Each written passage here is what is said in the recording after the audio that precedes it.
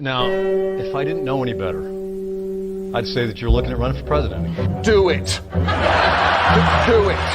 Look at me. Do it. I will personally write you a campaign check now on behalf of this country, which does not want you to be president, but which badly wants you to run. I am officially running for President of the United States, and we are going to make our country great again. There's not going to be a President Donald Trump. I think that man will be president of the United States right about the time that spaceships come down filled with dinosaurs and red cake. Donald Trump has been saying that he will run for president as a Republican, which is surprising since I just assumed he was running as a joke. Donald Trump will not become president. I continue to believe Mr. Trump will not be president. Donald Trump will never, ever be president. Moderator, but apparently believes that Donald Trump is a clown. President Obama will go down as perhaps the worst president in the history of the United States! Exclamation point at real Donald Trump. Well, at real Donald Trump, at least I will go down as a president. You're never going to be president of the United States by insulting your way to Let's see, I'm at 42 and you're at 20. We have a key race alert right now. Donald Trump now has reached the number of delegates needed to clinch the Republican presidential nomination. So, right now, Mr. Trump, to answer your call for political honesty, I just want to say, you're not going to be president, all right? It's been fun. It's been great. I love you. But come on, buddy. Donald Trump, while we project, will win in Kentucky with its 8th electoral vote, in Indiana with its 11th electoral vote, West Virginia, Florida, Tennessee, Mississippi, South Carolina, Alabama, Kansas with its 6 electoral votes, Nebraska with its 5 electoral votes, and Wyoming with its 3 electoral votes, North Dakota with its 3 electoral votes, and South Dakota, Texas, Arkansas, Louisiana, the state of Montana, Missouri, Ohio, Idaho, North Carolina. I, Donald John Trump, do solemnly swear. Do solemnly swear.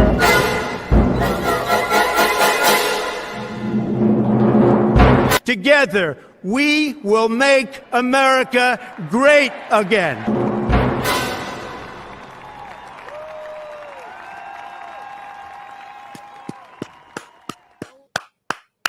What's going on, everybody? Welcome into Cobra Cast 199. I am your host, Jeremy D-Day Cobra, and boy, oh boy, it's been a crazy day, and it's going to be a crazy night indeed. We are here for the long haul. I already see gifties flying like I've not seen before. It's pretty crazy. You got Brock with a 50. Brock wanting everybody to hydrate up in here. There you have it. You've got Jerk Off Juggernaut with 50. Are you kidding me? I think you guys are excited tonight. Dom H with 5. What is happening? Aaron James with the gifted membership. Alan Tanasi, Alan scanning in with a $20 super chat, and I will get to all of them momentarily. Ladies and gentlemen, it's a big night. The man, the myth, the legend, the greatest president of my lifetime has returned to the platform formerly known as Twitter. That's right. I'm a man of my word. I said if Donald Trump comes back to Twitter, I will call it X. Donald Trump heard that call loud and clear. He heard the challenge. So I'm going to have to do my best to call it X. I'm not a big fan of calling it X, but that's what we're going to do. Because he's back, and he has not slowed down today. Boy, oh boy, right here. Man, he has been tweeting like crazy. This was a tweet from him, 320,000 likes, and he has tweeted a lot today. Listen, I'll try not to call it Twitter, but I'm calling them tweets because they are tweets. But I will call it X because I said it. Occupant 42, thank you for the monthly subscription. Green-haired anti-liberal with the 10 gifted memberships, thank you. But yes, listen, all I wanted was Donald Trump to come back to Twitter, and now it is X. Donald Trump is back on X. And listen, man, we've had, I even said it. I was like, we now need stuff like this right here, okay? Look, we need that right there, all right? I have never seen a thin person drinking Diet Coke. We need these types of tweets right here. That's what we need. I have never seen a thin person drinking Diet Coke. Give me this right here, all right? We need this Trump back. All right. Hayden Wayne for 20 says this is going to break the internet. It absolutely is going to break the internet. This is going to be crazy. You've got a lot of people on X Spaces right now talking about everything going on and the hype and the buildup. So just so everybody understands, we are 2 hours away. We're 2 hours away from the Twitter Spaces, but I wanted to go live just to kind of set the tone, see how everybody's doing, talk to all of you. It's going to be a long night. We're here for the long haul. So get comfortable, get your favorite drink. I've got my favorite drink, which is, of course, water. And Twitter Spaces is starting in less than 2 hours, which is 8 p.m. Eastern, 7 p.m. Central. So let's get ready, man. Get some pizza, whatever you want. But listen, the meltdown has been going on because Elon Musk himself even tweeted about it right here. Elon Musk, Donald Trump is back on X. And there you see the hairs standing up. Everybody's excited. Everybody is really, really happy to see Donald Trump return to the platform that once banned him and silenced him. You've got this one right here, which I thought was pretty accurate right here. You got chicks making out around this guy, and he's like, bro, babe, leave me alone. President Trump and Elon Musk are going to be live on Twitter. I'm live on X. All right, live on X. So that's how it is right there. Elon's been tweeting up a storm today. All right, he's been tweeting up a storm, as has Trump. Trump's entire timeline right now is pretty crazy. Let me see if I can go ahead and show you guys that. Let's go to Donald Trump's timeline, and we'll just kind of go through everything that he has been tweeting out today. Right here we go. So right here, here's President Trump, which I want to say today he was around 87.8 or something like that. So he's already gained, it looks like 400,000 followers today over on his Twitter or his X account. Damn it, this is going to be hard. But he did. This was the first thing he posted right here. Let's take a look at it. I got to adjust my camera when we do stuff like this. So let's see. I think that one. Here we go. Trump's left the building. We can now project the winner of the presidential race. Donald Trump wins the presidency. What started off as unlikely, impossible, is now reality. I will fight for you with every breath in my body, and I will never, ever let you down. We have a president who actually fulfilled the promises he made during the campaign, securing the border to foreign policy. He now has a record as president that's pretty damn impressive. Breaking news out of Palm Beach, The FBI has executed an unprecedented search warrant at President Donald Trump's Mar-a-Lago estate. The former president has both sides of the political aisle up in arms. This is a dangerous and unstable moment in American history. The Justice Department has just indicted former President Donald Trump. For 7 years, they hated him, they targeted him, they hunted him. This is the epitome of the abuse of the prosecutorial power to preempt political decisions. I never thought anything like this could happen in America. The only crime that I have committed is to fearlessly defend our nation from those who seek to destroy it. The more that a broken system tells you that you're wrong, the more certain you should be that you must keep pushing ahead. They want to take away my freedom because I will never let them take away your freedom. They want to silence me because I will never let them silence you. They're not coming after me, they're coming after you, and I just happen to be standing in their way, and I will never be moving. On November 5th, 2024, justice will be done. We will take back our country, and we will make America great again. America will always rise to every challenge and overcome every danger. Donald Trump seems to always get stronger when challenged. These types of things, I think, give him strength. When I'm reelected, I will totally obliterate the deep state. As long as we have pride in our beliefs, courage in our convictions, and faith in our God, then we will not fail. Very good video from President Trump over on X. I almost said Twitter. How was the audio, everybody? Because I want to do the audio test tonight. So how was the audio for that?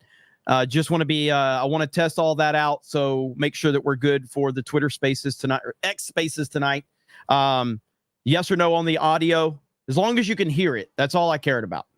Audio so far so good. Okay, perfect. That's what I wanted to hear. That's what I wanted to hear. Perfect. Okay, good stuff on that. So yeah, I mean, he's been pretty busy over here on X today. So you've got several videos that he's posted over here. This is all just today. This is all just today. I was right about everything. Let's play this one. Let's play this one. Is New York's Donald Trump running for president? He bought full-page ads in 3 East Coast newspapers today stating his views on foreign policy, and these ads will win him a following. In the ads, he says, there's nothing wrong with American foreign policy that little backbone won't cure. And he says, we have no business spending ourselves broke in the Middle East, protecting ships that are not ours, and oil that we don't need. Rumblings in the Trump camp point as far as the presidency. Somebody has to help this country, and if they don't, the country and the world are in big trouble. Because within a short period of time, as sure as we're sitting here, there's not going to be a country and there's not going to be a world. I have no intention of running for president. And if it got so bad, I would never want to rule it out totally. Together, we will determine the course of America and the world for many, many years to come. For too long, a small group in our nation's capital has reaped the rewards of government, while the people have borne the cost. That all changes, starting right here and right now, because this moment is your moment. It belongs to you. The forgotten men and women of our country will be forgotten no longer. Trump leading in 5 of the 6 most important battleground states. Biden continues to trail Donald Trump. Our latest polling out of Iowa also shows former President Trump with a 30-point lead over his nearest rival. The Republican primary is over. Donald Trump basically has this nomination locked up.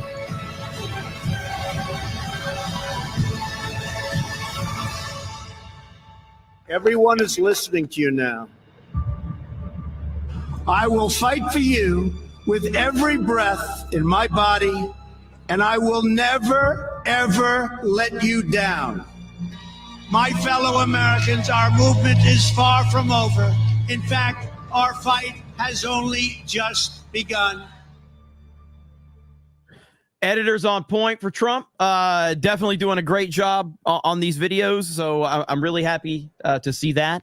We got Alan Tanassi for 20 says Elon Musk teaming up with the Don Trump is like Iron Man teaming up with Captain America. Prove me wrong. Scanned in. All hail the Snake Pit 199. Can't wait.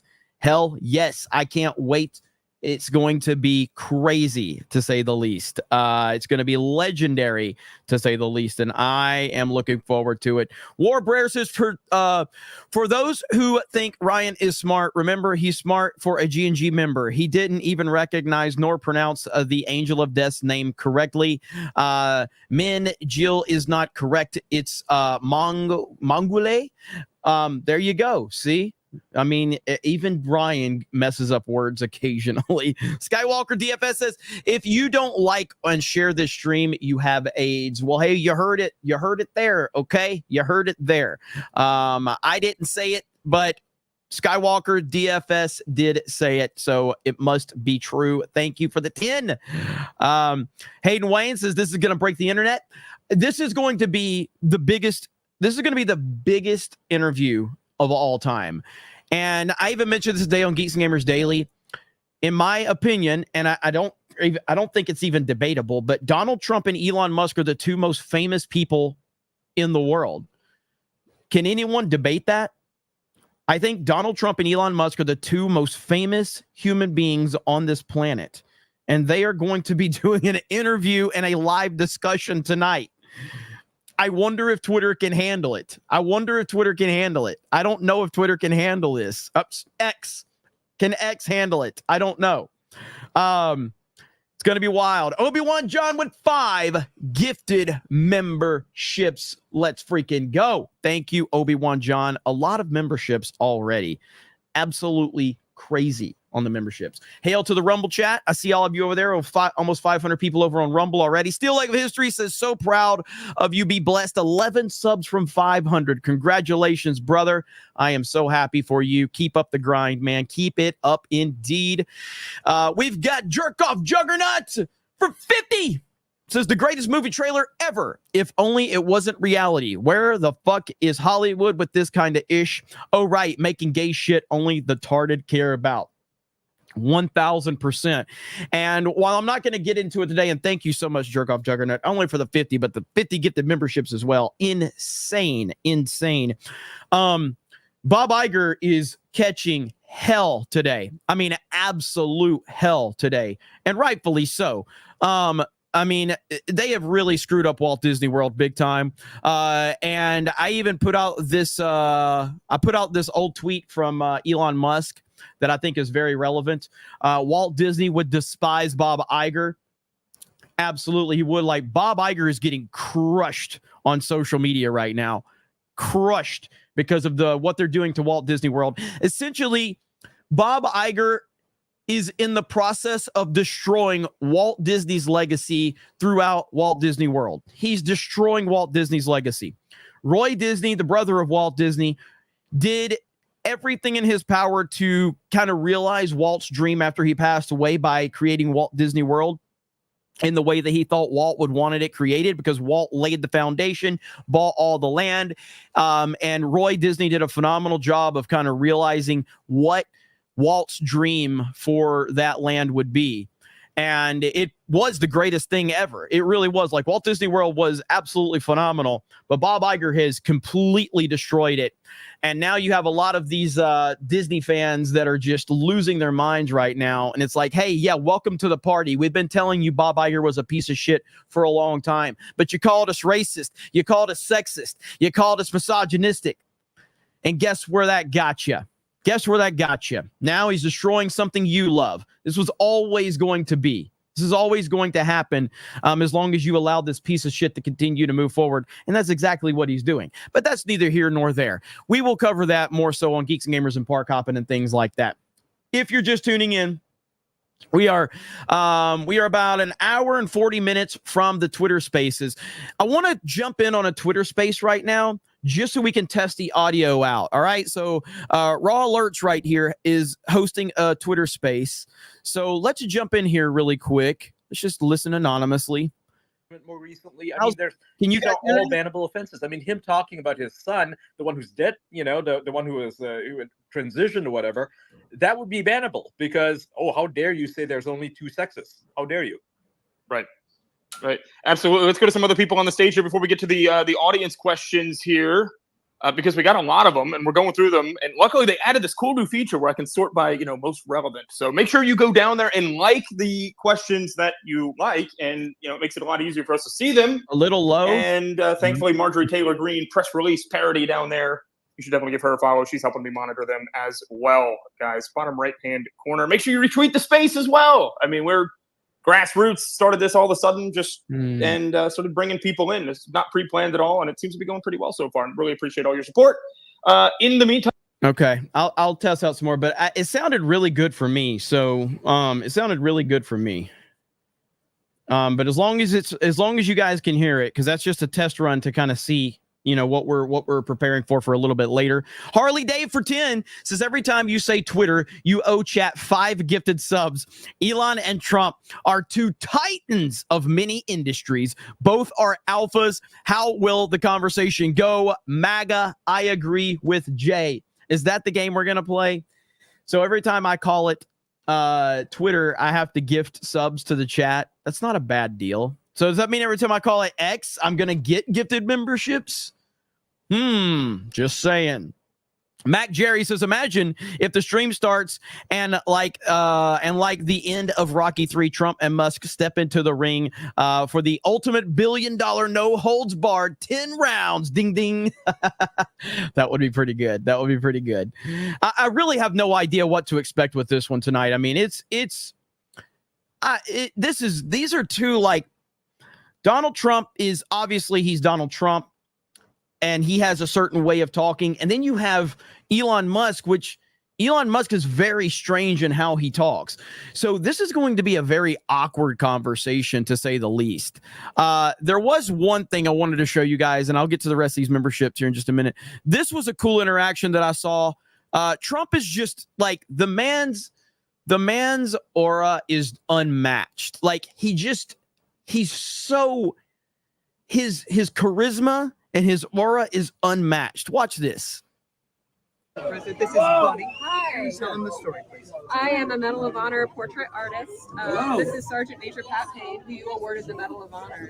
And this is actually his signature. Do you think I could look like that if you did me? Absolutely. Give me that perfect jaw? Absolutely. All those muscles and everything else? Absolutely. So how did he pass away? No, he's actually currently still alive. Oh. He is How currently old? active duty. He's about, I think he's in his 40s. He's still maxing out his Is fitness he injured or exams. anything? No, sir. No, he is. That's unusual. Yeah, The Medal of it Honor guys is. usually are pretty rough shape, right? Beautiful job you Thank did. you so much.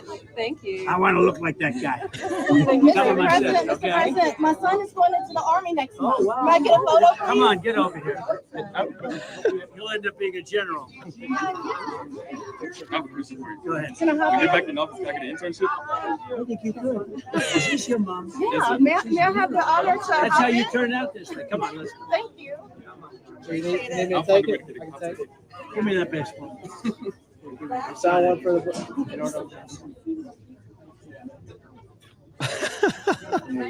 Where'd you get the baseball? Where'd you get it? Walmart.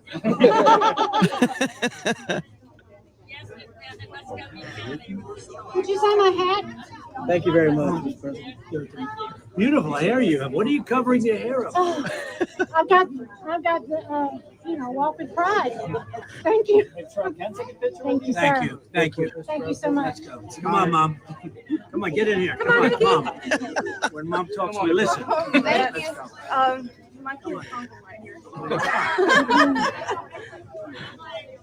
Wonderful. I took 3 for good luck. Thank you, everybody. Thank you very much.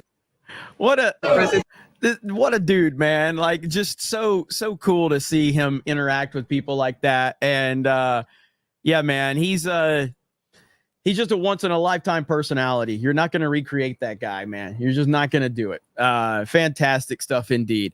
Jared the American says, Trump 2024, we must win. JD Vance looks like the 2028 material. What did you think of his recent interviews? He started out like Jeremy, but isn't a fig. Yeah, I mean, JD Vance is growing on me. I wasn't a big fan of the pick, but I admittedly didn't know a lot about him. But yes, I'm definitely warming up to JD Vance as a vice presidential candidate. I don't know about him being at the top of the ticket in 2028, but we'll see. Golden Nuggets for 5 says, feeling unwell, but I'm here showing support for your country while mine goes to hell. Sorry you're not feeling well, brother. We appreciate you. Hopefully you enjoyed tonight's stream. It will be a pretty crazy one, man. Let's see. Grant Potato says, hail Jeremy, the Grand Fig. Embrace the figness. Thank you. GJJ, member for 16 months. Thank you so much. I appreciate that. Coalise says, Trump on X again. Excellent news. It is, man. It'll be interesting to see, is he going to be there just because of tonight's interview, or is he going to continue? I don't know. It's going to be interesting to see. Bilbo T. Baggins, I'm excited as F for this. Let's F and go Trump 2024. Thank you. And going back to Brock's 50 gifted memberships. Insanity. Jerk off Juggernaut's 50 gifted memberships. Insanity. You guys are crazy. Dom H with 5 gifted memberships. What is going on, man? We may set a record for memberships here on this stream at the start that we're on. Zinny Biscuit says, left my earbuds at work. We'll watch after work. Got you. Well, hopefully you find them. Okay. Timothy says he needs to put 90% of his focus on PA and GA. If he wins those, he wins, assuming he doesn't lose any of the 2020 states. Jake the Movie Geek says, did you see JD Vance completely destroy CNN? I don't think I saw that one in particular. Green-haired anti-liberal, thank you with the 10. Appreciate that. Space, comma, Digger with 1. Thank you. Gifted membership. Bill Prime Gaming with the membership. Thank you. Alan Tanasi gifting a membership. Thank you, Alan Tanasi. Scotty Doesn't Know says, where is Jay? I agree with Jay. That's all you need to know. So we are about an hour and a half from the interview. So just, stay tuned for that. I think we're going to hit insane numbers tonight. It's going to be absolutely crazy. Desert Viper says, where's the chair, bro? Life on Marshmallow says, Trump's the youngest person. He's a young, vibrant man. He is a young, vibrant man. Okay. Right here. Okay. We've got proof of it. I just feel like a young man. I'm so young. I can't believe it. I'm the youngest person. I am a young, vibrant man. I look at Joe. I don't know about him. I don't know.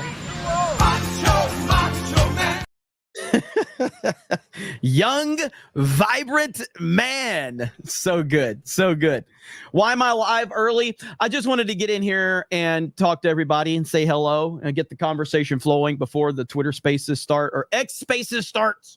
Gerald Armstrong says, we need nips protruding. Yes, the Barney Frank tweet. Lord Botha says, Donald unloading more videos than Ryan right now. Scotty Doesn't Know says, where is Beardo? Who is Beardo? Why is Beardo? Kurgan says that Trump 2024, Jeremy's a fig. I believe in Jay and Elon. Get me off this planet. Maximus BT says, where are my breeds at? Don't start. Don't start. Warbear says, I respect you for wearing your good hoodie today. Well, thank you. I appreciate that. This is the good hoodie. I'm wearing the good hoodie today. The nice hoodie. James Opp says, I got slapped on X for 12 hours for saying Island Boy needed his ass kicked for hitting that woman. LOL. Oops. Yeah, the Island Boys, those guys, man, those guys are idiots. Heart Ponder says, for all vipers in the snake pit concerned about Harris's popularity, take heart. Rasmussen cut through the polling BS and shows Trump leading in a vid. Hail the 199. F you and see you tomorrow. Thank you. Listen, I don't buy the Kamala bump that's going on. But there's obviously pushing a narrative to get people nervous, and they're looking for people to melt down and everything like that. I'm not worried about it. C and D Designs, welcome to the snake pit. Appreciate that. Zioni says, Fuentes says he will make Trump lose. I really don't watch him. I heard he was upset with the campaign, which I do agree with, but anything beyond that, I haven't seen. Movie Times Today says, I didn't date to be here, but one of the women I see is a 24-year-old student, and last night she texted me, have you seen Sausage Party? Didn't miss much. I don't know what you're saying right there. SWA says, hail to the 199 MAGA 2024. High Review Gaming, or High Guy Reviewing says, thank you for the gifted. Jeremy, you fig. I'll see you at MegaCon. Also, did you see Trump's new ad? It's like three and a half minutes long, and it's epic. All hail the snake pit. If you're talking about the one we just watched, yes, it's fantastic. Raven Black Sparrow says, you see how Kamala or Camel Toe Harris is stealing Trump's campaign promises? She is now going to fight for no taxes on tips. Yes, as a matter of fact, and I'll show you guys this really quick. If I think I bookmarked it. Yeah, right here. I mean, these people are evil. They're evil. So right here, extremely biased CBS News props up Kamala Harris copying President Trump's no tax on tips policy, yet attacked President Trump when he rolled out this great policy 2 months before. So here you have CBS News says Vice President Kamala Harris is rolling out a new policy position saying she'll fight to end taxes on tips for service and hospitality workers. Right here. So former President Donald Trump's vow to stop taxing tips would cost the federal government up to $250 billion over 10 years, according to nonpartisan watchdog group. They're evil. Like, it's absolute pure evil. There's no other way to look at it. They're evil. The media is the enemy of the people. Evil. 100% evil.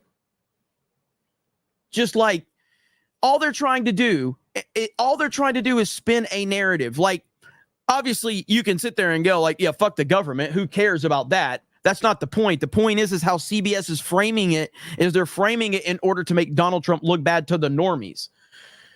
You know what I mean? Like, absolutely just disgusting. But this is who we're dealing with. This is who we're dealing with.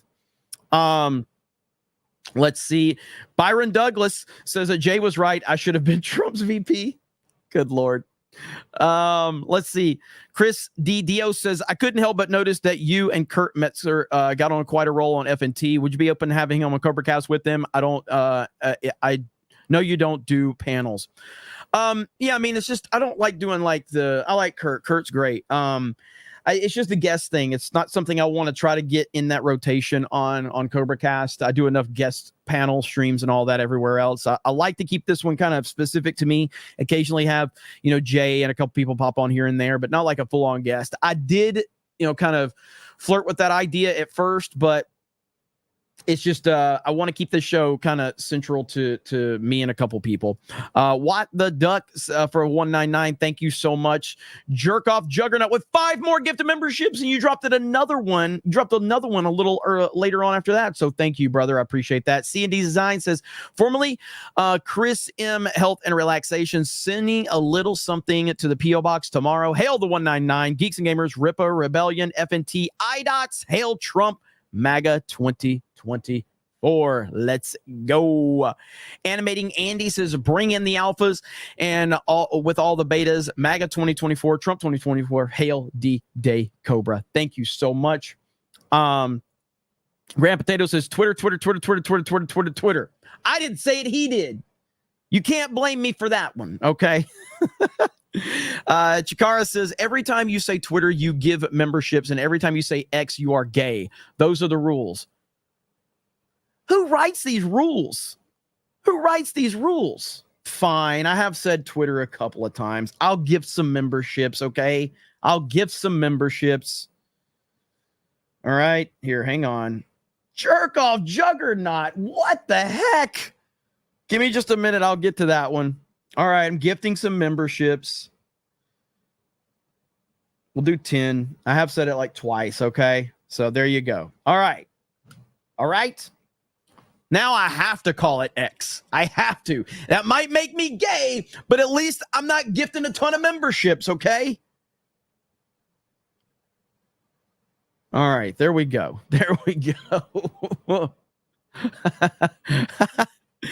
Holy crap.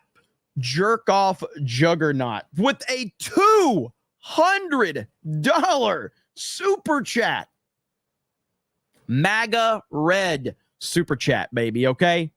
What's funny about X currently is that me as a normie on formerly Twitter is still banned for saying Amber shits on bed and is irrelevant.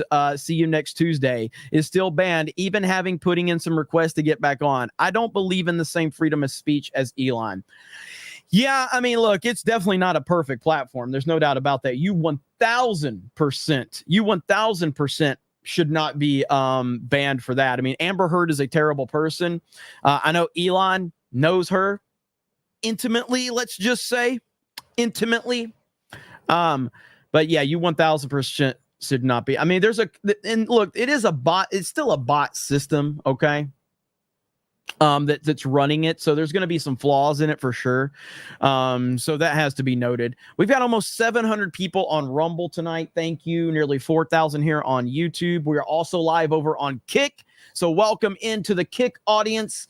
And we are live on X. Ooh, I said it. I said X. I didn't say the other word. I said X. You like that? What's up, Yellow Flash? Groovy Lava Squirrel Medics is scanning in. LFG, thank you. If you're just tuning in, we are about an hour and 20 minutes away. We're about an hour and 20 minutes away on the X Spaces. I almost said it. We have been watching a lot of X videos today. No, YouTube, not those kind. Get your heads out of the gutter, okay? All right, let's just get your head out of the gutter. Mo Zamboni says Ian Miles Chong is fake. People who've never lived in this country need to shut the F up. And then let's see. I don't know what you're saying there for gifting outside observers. Keep killing it, Jeremy. Thank you. Yeah, I mean, Ian Miles Chong, the dude is like just... You know, he's just he's a guy who tries to capitalize off all this stuff going on. So War Brer says, can you begin all of your streams to encourage everyone to register and vote? I should do that, actually. Yes, I have no problem with that. You should be registered to vote and vote for Donald J. Trump for president of the United States of America. War Brer with 5 gifted memberships. Thank you. Alan Tanassi says, what is the over under Trump is late? We're talking about the 2 most famous people on the planet. I think there's a good chance they're both going to be late. I think there's a chance they're both going to be late. I also think I think they're going to crash X. I almost said it, but I didn't. I think they're going to crash X tonight. I do think that it's going to crash it. 100% I think it's going to crash it. Rattle Shark says, I agree with Snarky J. Jerk off Juggernaut with a gifted membership. Thank you. Desert Viper says, get Beardo in on this. Hit him up. Let's see.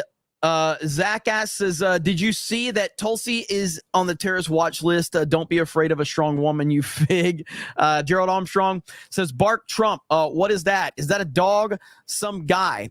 It's Hillary Trump. It's Hillary Trump laughs. Probably my new favorite Trump clip. Yes, I have seen that clip. I don't know where it's at, but that's a funny ass clip. Gen X Cynic with the gifted membership. Thank you. Appreciate that.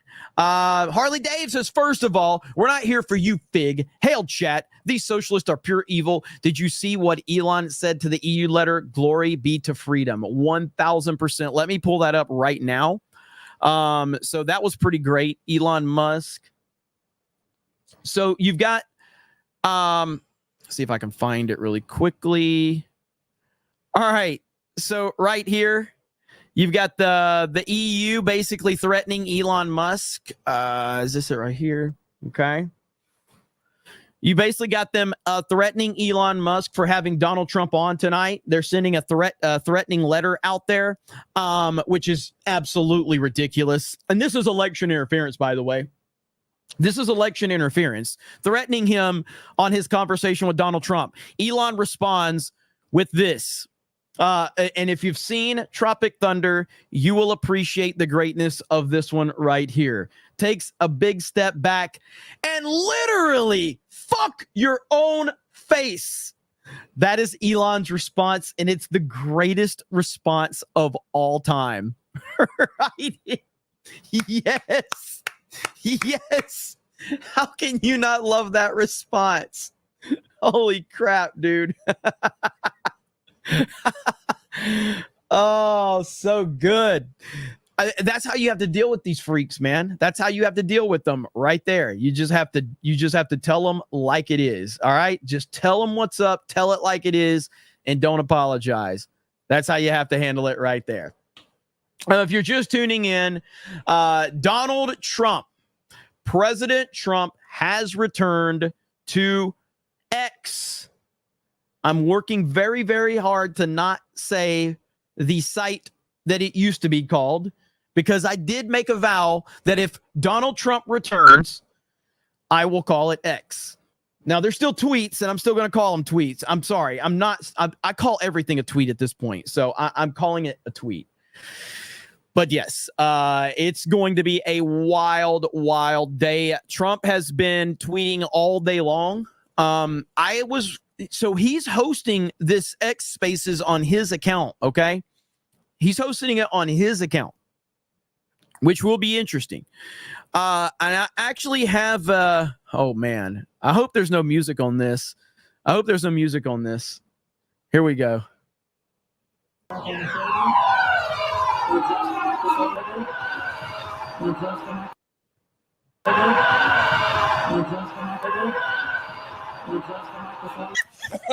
You see them both light up?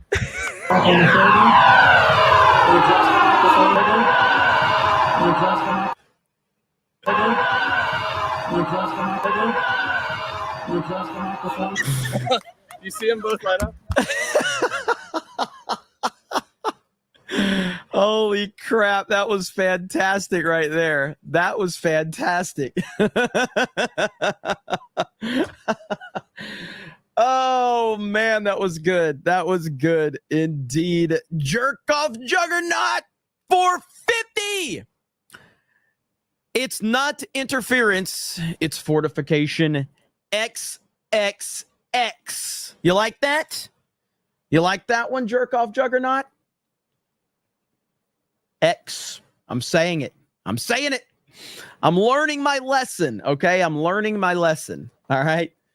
It's a good Vin Diesel movie, too. Actually, that's not a good Vin Diesel movie at all. It's not a good Vin Diesel movie at all. I don't even remember that movie, to be fair. I don't remember that one at all. Hail to Rumble. Appreciate you guys. And hail to Kick. And hail to the over 4,000 here on YouTube. And we're just getting started tonight, baby. We are just getting started. We are currently waiting right now. President Trump has broken the internet. Here we got Jack Posobiec right here. Right. He's on his way, boys. We are 1 hour and 18 minutes away from the return. This is going to be huge.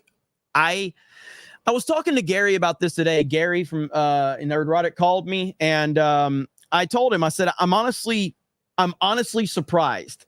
I'm actually shocked that Trump and Elon Musk have kind of gotten on the same page. If you remember about a year and a half ago, these guys were not happy with each other at all. Donald Trump made some really negative remarks about Elon. Elon made some really negative comments about Trump. And I figured, man, with these guys and how massively popular and famous and rich that they both are and how influential, they obviously have egos, which is not a bad thing. All successful people have an ego. These guys have a massive ego, rightfully so. I did not think that they would be able to get on the same page. And the fact that we are now at this point where they're about to do this live interview together is absolutely crazy. It's shocking to me. It's shocking that it's happening. And it's something that we all need to be aware of and appreciative of, because this is a huge moment. This is a huge moment right here. JMNZZ450 says, Kamala bump is fake. I talked with a good friend who's a former blood, and he is like Kamala is a lying biatch, and we need Trump back. Don't think the conversation would make it through YouTube censors, but I can post it on Twitter for the laughs. Thank you, brother. Yeah, I'm sure that the conversation would not. I thank you for the super chat, man. You're the man. Cappy Nova says, Sweeney's boobs breathes. Yeah. I mean, easily. Death Squad Clip says, do you think they'll address the big pharma issue when it comes to forever patients and not making drugs that actually cure people? You mean tonight? I don't think so. I don't think so. Let's see. What did I say? Fuck. What did I say? Did I say it? Fuck. All right. What is it? 5 every time I say it? I don't even remember saying it.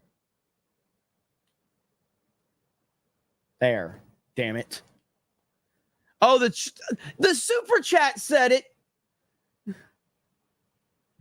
That's fucked up. You guys are, that's fucked up. That's fucked up. That's fucked up. We'll let you have it though. All right, Marlon Sivo says, did I just hear the word the word chair fund? Everybody get in here and contribute to the chair fund. Thank you. American Patriot says the Kamala bump is just the leftist new media narrative trying to control information. Trump 2024. Hail the 199. Thank you. Kentucky Tim, new member. Thank you. Christopher Gonzalez says coming at you with another video. And today, thank you. I did kind of get screwed over on that one. D-Day Cobra with 10 gifted memberships. What a generous guy this D-Day Cobra guy is. What a generous guy. Sounds like a really cool guy. I'm just being honest. Harley Davis' chat is takeover. Chat is always takeover, baby. VJ the Vigilant says it's just like when Biden took credit for Trump lowering insulin prices. Hail the snake pit. They always copy Trump. That's all they do. Adrian says XXXXX. There you go. Nandy says, getting my ass run over by cars in zero build while hanging out with the 199 is the only thing in life that brings me joy. Hey, I'm looking forward to the update. The update's going to be great. I think we're like the 16th. I'm tired of this. I'm tired of this chapter or season or whatever it's called. I just want Fortnite to get updated because I'm kind of boring. I'm kind of bored with it. Harley Dave says, will you be joining the quartering in his new grassroots effort to organize the vote? I don't know anything about it, but I obviously got the quarterings back. So hail the quartering. The Last Crow says, we need Trump to Kamala over Harris campaign. Mac Jerry says, every time you say X, an angel gets his wings. Well, look at that. Jerk off, dude, 20? Are we going to hit, like, I don't know what the record is for most memberships, but we might actually get like a record tonight. Holy crap. Thank you. You guys are mad lads indeed. Lance Finn with 5 gifted memberships. Lance, this isn't where I parked my car with 5 gifted memberships. Adrian with 5 gifted memberships. Joey with the gifted membership. What is happening tonight? You guys are out of control. And I'm okay with that, by the way. I'm okay with that. So if you're tuning in, we are an hour and 12 minutes away from the big moment. Donald Trump, Elon Musk, X Spaces. It's going to be huge. RC Bandit with 20 gifted memberships. Guys, this is insane. The interview hasn't started yet. Based and Bitchy for 5 on Rumble. Hail the 199. I need a cringe favor. New to X and have only managed to get fake follows. Need pity follows. Feel retarded posting memes for nobody. Thanks, friends. At Based and Bitchy Trump 2024. Don't ever feel retarded for asking.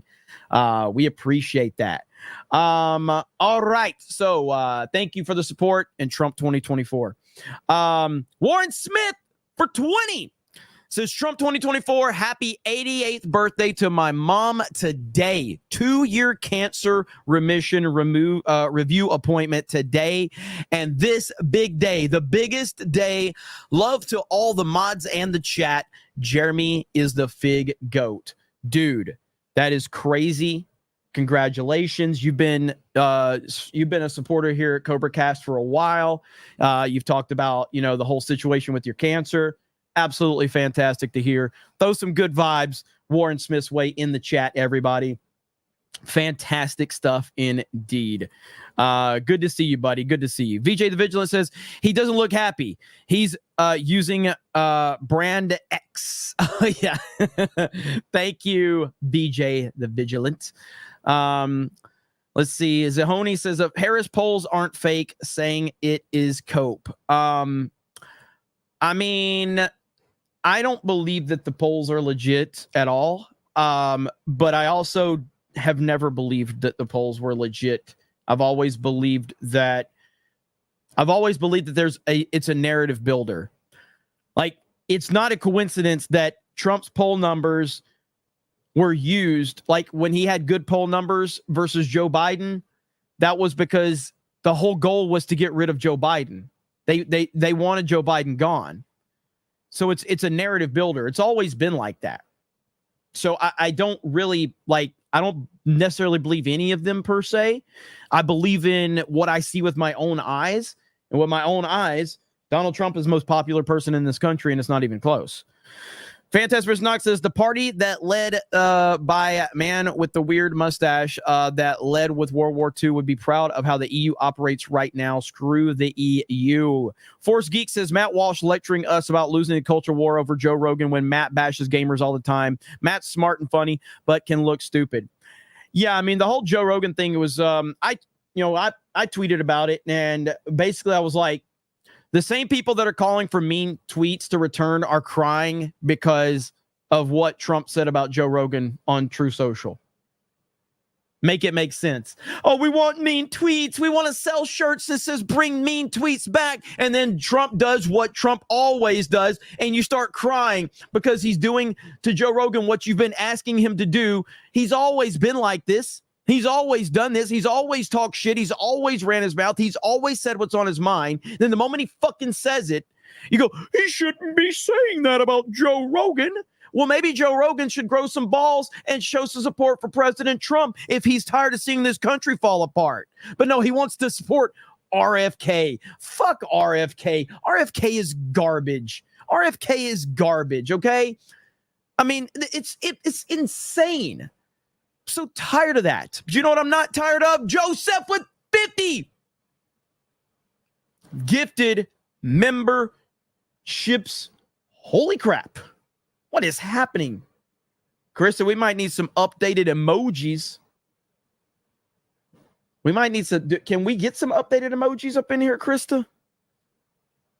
Chat, you need to let Krista know what you're looking for with some emojis. Holy crap.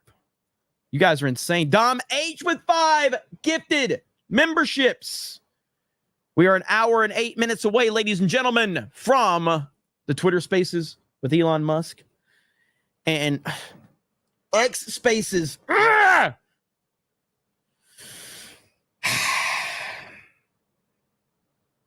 I'm fucking sending it. Don't worry. You don't have to tell me, chat.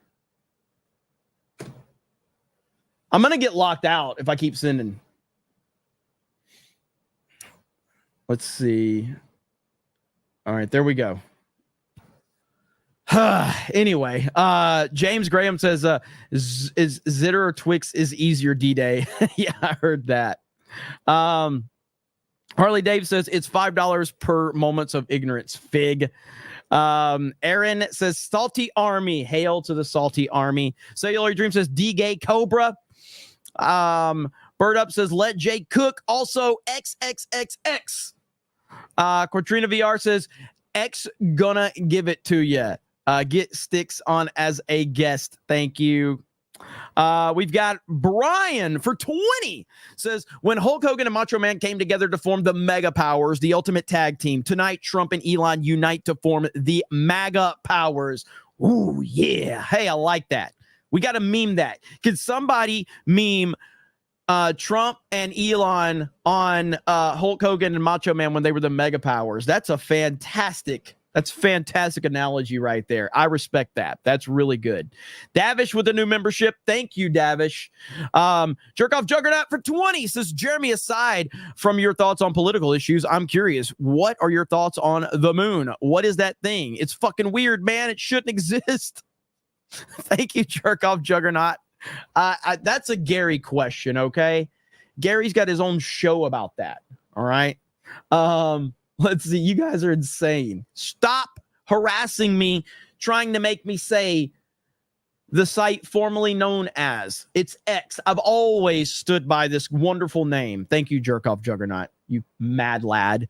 Jerkoff Juggernaut has lost his mind, okay? The moon is Lizzo. That's a good answer. It's kind of magic. The moon is Lizzo. There you go. I like that. That's a good way to put it. Frank the Tank with 5 gifted memberships. Or no. 10 gifted memberships. Thank you so much, Frank the Tank. Holy crap. What is going on tonight? Dermy Wormy with 5 gifted memberships. What's up, Dermy? How the hell are you, brother? Good to see you here.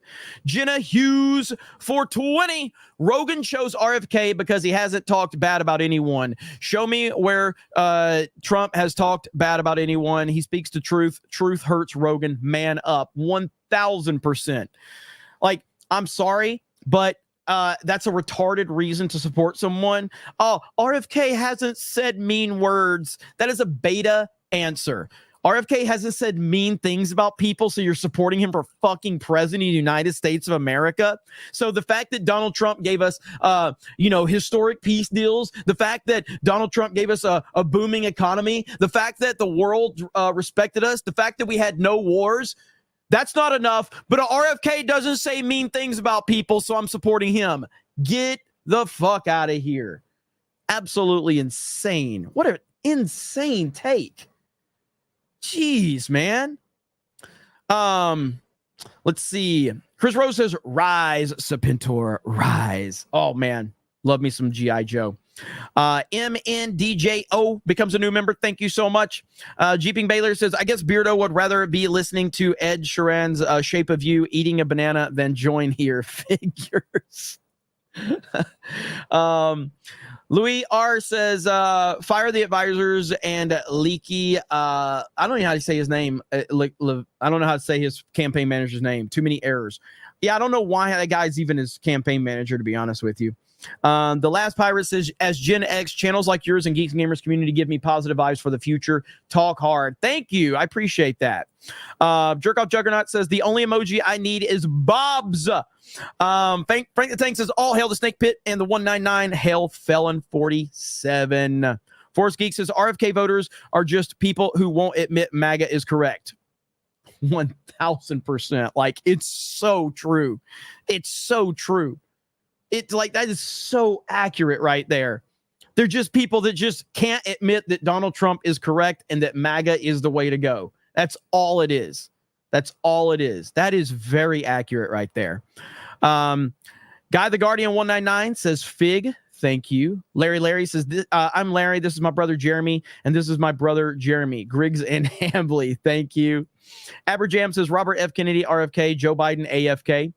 Google Must Die says, Rogan did not endorse RFK Jr. Conservatives continue to lose the culture war by throwing people who have an actual massive following under the bus. No, I think that I'm not a conservative, by the way. I'm a Trumplican. Joe Rogan has a massive platform. Joe Rogan has made it clear that he is disgusted by the way this country is ran by the Democrats. Joe Rogan has made it clear that they have basically committed election interference. He's made it clear that he thinks they've weaponized the justice system. He's made it clear that he sees all of these things, yet he can't just simply say that President Trump is clearly the best option. It makes no sense. And you know why? Because he doesn't want the backlash that comes with it. That's why.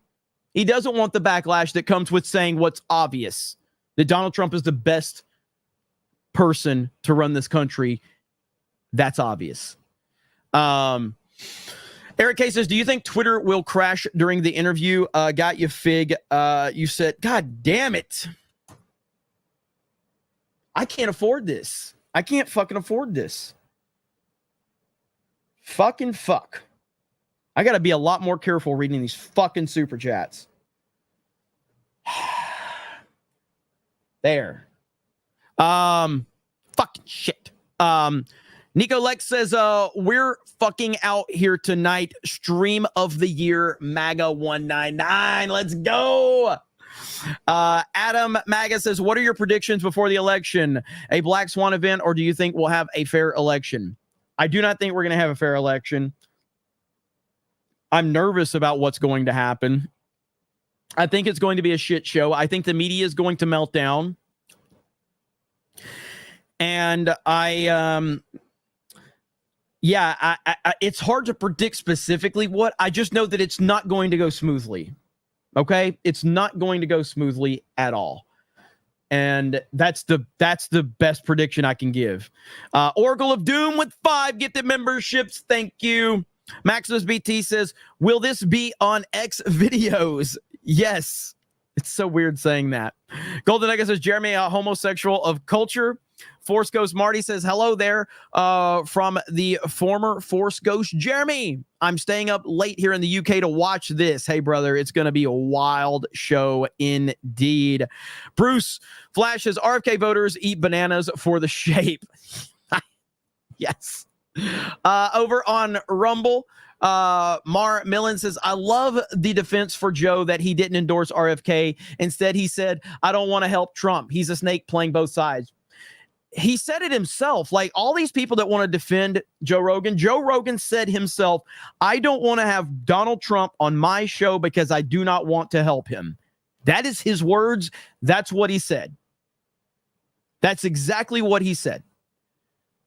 So that's how he feels about Donald Trump. And so that just shows you where he stands on all of this. That's just the bottom line right there. That's the bottom line. All right, let me see if there's any updates going on right now. So we are currently waiting. We are currently waiting to see what happens. Things are getting crazy. Things are getting wild. Let's see here. Shadow Saiyan says, Jeremy, if you can't gift any more memberships, just use Beardo's account. You're his boss after all. Beardo catching strays, dude, for no reason at all. Beardo catching strays for no reason at all. And I respect it and appreciate it. Get woke, go broke. Says, get woke, go broke. Says $10 goes to say, fuck Kamala. $40 goes to Jeremy's eyebrows transplant. 50. Woo. You guys are great. What is going on tonight? There's a lot of excitement. Thank you. I appreciate that. There's a lot of excitement for the return of President Trump and Elon Musk. These guys are going to form the greatest alliance of all time. And this is going to be the biggest event that I can remember on the internet in terms of like an event that we're leading up to. This is going to be the biggest event that I can remember. Linko Kenobi for 50 says, what's up, Jeremy? It's funny that you're losing money for saying X. Almost got you. Anyways, you could be playing Black Ops COD. Would love to see you guys. Anyways, look forward to this show. Hail X. Almost got you again. We have the best chat. We have the best chat in the world, and it's not even close. We are closing in on 1,000 members on Rumble tonight. We are well over 4,000 on YouTube. We are live on Kick as well, and we're live on X. So for those that are curious about it, I've long refused to say the new name of the website that Elon Musk purchased. I wanted to call it the old name, and I made the statement several days ago, like, if Donald Trump returns, I will start calling it X. It's not the easiest thing in the world, but I'm working on it. I'm still calling them tweets. I'm not giving that one up. What does the chat summary say right now? Hang on. Chat summary. Chat summary says, oh, that's not too bad. Viewers are discussing the latest episode of the Joe Rogan Experience podcast with guest Bob Lazar, Ben Shapiro, and Eric Weinstein. Oh, it disappeared on me. Damn it. Okay, well, there you go. So we are now under an hour away. We are under an hour away, and it's going to be crazy. It's going to be wild. Let's see. Trying to okay, let's see here. I need to figure out. Let's see. And all right, so we've got a lot to talk about tonight. I started to go early. I went early tonight so I could catch up with everybody, because once this Twitter X Spaces once this X Spaces starts,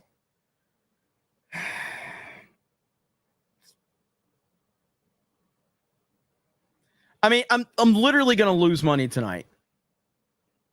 I'm literally just like, this is just going to be a wash. It's just going to be a wash.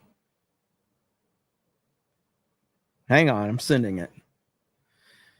All right, there we go. Anyway, with we are less than an hour away from X Spaces.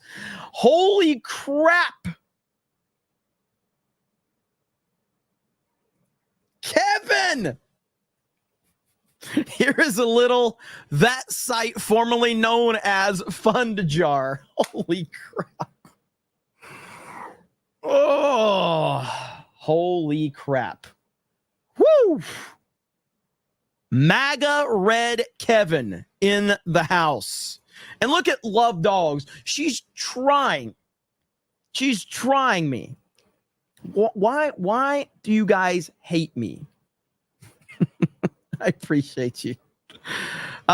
We do have you've got to, if you guys want to request an emoji, she's here. Okay, I'm gonna bring you in for a minute. Okay, Krista, she's here, ladies and gentlemen. Hello. So sorry. Are you eating? Are you eating? I'm so sorry. Yes, I made it, and I'm keeping track of your super chats. So any emoji recommendations, I read them all. So thank you all so much. Let's see some Trump emojis in chat. Those are the latest ones we have available. Amazing. So, Krista, the ones that are starred on Stream Yards, those are the ones I haven't read. I've read everything else. Okay. So okay, cool. All right, there we go. So thank you, Krista. So emojis, do we have any spots for emojis? I will check and I will let you know. Okay, so you guys, which she may be adding some new emojis tonight, so we'll see. So, all right, thank you, Krista. Bye. Okay. All right, so Krista Nova here in the house. All right, so Gen X Cynic says, "Don't be a bitter Twitter." It's so difficult, man. Like, I straight up am not trying to say this fucking word, okay? I'm not. Well, Kevin just offset it because he dropped 50 gifted memberships.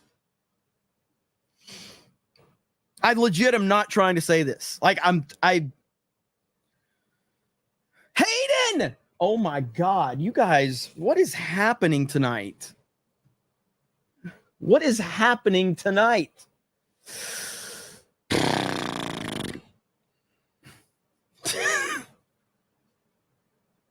What is happening? Hayden with 50. Kevin with 50.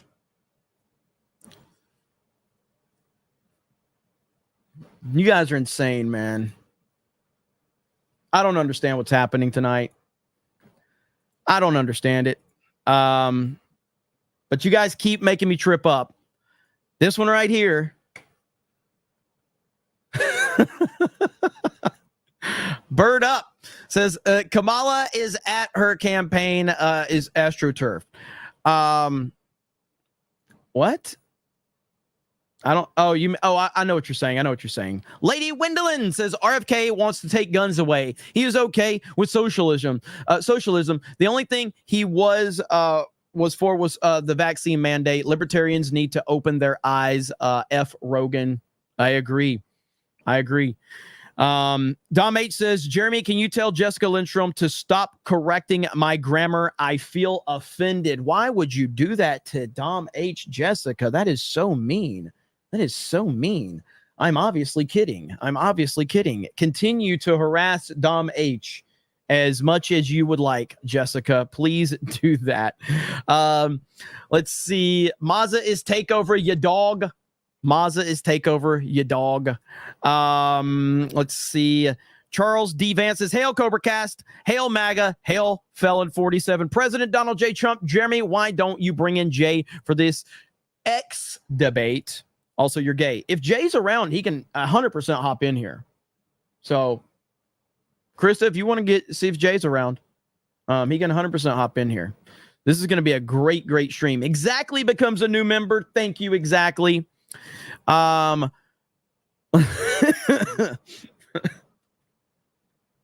Black Kane, Jeremy, are you going to verbally assault me for being in the gifted pool?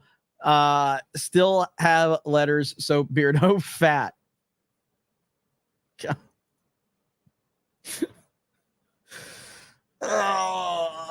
There's so many people that are going to be watching this stream that they're just going to be like, what in the world is this stream? What is this channel? What is this chat? Like, we're going to confuse a lot of people tonight. Angry Salt says you will need to go to X rehab.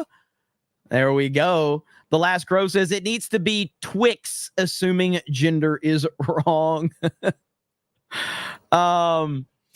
Let's see here. Grand Potato says, say X again. Say X again. I dare you. I double dare you, mother effer. Say X one more GD time. This is going to be a tough one tonight.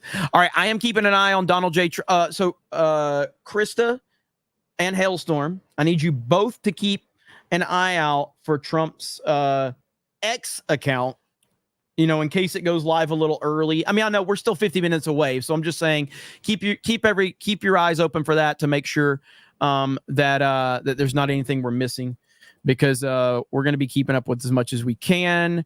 I'm looking to see. Oh, really? Is that true? All right, let me see. We may have some breaking news for everybody. Let's see. Hang on. Let's see. Give me a minute. I'll confirm it really quick first. No, that's not true. That's not true. So somebody tweeted that Trump is no longer following Mike Pence, but that is not true. So I just looked. Oh wait, VP 45. Okay, VP 45. VP 45. So he is still following Pence though. Yeah, he still follows him on that. So he's just not following VP 45, I guess. Okay. So I don't know if he was ever following VP 45, to be honest. I'm not sure about that. I can't confirm that one at all. What's up, Paige Ashley? I didn't say the word. I'm good. All right. All right, let's see. So there's that. So we're seeing stuff. Wait, what? Your browser has lost connection to your screen share audio. Try sharing your screen again. What? I don't know about that. Let me see. Let's see if you guys can hear audio right now. Let's see. Can you hear audio? Let's go to Alex Jones on. Can you guys hear this? Yes or no? Can you guys hear that? Yes or no? Did the audio share or not? No. Okay, so I'm gonna have to reshare my screen. I hope my computer doesn't freeze. So let's see what happens here. Okay. And yes, so Krista or Hailstorm and Krista, you got to hop in here for a minute. I got to restart my computer. So you guys got to hop in here for a minute. Okay. I'll be right back. Hello, everybody. I am reading your super chats right now and logging them in so this way Jeremy doesn't forget them all. I appreciate you all for being here. Who's excited for the interview? I know I am. It's going to be wild, everybody. It's going to be really wild. My goodness. I see the Krista emojis in chat. I'm going to try to get Jay in here. I know he was live earlier playing Fortnite with me. and other peeps. Dan was there. Y'all know Dan, right? He's like a small YouTuber. But yeah, good to see you guys. Look at all the love in chat. You guys are awesome. You guys are great. Shout out to everybody here. Smash that like button if you haven't already. This is my working face. I'm getting everything logged in. I got to log every single super chat in. And now I'm going to check to see if we have any emoji spaces available. What kind of emojis would you guys like to see? What kind of emojis would we like? I think we need a funny Kamala face. How about that? I think that might be interesting, huh? Let's see if we have any available. All right, going to the back end right now to check. Memberships. Emojis and we need, imagine 21 more members needed for another emoji slot. Okay. There we go. So we need that many more, guys. That many more. And then we're good to go. We're good to go. I see Dan Vask in chat. What up, Dan? So good to see you. That's the small YouTuber, by the way, guys. Show him some love. Okay, I'm back. Okay, there you go. All right, now I got to reshare my screen, see if I can get all this fucking working again. Damn internet. Yeah, like the Twitter audio just disconnect. The X audio. Oh my gosh. Jeremy's all over the place. I can't win. Like, there's just like, what's the point? What is the point in even trying? You know? Like, I can't win. Where's Jay at? I know he was live. Okay. I'm sending him a message right now. All right, here we go. Okay, so we're back. Looks like I'm gonna have to send more gifted memberships because I'm a retard. Let's see. Let me get everything set back up. I had to restart the whole computer. So yeah, do your thing. I was just telling chat that we need 21 more memberships to get emojis. Uh-oh. Yeah. All right. We'll see what happens there. And hail to the Rumble chat. Appreciate you guys being here. Ton of people watching on Rumble. Ton of people watching on YouTube. It will be a crazy night indeed. And Elon Musk just tweeted out that we are 45 minutes from this Spaces with President Trump. So we're going to see how that goes. Man, a lot of hype. The internet is going to break tonight. Is Twitter? It's going to be a long night. He said it again. Jeremy can't speak. Is X going to hold up? Is X going to hold up? Just going to keep sending. This is why Geeks and Gamers isn't profitable, because I don't know how to manage my fucking money. All right, there. All right, finally back. You can see the pain in Jeremy's eyes. And I would gift him on Rumble if Rumble had gifted memberships. Okay, I'd gift him on Rumble if Rumble had memberships. Or gifted memberships anyway, but they don't, unfortunately. So it is what it is. All right, let's see. So I'm trying to see. So Elon Musk tweeted out, and I can say tweet, okay? By the way, I know this is crazy, okay? This is not really related, but because I cover this on Geeks and Gamers. Mr. Beast's girlfriend said half the things that are said are not true. I wouldn't be with him if they were. What? Half? What are you talking about? That's not good if half the things that they say about him aren't true. That's such a weird thing to say. Hey, all these things, all these accusations about Mr. Beast, half of them aren't true, guys. What? This is when you probably shouldn't say anything, okay? I responded, I'm like, half? Holy crap, that's got 12,000 likes. My tweet, Yeah, tweet. I can say tweet. My tweet has 12,000 likes. Holy crap. That's insane. But anyway, that's not what we're here for. I'm going to cover that over on Geeks and Gamers for sure. But we are currently waiting for the big X spaces. I don't like having to think about, okay, the only things I try to like when I'm actively thinking, like, okay, you don't say gamer words on the live stream, Jeremy. Don't say gamer words. You know what I mean? That's now I have to train myself to not call this site that I've actively called it for years. And now I've got to think about that. That's going to be difficult. Let's see. Jeremy only cares about numbers. Gay. Yes, we have the best numbers. Do you have a problem with that? Do you have a problem that I'm happy that we have 4,500 people watching us live right now on YouTube, that we have 1,000 watching us on Rumble, that we have more people on Kick and X? Yes, I care about the numbers. You know who else cares about the numbers? Donald J. Trump cares about the numbers, baby. Let's fucking go. All right, let me catch up on these. Thank you for being here, guys. Let's Shadow Sand says we really are throwing money back and forth at this point. Jeeping Baylor says Jay should stream snipe you tonight to get him to 100K. Hey, that's a good idea. That's a good idea, actually. Let's see. Andy Plays Games says, which would you rather? Oh my God.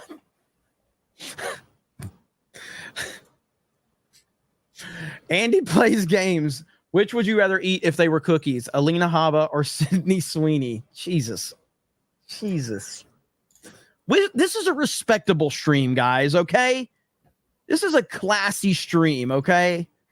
And I'm sure the chat's not going to entertain that at all because we have a really respectable stream here, okay? And a really respectable audience. Samuel with 1999. Thank you, Samuel. Hayden Wayne. Remember, message says, welcome to all the new people rules. Jeremy is a fig. You should call him such. Man, this Cobra Cast thing is really going for a minute. This will be fun. Man, it's crazy. Thank you, Hayden. You've been here from the beginning as well, brother. I really appreciate you, man. JC gifted a membership. Thank you, JC. Magnum Norse for 10 says the desperation is setting in with global ad agencies trying but failing to cancel Rumble. Keep on the pressure. Absolutely. Because right now, like Rumble, they hate Rumble. They despise Rumble because Rumble is like, it's still just in most ways, it's still just an alternative to YouTube. But there are people that are actually making their living and livelihood and business, growing their business on Rumble. They are. I mean, Kick's doing a great job too, but they're not targeting Kick. They're targeting Rumble. And there's a reason why they're targeting Rumble. Frank the Tank with 10 gifted memberships. Let's go. Thank you. Luis C says Kamala as smiling Titan attack on Titan emoji. That's pretty funny. That's pretty funny, actually. Krista got that one. Got that one. Sean Living Life said for 20. I think we're about the same age, 1977 here. I can honestly say that in my lifetime, Trump is the president of the people.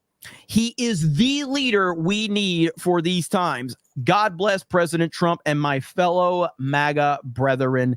Hail the 199. Look at there, man. Thank you, Sean, Living Life. You are 100% correct. Donald Trump is the greatest president of our lifetime. It's not even close. And I don't think he gets enough credit for that. Like I heard Tim Pool saying the other day, like, Donald Trump's not my first choice. He's the greatest president of my lifetime, but, he's not my first choice, but I'm still going to go with him. How the fuck do you say he's the greatest you've ever had and that we've ever had, but then you sit there and reluctantly support him? It's unbelievable, man. It's like these guys, like, they have to put a filler out there that I'm not a true MAGA supporter. I'm just, it's the lesser of two evils. It's so annoying, man. Like so many words that I can't say right now about these fence-sitting losers, okay? But I will say, sitting on a fence suits them well. Munchie Ninja Don't say gamer words, Jeremy. For 50. For 50. Thank you, brother. I appreciate it. You know better than most, don't you? Trump just followed or unfollowed Pence. Well, I don't think that's accurate. At least he didn't follow Pence's actual account, or he didn't unfollow it. We just lost more money because Dan Vask sent me $1.49 super sticker. Yeah, there you go. Philip Chan, Jeremy's the best I've ever had. What the hell does that mean? The hell? I like how every avatar that shows up is my face, my new face, apparently. What is it? Every avatar you highlight, it's my new face. Like when you highlight Dan's comment, super chat, it's like my new face.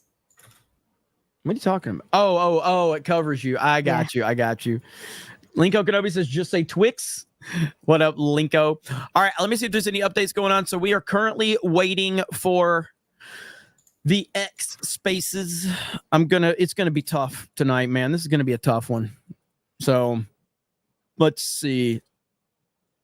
So Elon Musk just tweeted out this right here. Here we go. Conversation with @real Donald Trump in 45 minutes. Woo!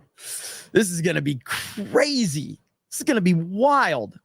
I don't know what to expect. So as I've said with Trump and Elon, is it just going to be a one-on-one conversation? Is it just going to be these two guys? Are they going to bring more people into it? Are there going to be like people? Because on a X Spaces, you can request to be a speaker. So are they going to bring people in to be speakers?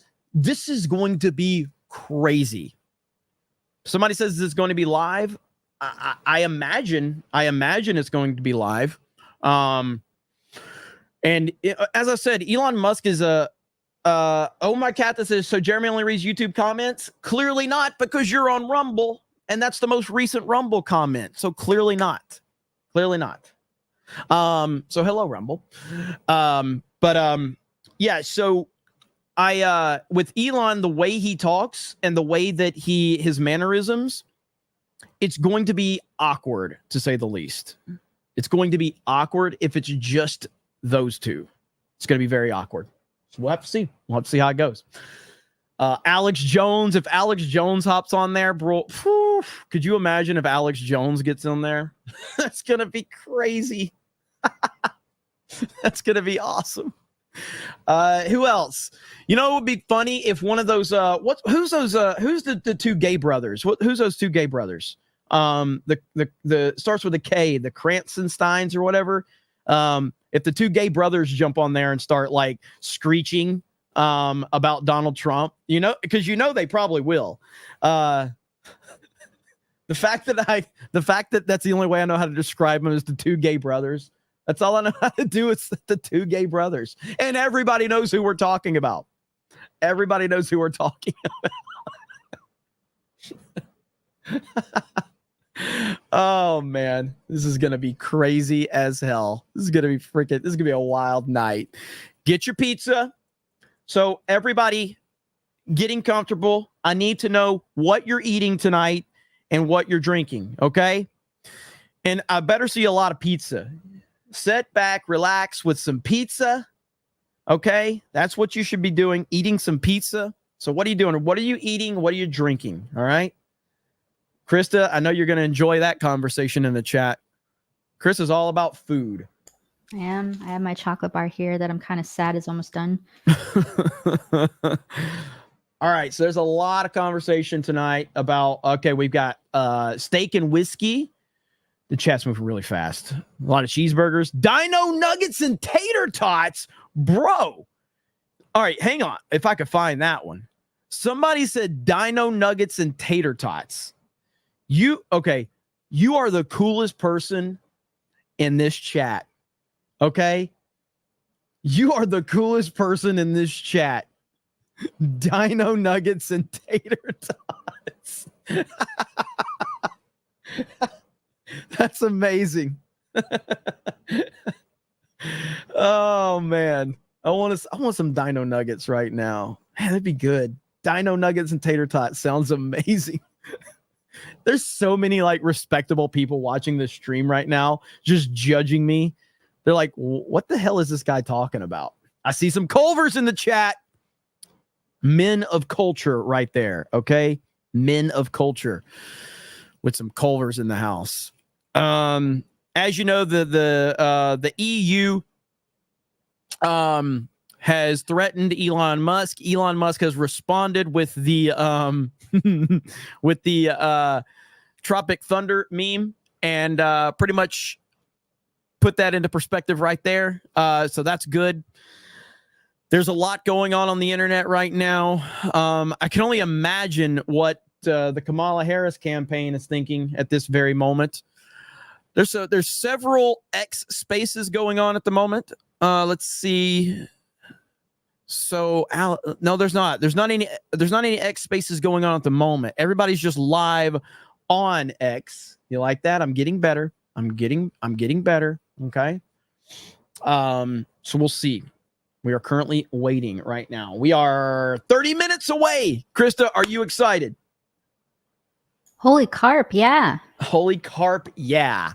Shadow Saiyan says, Jeremy, don't go full Hassan with the nuggies. Thank you. LL Cool Aid says, bro, I'm still at work. Well, you got 30 minutes, okay? You've got 30 minutes. You got time. Bradley Scott says, Geeks and Gamers is just 5,000 away from 400K. Then I'll never have to ask the big question again. Jeremy, X video, fishing video, hail the 199. Yes, the Geeks and Gamers main channel is less than 5,000 subscribers from hitting 400,000. I'm excited. I can't wait. I'm going to get on the video grind this week, and hopefully we're going to hit it. It's been a long gap between 300 and 400K, but I'm really excited. We are almost there. It's insane.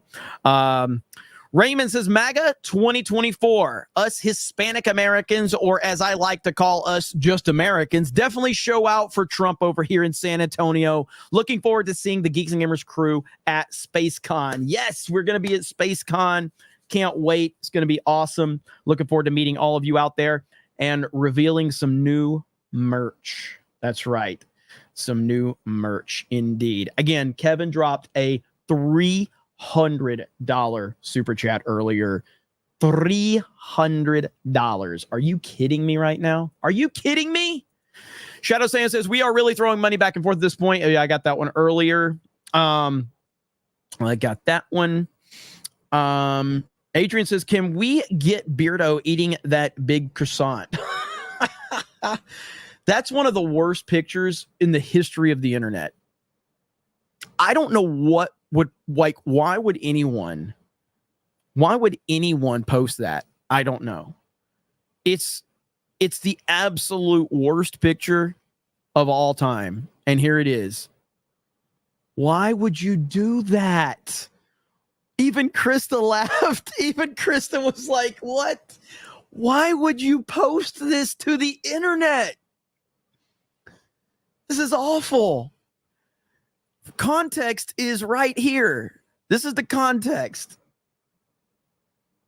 Holy crap. Are you kidding me? This is so bad. Well, we've got someone that's here to save the day, ladies and gentlemen. Save the day. Whenever you're ready, legendary person. Ready? Look who it is! It's Drunk 3PO. What's up? You guys Jay? bullied me to get over here. What's up, Jay? Are you ready, buddy? They said you were bullying the audience and all that stuff. I was like, what? Jeremy? That doesn't sound like Jeremy. No, I would never do that. As a matter of fact, I'm spending a lot of money tonight. I'm going to go broke tonight. Why is that? Because every time I call X the site that it was used to be, I have to gift 5 memberships. Oh, because you made a deal. If Trump did. returned, that's right. I remember. Yeah. So every time I have to give 5 memberships. whenever I say it. It's not. I've spent a lot of money tonight. I've spent a little bit anyway. I've spent a little. What about bit. the rest of us? What if I call it Twitter? I mean, you're good. Lady says I did not say that shit. No, other people said. Other people bullied me to come over here. So it wasn't me? Yeah, it was you. Why me? I didn't do anything. They said I was gonna get kicked out and like some crazy stuff. I don't know. Oh, look, as I said that, look what libs of TikTok tweeted out. How is Trump ever going to recover from this? So wait, they tweeted this out today? They tweeted this out today. Oh no. Oh no. That's their meme. So do you know what the ambiguously gay duo is? Yeah. Okay, Saturday yeah. Night Live. Oh no. That Ed guy is pretty retarded.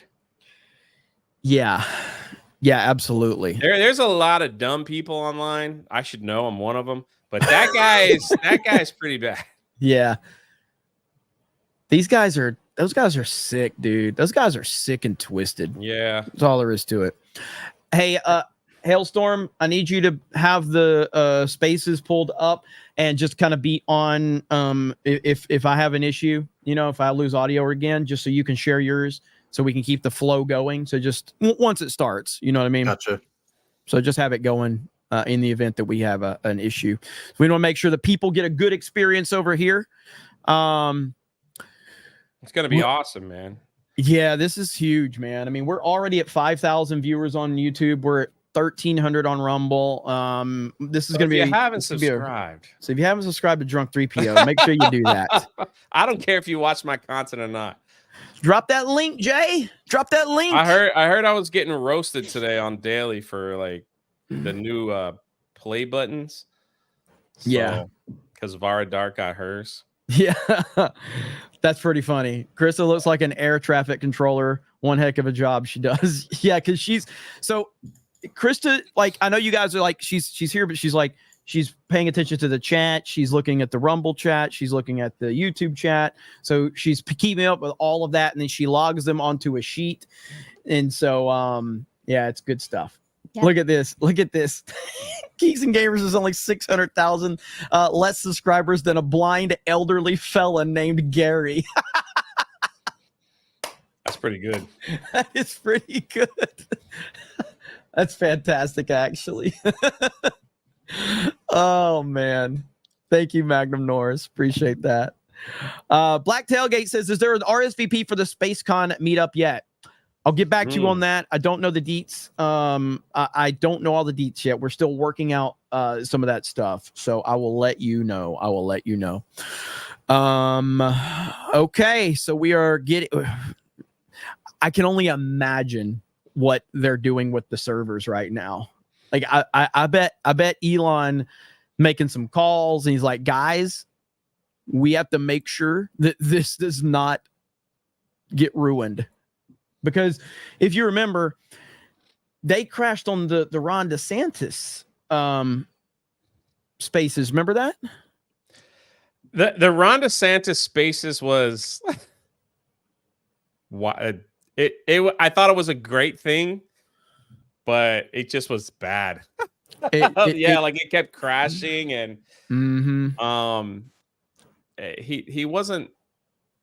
he wasn't really good on a non-podium conversation. But the servers were crashing and everything too. Like they had all these issues.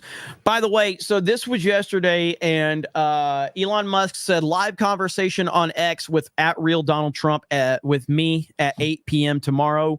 This is unscripted with no limits on subject matter, so should be highly entertaining.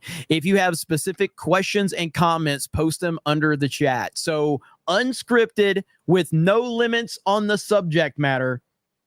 This is going to be crazy. This is going to be wild. The two most famous people in the world on the internet with an interview with an unscripted, no limits discussion. Woo, woo. So yeah, I don't know how long it's going to go. Any guesses? Do you think it's going to go an hour, 2 hours? What do you think? I think that this should go for 2 hours. I think they should go for at least 2 hours minimum. Probably, yeah. Probably. Did you see Therian? What do you call that person's name? The EU, yeah. Breton? The EU, yeah.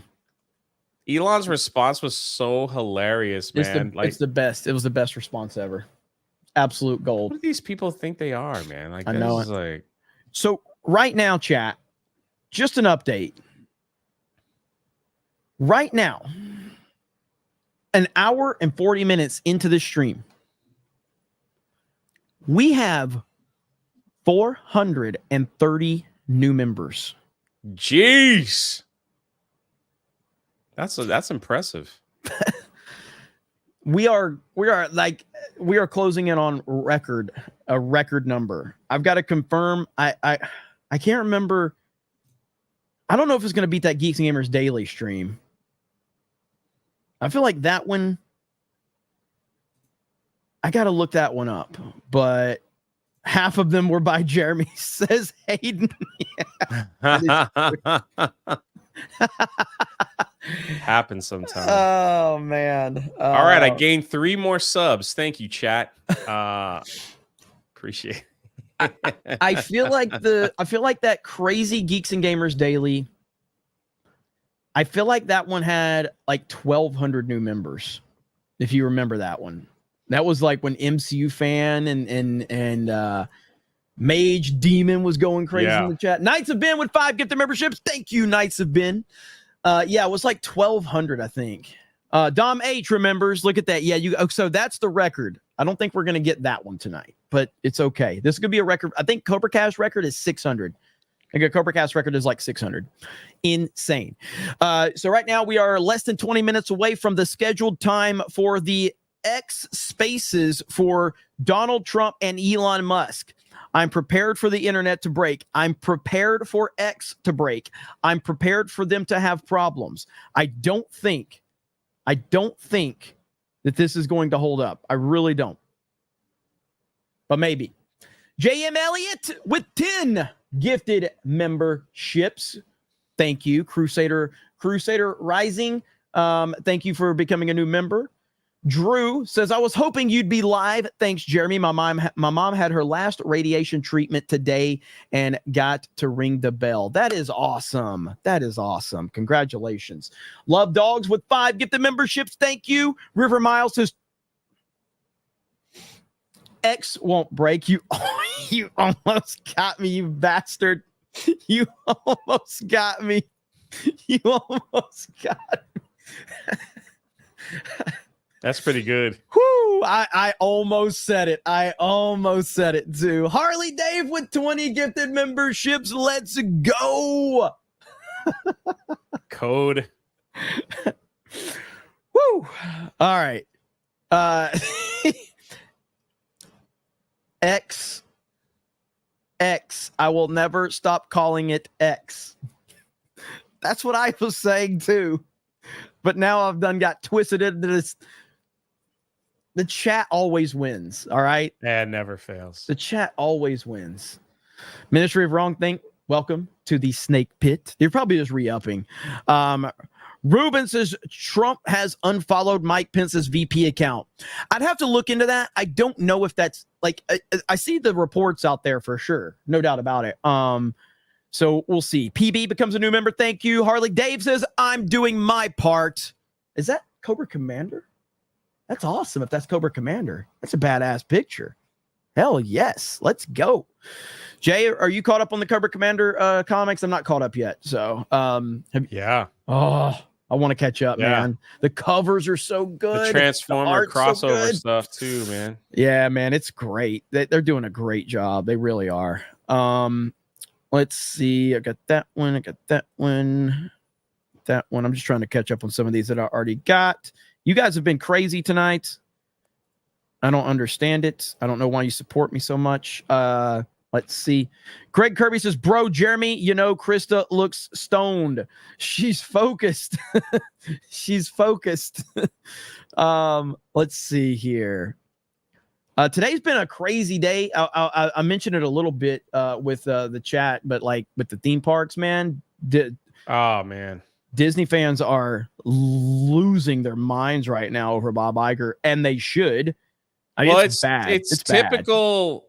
Let's make an announcement to get people excited, but we're not going to tell them what we're really going to do by tearing down some of the stuff that they love to build new stuff. Everyone's like, "Oh, we're getting new stuff. That's cool. Where are we putting it? We'll tell you later." And then they waited till the conference was over, and then they slowly kind of slid it out. Yeah, we're going to tear down Tom Sawyer's Island and a few other things that you guys really like. Yeah, you guys will be okay with that, right? Holy crap. I am not familiar with this. D-Day Cobra, if you didn't see Memology 101 is in the hospital right now, so I'm praying for him. What's going on with Memology? I did not know that either. I did not know about that. Let us know. If somebody can... No, I didn't. I wanted Gary to try to get that one for me, and I don't think he had... It was crazy to get that Once a Man Cobra Commander. I want that Once a Man Cobra Commander. That is the prized possession of toys for me right now. I will get it in some capacity. I don't know how much I'm going to have to pay for it, but I want that one. I didn't even know what that is. Memology just tweeted 3 hours ago. Really? That's from G.I. Joe the movie, the 1987 animated movie when Cobra Commander was turned into a snake by Globulus. Yeah. And they brought out a classified figure of it, and I want it. Yeah, Unicron's Left Nut says it sold out incredibly fast. It did. He gave an update on his community page on his YouTube channel, says Duck Nation. So go to his community tab. Doug B says Jay's here. Hey Jay, let's go green. 450. Let's freaking go. What's up, Doug B in the house? Yeah, I hope everything's okay with Memology. I'll reach out to him and see. Hayden Wayne says, clarifying, at D-Day Cobra, Donald Trump is listed in Mike Pence followers, for me, like Matt Gaetz, Don Jr., and others. Yeah. I looked at it, and he was still following Mike Pence's main account. People are saying that there's the VP 45 that they're saying he unfollowed that one. I didn't know he was following it to begin with. So that's what I'm hearing. So he posted, he says, I apologize for the lack of videos, my friends. I'm currently hospitalized. I don't know when I will be back. Until then, keep exposing liars, scammers, hypocrite, and corporate politician and every power hungry that you come across. Can't wait to join you again. Man, I just lost the page. Hail Memology. We hope everything's okay with Memology. So let's see. I just lost the... Let's see. Where's Gary? Gary's in the chat. I've got to go find it. Let's see. Oh, look at that. What? This bastard. Look at this SOB. Ye have little faith. Look at that. Gary, you mad lad. Come on. How many people have a gay friend like Gary that'll do stuff like that, man? Thank you, Gary. You guys quit being mean to Gary for being gay. He did something really nice for me. That's awesome. Thank you, Gary. That's freaking crazy. I called him up on that one. I was like, bro, it's a San Diego Comic-Con exclusive. If you can please get this for me. Trump just went live. Yeah, Trump just went live? Yeah. Okay. Yep. Go to his Twitter. Oh, here it is. Here it is. I'm trying.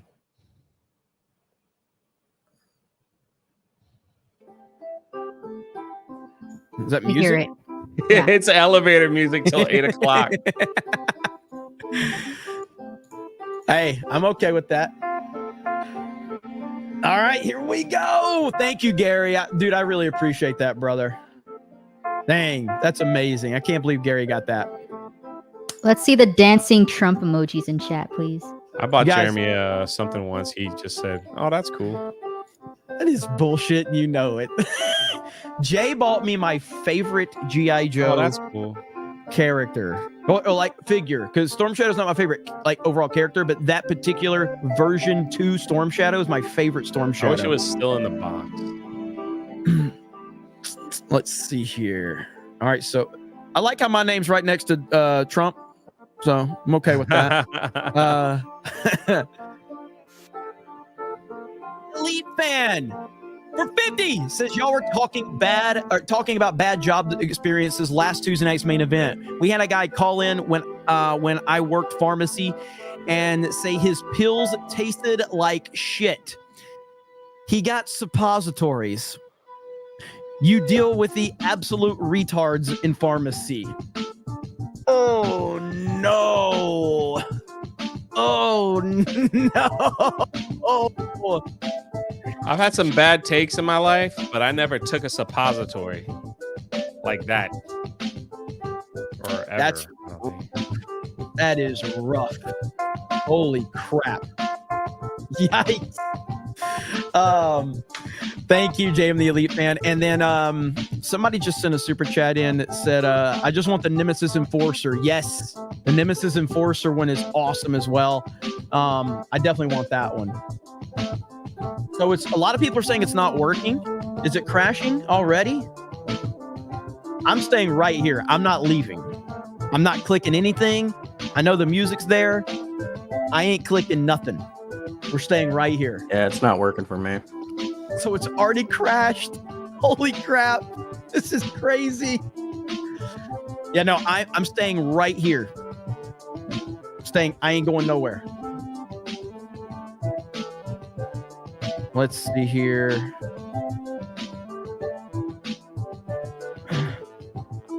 Well, I know you can hear it, but what I'm saying is, like, I think it's like, here, let me go to my phone and see if I can get in from my phone. Let's see here.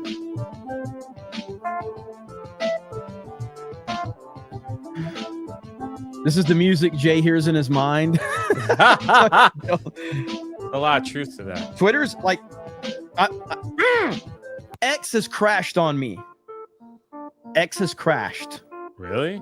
Yeah, I can't get on. I can't get on. Holy crap. Yeah, it says this space is not available. Wow, it's already crashed. Wow. Yeah, I can't get on. It's crashed. No, I know. So I clicked on it right when it went live, but no one else can get in there now. Holy, yeah, I'm completely, I can't get on. I can't get on. This is amazing, dude. This is amazing. Yeah, this is gonna be a hell of a shit show, everybody. So if you're just tuning in, Donald Trump has gone live on X. We are currently waiting. We're about 8 minutes away from the official start time. Okay, it's back up now. Well, never mind. Hang on. All right, it's working again. Elon Musk just tweeted. What did he say? Jesus. Okay. Okay, so Elon tweeted and said, "My use of word conversation is deliberate. This is so that people understand how Donald Trump talks when it's a conversation rather than an interview. Nobody is quite themselves in an interview, so it's hard to understand what they're really like." So he's saying that this is a conversation, not an interview. Okay. Are you guys able to get into it? I can't. Nope. Keeps saying I already joined, but it won't actually let me join. Let me sign in to my CobraCast account and see what it does. So it's this all is wild, man. This is crazy, bro. Let's see. Okay. Yeah, I can't join. This is awesome. Yep. Okay, so I can't get in. Okay, so go ahead. I got in by going to Donald Trump's page and clicking on his face. Yes. Elevator music needs to be switched out for a Holy crap. Sabaton. Let's go! The proper 199. ABF. I gotta get out because I can't hear both music at the same time. ABF in the house. Thank you, ABF. Holy crap, brother. Well, hey, if you can't join right now, we're in, and I'm not clicking anything. I ain't clicking shit. Staying right here. So we'll see what happens. Oh boy. ABF's thumbnail is epic. I mean, his avatar? That is pretty awesome, isn't it? Hey, well, spread the word. Tell everybody CobraCast has it. Yeah. For now. I don't know how long we're going to have it. Malice O'Connor, thank you for the member message. Viper Chief says Jeremy doesn't know this Viper Chief anymore. You going to dance, Jay? No. This is, I would say this is more accurate. This is what Krista's music sounds like in her head, where she's just like thinking of all the like food she wants to eat, you know? Processing all the questions I'm asked. I think. Dude, this music's going to be memed. Like, people are going to use this music now for memes now.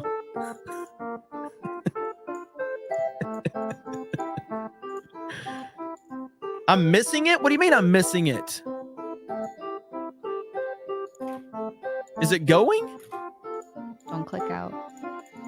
Yeah, I still can't even get in.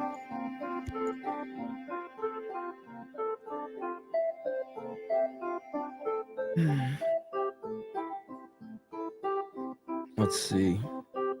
I can't get in.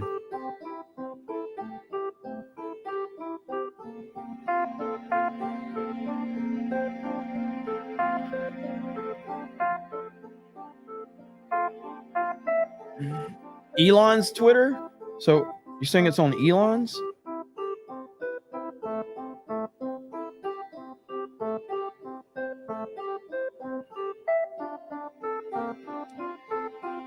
You guys be helping me. I'm like... So Elon... Hang on. Yeah, I can't get back in anymore. Try Elon Musk. I can't get into Elon Musk's Twitter. Connecting. You know what's crazy? The dude probably has like world leaders joining. Yeah. You cannot join this space since you're already in this space. What? That's what I keep getting, but I don't hear it and I can't see it.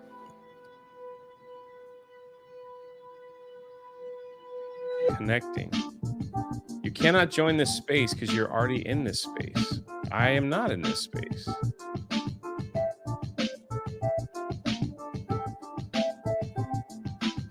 Man, I want Krispy Kreme donuts, and that's Krista's fault. Same though.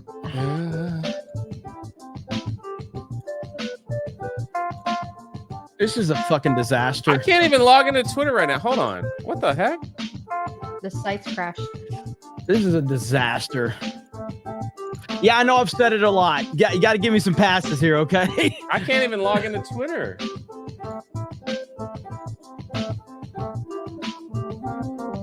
What the freak?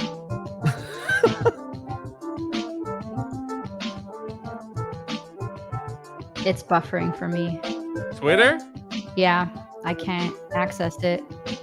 I can't open anything. Don't move, Jeremy. Yeah, don't move from here. I'm staying right here. I've got another tab open. I can't access it through the web. The browser is... It says the site can't be reached. What the freak? Holy carp.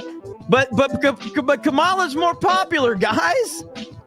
Kamala's more popular, okay?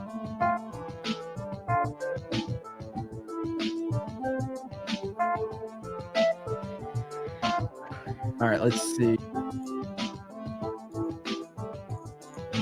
All right, let's see. All right, Elon said it starts in a few minutes. Well, I'm still in, so we'll see what happens. Can you guys still hear everything? Can you hear what I'm? Okay. Yeah. What a shit show this is. Somebody look on other sites. So people are saying Rumble has it. So look on other sites. If you guys are going to share your screen, that's fine.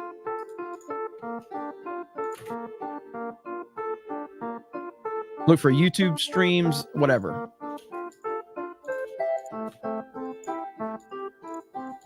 For those in the chat that are in the space, are you hearing what I'm hearing? This elevator music? Dun, dun, dun, dun, dun, dun, dun, dun, Yeah. dun, dun, dun, dun. That's what I hear in my head, so I'm trying to determine what is that's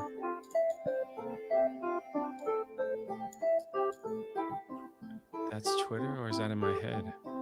Okay. All right, cool. Cool.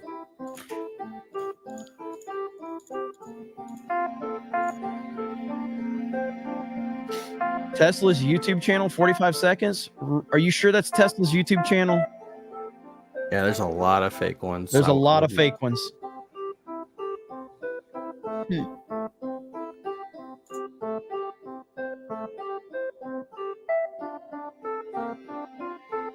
Yeah, there's a lot of fake ones right now that are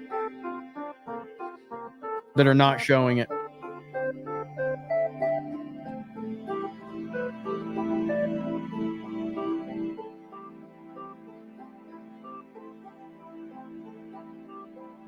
Fox News is going to carry it. Pull their feet up. Okay, we are the right one because now you got the Team Trump tweet. This is the biggest interview in history. And now we're asking you to make this President Trump's biggest fundraiser day ever. They're just going over regular news till it starts.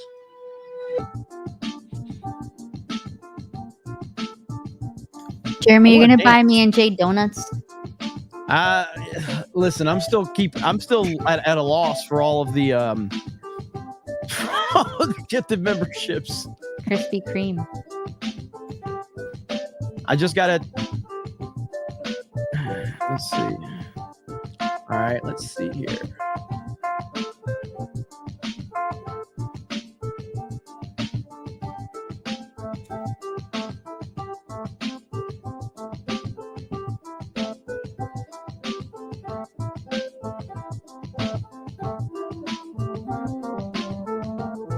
I'd never seen a man whose belly was so big. That was the biggest belly I've ever seen. It crashed. So people are saying it's crashing. There's no way it's going to hold up tonight, man. I'm telling you.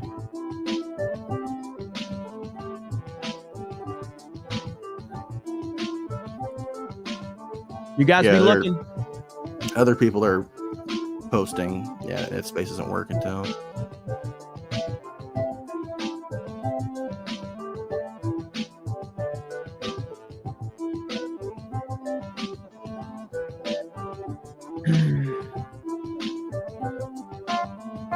I got people text me, Johnny, I got your tweet, but I don't think that that's the right channel. But you guys keep an eye out. Text me, message me, or whatever.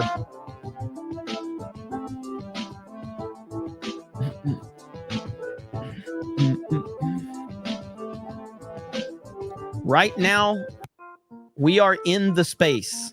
That's all I can tell you.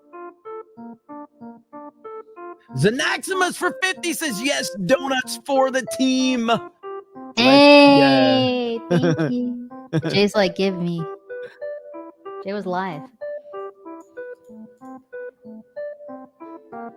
Tesla's YouTube page. So I'm looking, and I don't see it on any of these Tesla YouTube channels that you guys are saying. There's multiple Tesla YouTube channels, and they all are pretending that they have it, but none of them actually have it.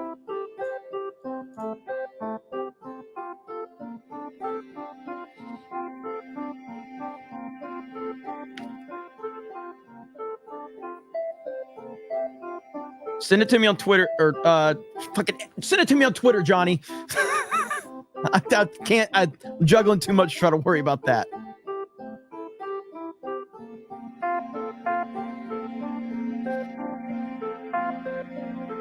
Valiant Renegade in the house. What's up, Valiant? You know, Valiant super chatted everyone that I know this week. Except for you. Just an inside joke, everyone. Where people are like, Jay cries about everything. Space is not available for a lot of people. Benny still doesn't have it, so we're good. Yeah, I was looking at the quartering. He didn't have it yet because he was having the same problems. Don't leave, Jeremy. I'm not. Okay, yeah, that's the one I was looking at. They've got 119,000 people watching on the Tesla US channel, but they don't have the stream up. They don't have the feed up right now.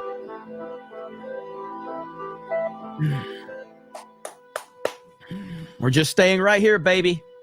I think we're the only ones that are in. The Tesla account that has 145 people waiting is a fake account. Yes. Yeah, People there's are already several starting to of them. report it. That's crazy, man. Yeah, Jack Posobiec, Cat Turd, Hodge Twins, Viva Fry, they're all saying they can't get in. This is a shit show. Trump breaks Twitter. Oh, okay, dump. Sorry. I was thinking of Dunkin' Donuts. Everyone is posting about how they can't get in on the timeline. I got an idea.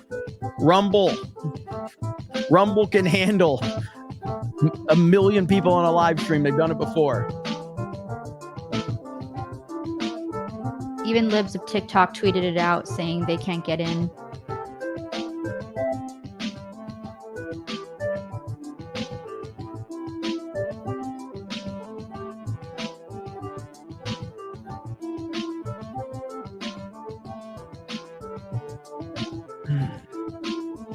All right, we're just waiting.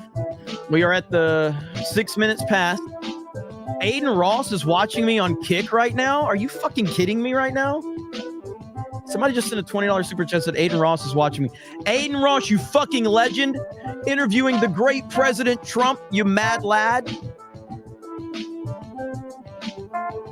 That's crazy if Aiden Ross is watching us. Confirm that for me, somebody. Aiden, I'm your biggest fan, man. Subscribe to Drunk Radio. I am serious, though. Aiden, if you are watching, you did a phenomenal job with your President Trump interview. Yeah, he's watching us. Yeah, he is. Absolutely fantastic. He's watching us. You made MAGA proud. Aiden Ross has some of the best content on, like, if you've seen, I have to thank Krista for this. Krista's like sent me some of like Aiden Ross's clips. Now she's embarrassed, but she sent me some clips of like him and Andrew Tate and some of the stuff. Man, there's some funny ass stuff. So, but right now we are currently in the Twitter space. We got there early. Elon Musk is now Aiden Ross, joined. we love you. Aiden Ross, we love. He's listening to us right now. Aiden Ross, we love you, man. Listen to this. So Elon is into space now. So Elon has joined. All we have is his elevator music. Aiden Ross, I'm the owner of Geeks and Gamers. I need to get you on. He's saying thank you. Brock just dropped 50 gifted memberships. We are now over 500 gifted memberships on the stream. Can we break our record of 1,200 gifted memberships? We'll see. He said, "Let's do it." He's like, reach out. Let's do it. I'm gonna hit you up on Twitter right now. It's hard to listen to both streams at once. It's I don't think Aiden Ross tweets much though. But I just shot you a follow. There we go. I don't know if you're on Twitter that much. It's working now for people. Hell, send Aiden a link if he wants to hop in here. Krista, can you do that for me? Or Hailstorm? Shoot him a link. I know I've said Twitter a lot. I'll owe you guys memberships. Hold on, Jeremy. Wait. He says send the StreamYard link. Yeah. Send it to him. He's got open DMs on Twitter right now, Jay, if you want to get it. Harley Dave with 50 gifted memberships. It's freaking one. I sent it. Send it. All right, cool. My guys have sent it over to you, Aiden.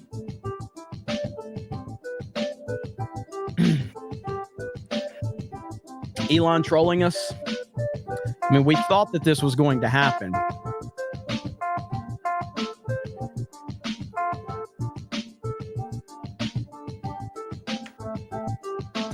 So we are currently waiting, everybody. Welcome in if you're tuning in. Jim Daniels with a proper 199. Thank you, Jim Daniels. Harley Dave dropped 50 gifted memberships. Jim Daniels is watching too. Harley Dave with 50 gifted memberships.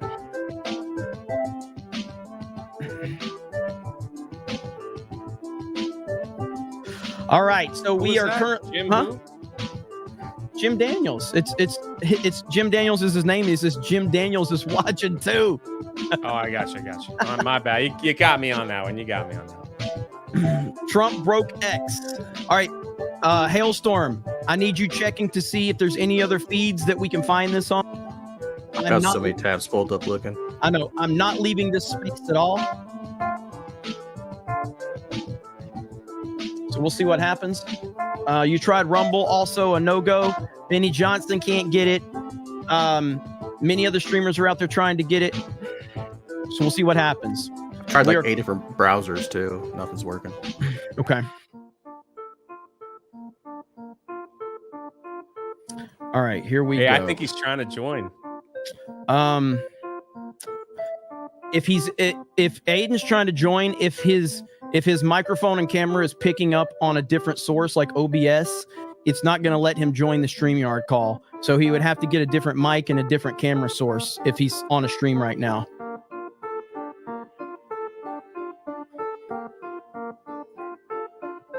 Like, people keep saying Tesla US has it, but that's a fake channel. It's like this old interview of Elon Musk that they're showing. So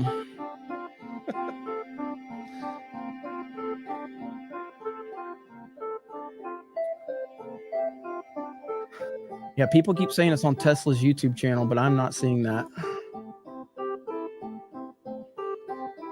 I'm looking right now. Yeah, the Tesla YouTube channel, it's Tesla US. That is a fake channel. They basically run old interviews of Elon Musk presenting them as something else. So that is not accurate, unfortunately. We are live on Rumble as well. We're live on Kick. We're live on Rumble. We're live on YouTube. We're live on X. And we are currently waiting.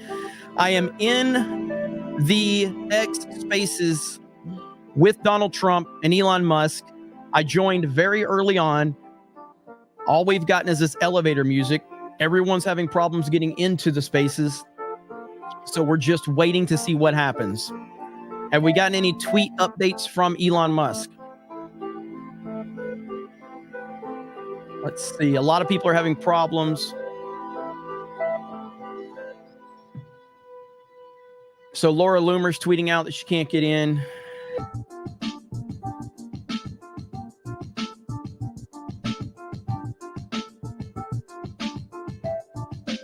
Everyone else is just, yeah. 113 people have joined this space. I've got a screenshot from Johnny Maga. Quartering having problems. Bro, jump over to Rumble or Kick. They can handle it. They can handle the traffic. Aiden Ross had didn't he have 589,000 people watching him live? And then you had all these other channels reacting to him at the same time when he had Trump on. They were not prepared, says somebody in the chat. The chat summary. Thank you, Lady Aaron. Viewers are reacting to Jay's recent tweet about Aiden Ross and how he's become obsessed with him. They are both making fun of him and pointing out how embarrassing it is for him simping for another man. Come on, man. I'm just having fun over here. Let's see. Yep, we're just waiting. We are just waiting. Nothing new is happening right now. Donald Trump is in the space. Elon Musk is in the space. Many others are in the space, but we have no update right now. And I'm not leaving this screen because I'm one of the few people that's actually in the space before it crashed.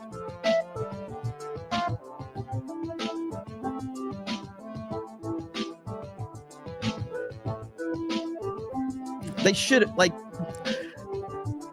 And now, no. Oh, it just started over. The loop started over. Now, 226,000 people are in the space now. That was the first update I've seen. Before it was saying 38,000.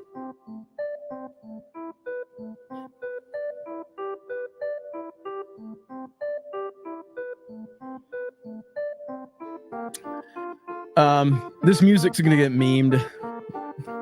Music's gonna be memed forever. Hailstorm, any updates? Still trying. Same thing.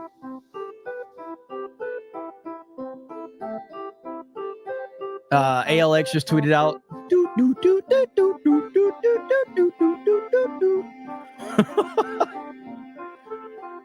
Here, let me Jeez, what a disaster. I wonder if it's going to work. We might not get this working at all. Makes me feel better about my streams and how shitty they are. The richest man in the world can't get a fucking Twitter space going. Jeez, what a disaster. Come on, Elon. Make it happen, man.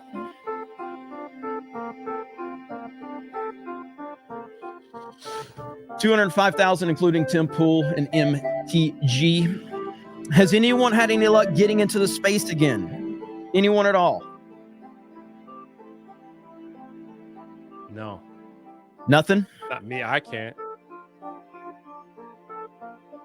So I'm still one of the few people on a stream that's actually in the space. So that's cool. Elon Musk, if you need a few bucks, just hit me up. I've gotten quite a few gifted memberships tonight, man. I can help a brother out. Tesla channel is showing it. I know you guys think that, but it's not. That's a fake channel. Not a real channel.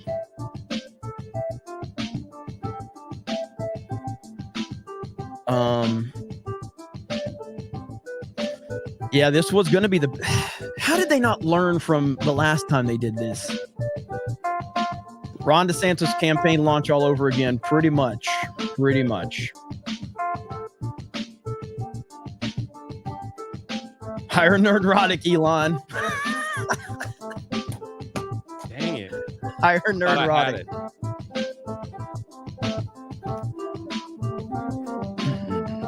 And nothing. Nothing at all. It's crazy. Freaking Aiden Ross watching us. It's good stuff.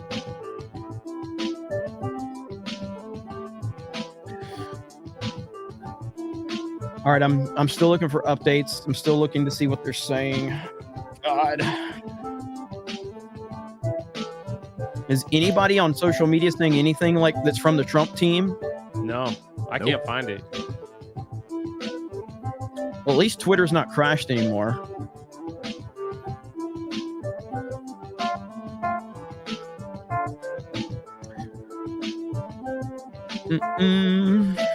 Come on.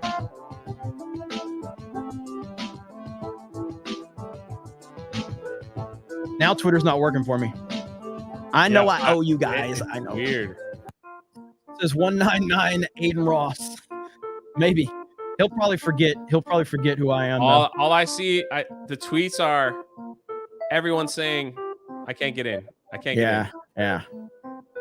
And the one guy that is in, the guy named Dan from Twitter, said there's over 100,000 people in the space.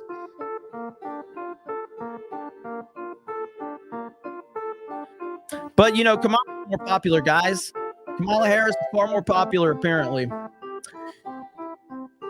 Brave Zone says Elon's social network is under attack.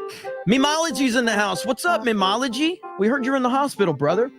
Gary's in the chat. Rodimus Primal, what's up, guys?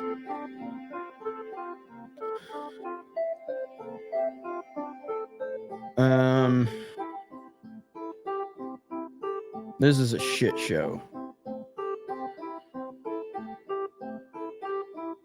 I'm tweeting out that we got to get Aiden Ross on Cobra Cast. We need Aiden Ross on Cobra Cast. You guys go retweet that for me. Retweet that tweet for me, please. Elon tweeted. Okay, let's see.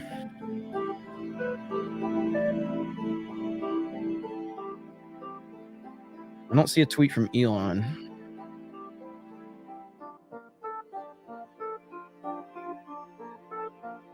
Elon. Yeah, he just sent it out. There's Okay. a massive DDoS attack on X, working on shutting it down. What? Worst case, we will proceed with a smaller number of live listeners and post the conversation later. Wow. They're trying to shut Twitter down. Holy shit.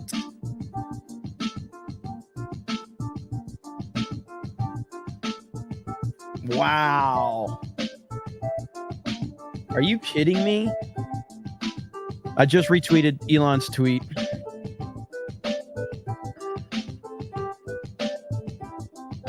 Of course. I mean, you saw what they said with like the EU and everything. They didn't want this to happen.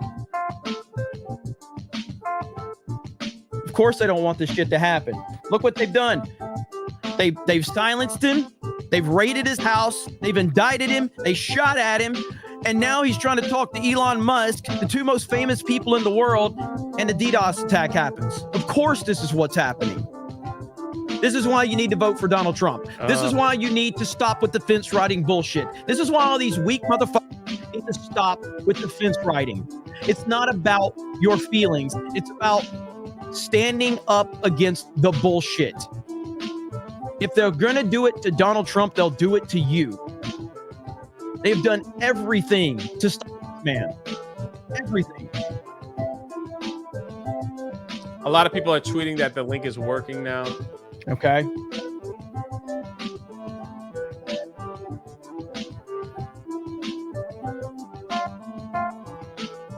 It's not. It's not. Project Agro tweeted, "Hey, I just got in." Who else? A lot of others. Dom Luce. Dom Luker. Or yeah, he just said he got in. Okay. Gary just tweeted, "If Elon Musk needs my help setting up a stream, I'm here to help."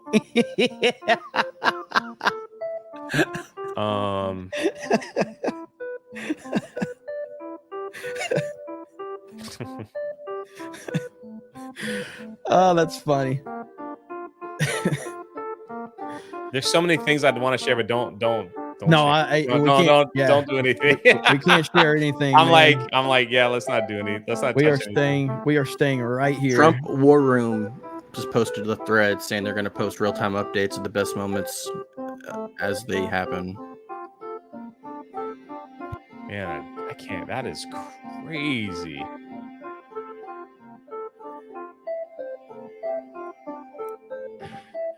Yeah, I still can't get in on my other account.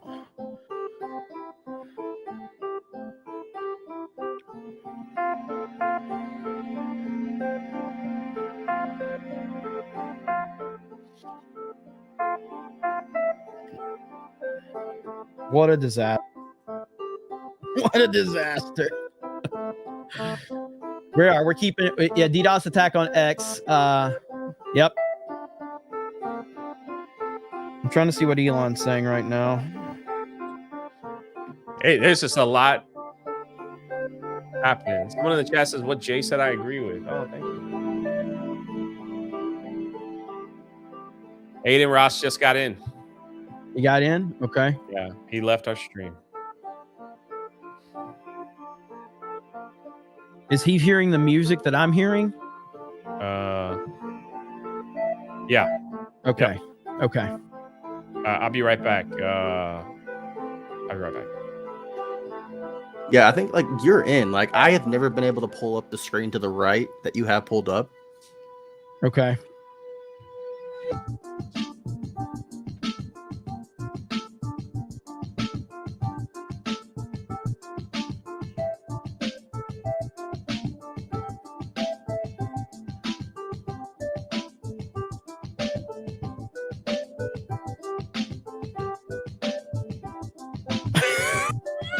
Gary's tweet is fantastic.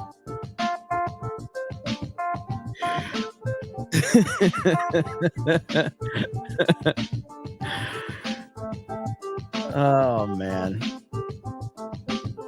Okay. Mute that music, please, and thank you. I'm not touching it. I'm in the space, and I'm not messing with anything. You can't do it. I'm not refreshing. I'm not doing anything. We tested the system with 8 million concurrent listeners earlier today.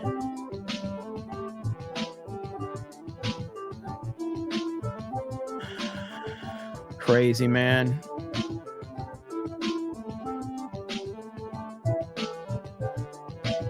I'm not muting anything because then what if they start talking and then we miss it? I've seen reports that they're saying that it should be beginning in less than 20 minutes. Okay. So if they don't get it resolved, they're just going to go with it.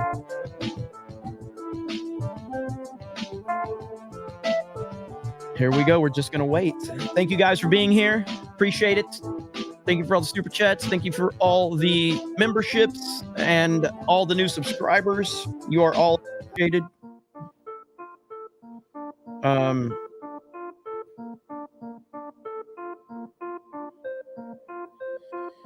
20 more minutes. It looks like we're going to be waiting. So we'll see. Elon just tweeted, we tested the system with 8 million concurrent listeners earlier today. Yeah, I read that one.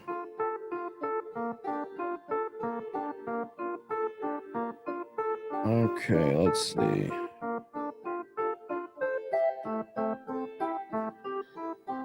There's so much going on right now.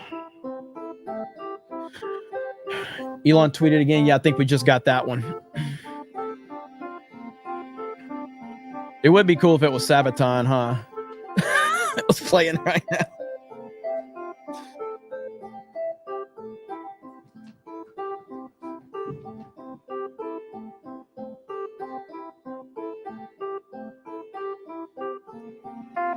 DDoS attack. Yes. Yeah, I'm back. Okay, that's what Elon said.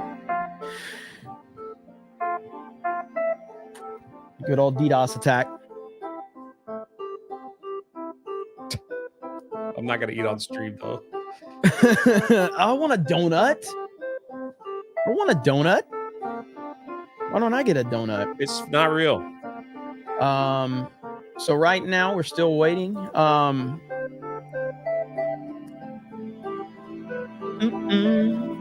I mean, let's just be fair. If it was Kamala, you know, it would have been shut down a lot sooner. Yeah. Probably record time. If Kamala Harris was doing this Twitter space, it would have just went boom, without a bump. Without a bump in the road. Chat's very hungry now. Mark says, D-Day Cobra, $20. I'll bring you a donut. Dunkin' or Krispy Kreme? Krispy Kreme, man. Yeah, I got to go with Krispy Kreme. I'm not going to complain, just so we're clear. I'm not going to complain with a donut. So I'm not, beggars can't be choosers. No, okay? but they asked. That's all. Yeah, beggars can't be choosers. Now the chat's fighting over which one.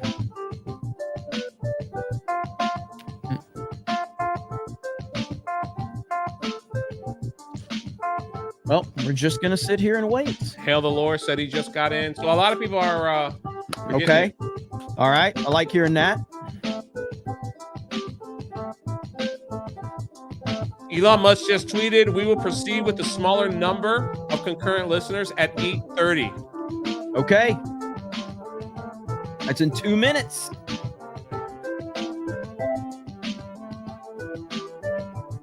Elon also tweeted, says we tested the system with 8 million concurrent listeners earlier today with like no problem. So that's wild.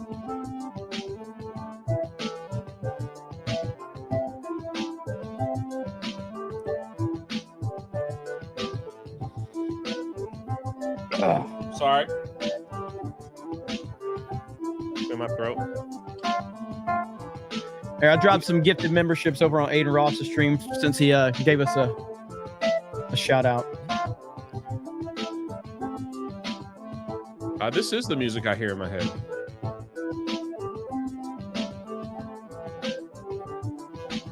Doug B with another 50. Says Aiden Ross got in, but says he's getting bots attacking him now. Thank you, Doug B, for the $50 donation. Doug B in the house says Aiden got in, but says he's getting bots attacking him now. I finally got in. All right, you got in. Okay. All right. So you need to have your screen prepared in case I have an issue. I had to use a different browser, but that's what worked. Shit's crazy, man. This is crazy. Just to confirm, you are in. I mean, I have the exact same thing you finally have. Okay. A lot of people are saying they're in. A lot of people are saying they're in the chat now, baby. Let's go. We're going to get this party started. Let's go. I'm excited. Everybody in the chat says they're in. 365,000 in this space now. Let's go. Let's share this stream out. Let's get people in here. Let's go. Everybody says refresh, refresh, refresh, and you can get in. 357 Freedom says, thank you for this stream. 3K here. Would have missed it if not for you guys. Well, thank you. We appreciate that. You guys are the best. Wherever you're watching this, whether you're on Rumble or YouTube, thank you guys for being here. Just got in myself, so it's sweet. Going, okay. Oh, baby. This is about to happen. Let me leave. This is about to happen. Can't hear that music in both ears. Hippie for 2 says I'm in. All right. I'm not going to refresh, but if you haven't gotten in, you should refresh. I gotta get a cup of coffee. All right. I'm excited, baby. I'm excited. Mick Ball says, fight, fight, fight. Let's go.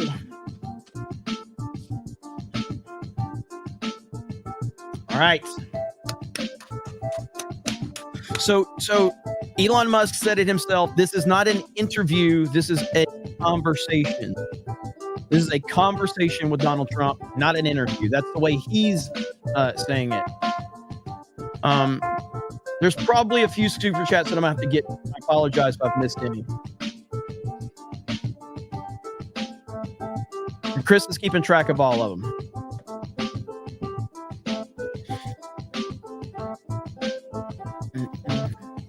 Dimes Recon says, I stopped so the bandwidth can be for others trying. Listening to the D-Day stream. Look at that. Look at that. That's what's up.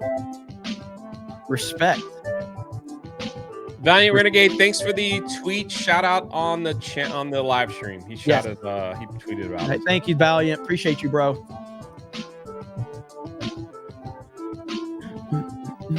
All right. 738,000 people now are in.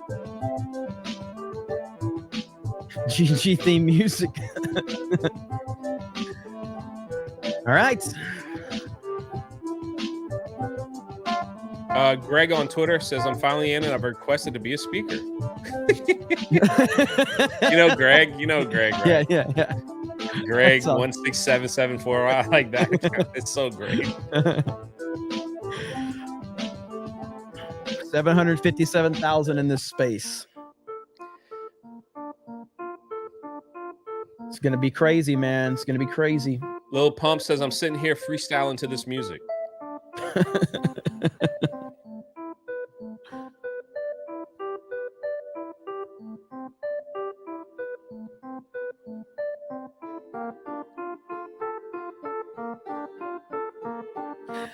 Boom, boom. All right.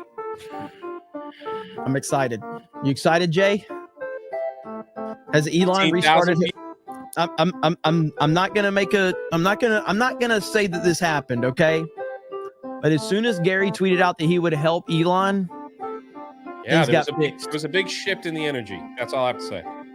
I'm just saying. Big shift in the energy. I agree. As soon as Gary tweeted it out, yeah, I think Elon probably made a call. He's like, "Hey Gary, I hear you're an expert on making sure streams run perfectly with no issues whatsoever." And Gary's like, "I got you." So there you go. Yep. Looks like Gary made it happen. Congratulations, Gary. Everybody thank Gary. Oh man. Last time Jeremy was working hard on something, I was eating a donut in front of him too. Uh-oh.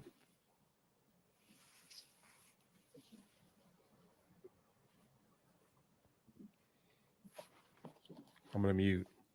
Oh boy.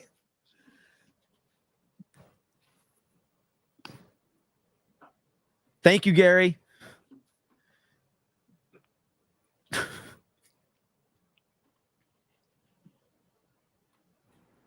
Hello? All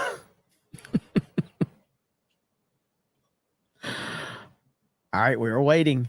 The anticipation is crazy.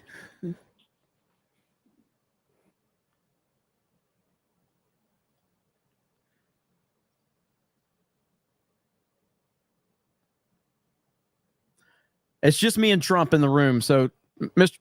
President, if you're there, just let me know. Looking forward to having a conversation with you, Mr. President.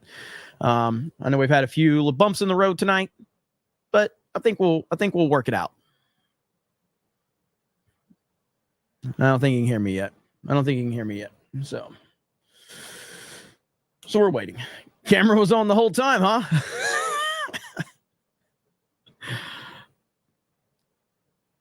I am in the right place, right?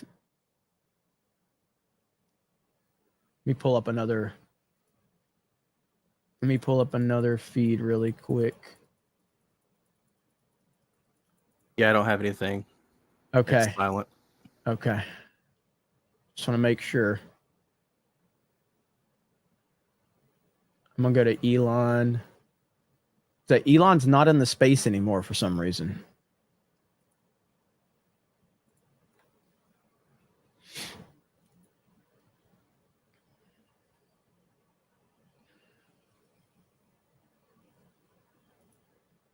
Okay. Yeah, nothing. I got nothing. So we got no elevator music or nothing. 892,000 people. I guarantee you there's going to be millions in here if they don't have any server problems. So now it's just awkward silence. But at least some of you guys got rid of that music you were complaining about. What if Elon can't get back in? That would be phenomenal. Elon's like, pull up the Cobra Cast stream so I can hear what's going on. I can't get back in.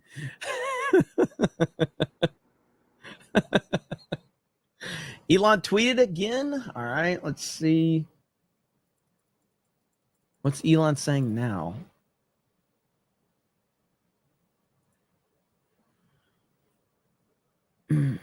Let's see. We will. Oh, yeah, that was 10 minutes ago. Well, this is the second time that we've had a pretty big disaster for a Twitter space. And there's really no... when you are the richest man in the world, there's really no excuse for that at this point. But if it was a DDoS attack, then there you go. Elon is muted. Okay, Elon's back. Okay. Elon's back now. Okay, there we go. So Elon's muted. Donald Trump is muted.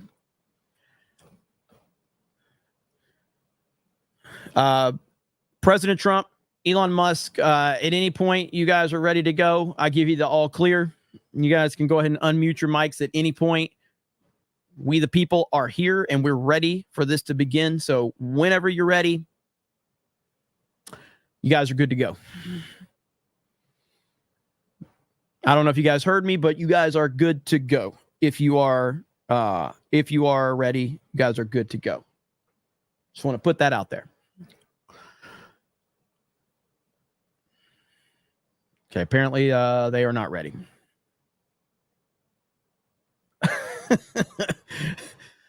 The music makes it like awkward that Man, I was muted the whole time, huh? You were muted. Yeah, I was about to say, and you know what I was gonna say? I was like, maybe Trump doesn't know how to unmute himself. While I sit here muted. Now, here's the thing. All right. I would not put it past Trump to criticize Elon for the servers not working. You know, I've been waiting here for hours and they're both muted, probably like, Trump, do you hear me? Oh, man. All right, we are over 10,000 people on YouTube. Thank you, guys. And I really hope that a few of you will take a few minutes and subscribe to this young man, Drunk 3PO. He is almost at 100,000 subscribers. So, mods, if you could drop a link to this young man, Drunk 3PO's YouTube channel, we would appreciate that. I eat a donut on stream. How rude of me. And hit the like button, says Simply Austin. Agreed. Hit the like button. So almost 1,000 people. If you're just tuning in, we are currently waiting right now. We are waiting for Donald J. Trump, the 45th president of the United States of America, the soon to be 47th president of the United States of America. We are waiting. And we also have Elon Musk here. And those are the only two speakers listed right now. Now, will there be requested speakers? I'm sure a few people will request Black Cane.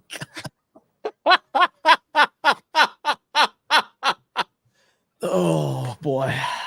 Oh boy. I know I was eating on. I'm sorry, guy. I'm not a professional streamer. It's a very tough job.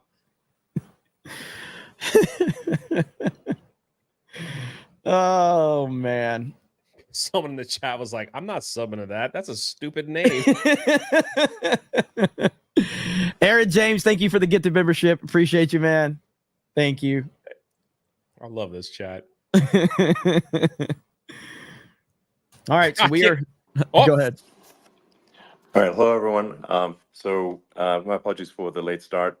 We unfortunately had a massive distributed denial of service attack against our servers, and saturated all of our data lines. Like basically hundreds of gigabits of data were saturated. We think we've overcome most of that, and so it's now time to proceed. But as this massive attack illustrates, there's a lot of opposition to people just hearing what President Trump has to say, and but I'm honored to have this conversation. I want to emphasize it's a conversation, and it's really intended to just get a feel for what Donald Trump is just like in a conversation. It's hard to catch a vibe about someone if you just don't hear them talk in a normal way.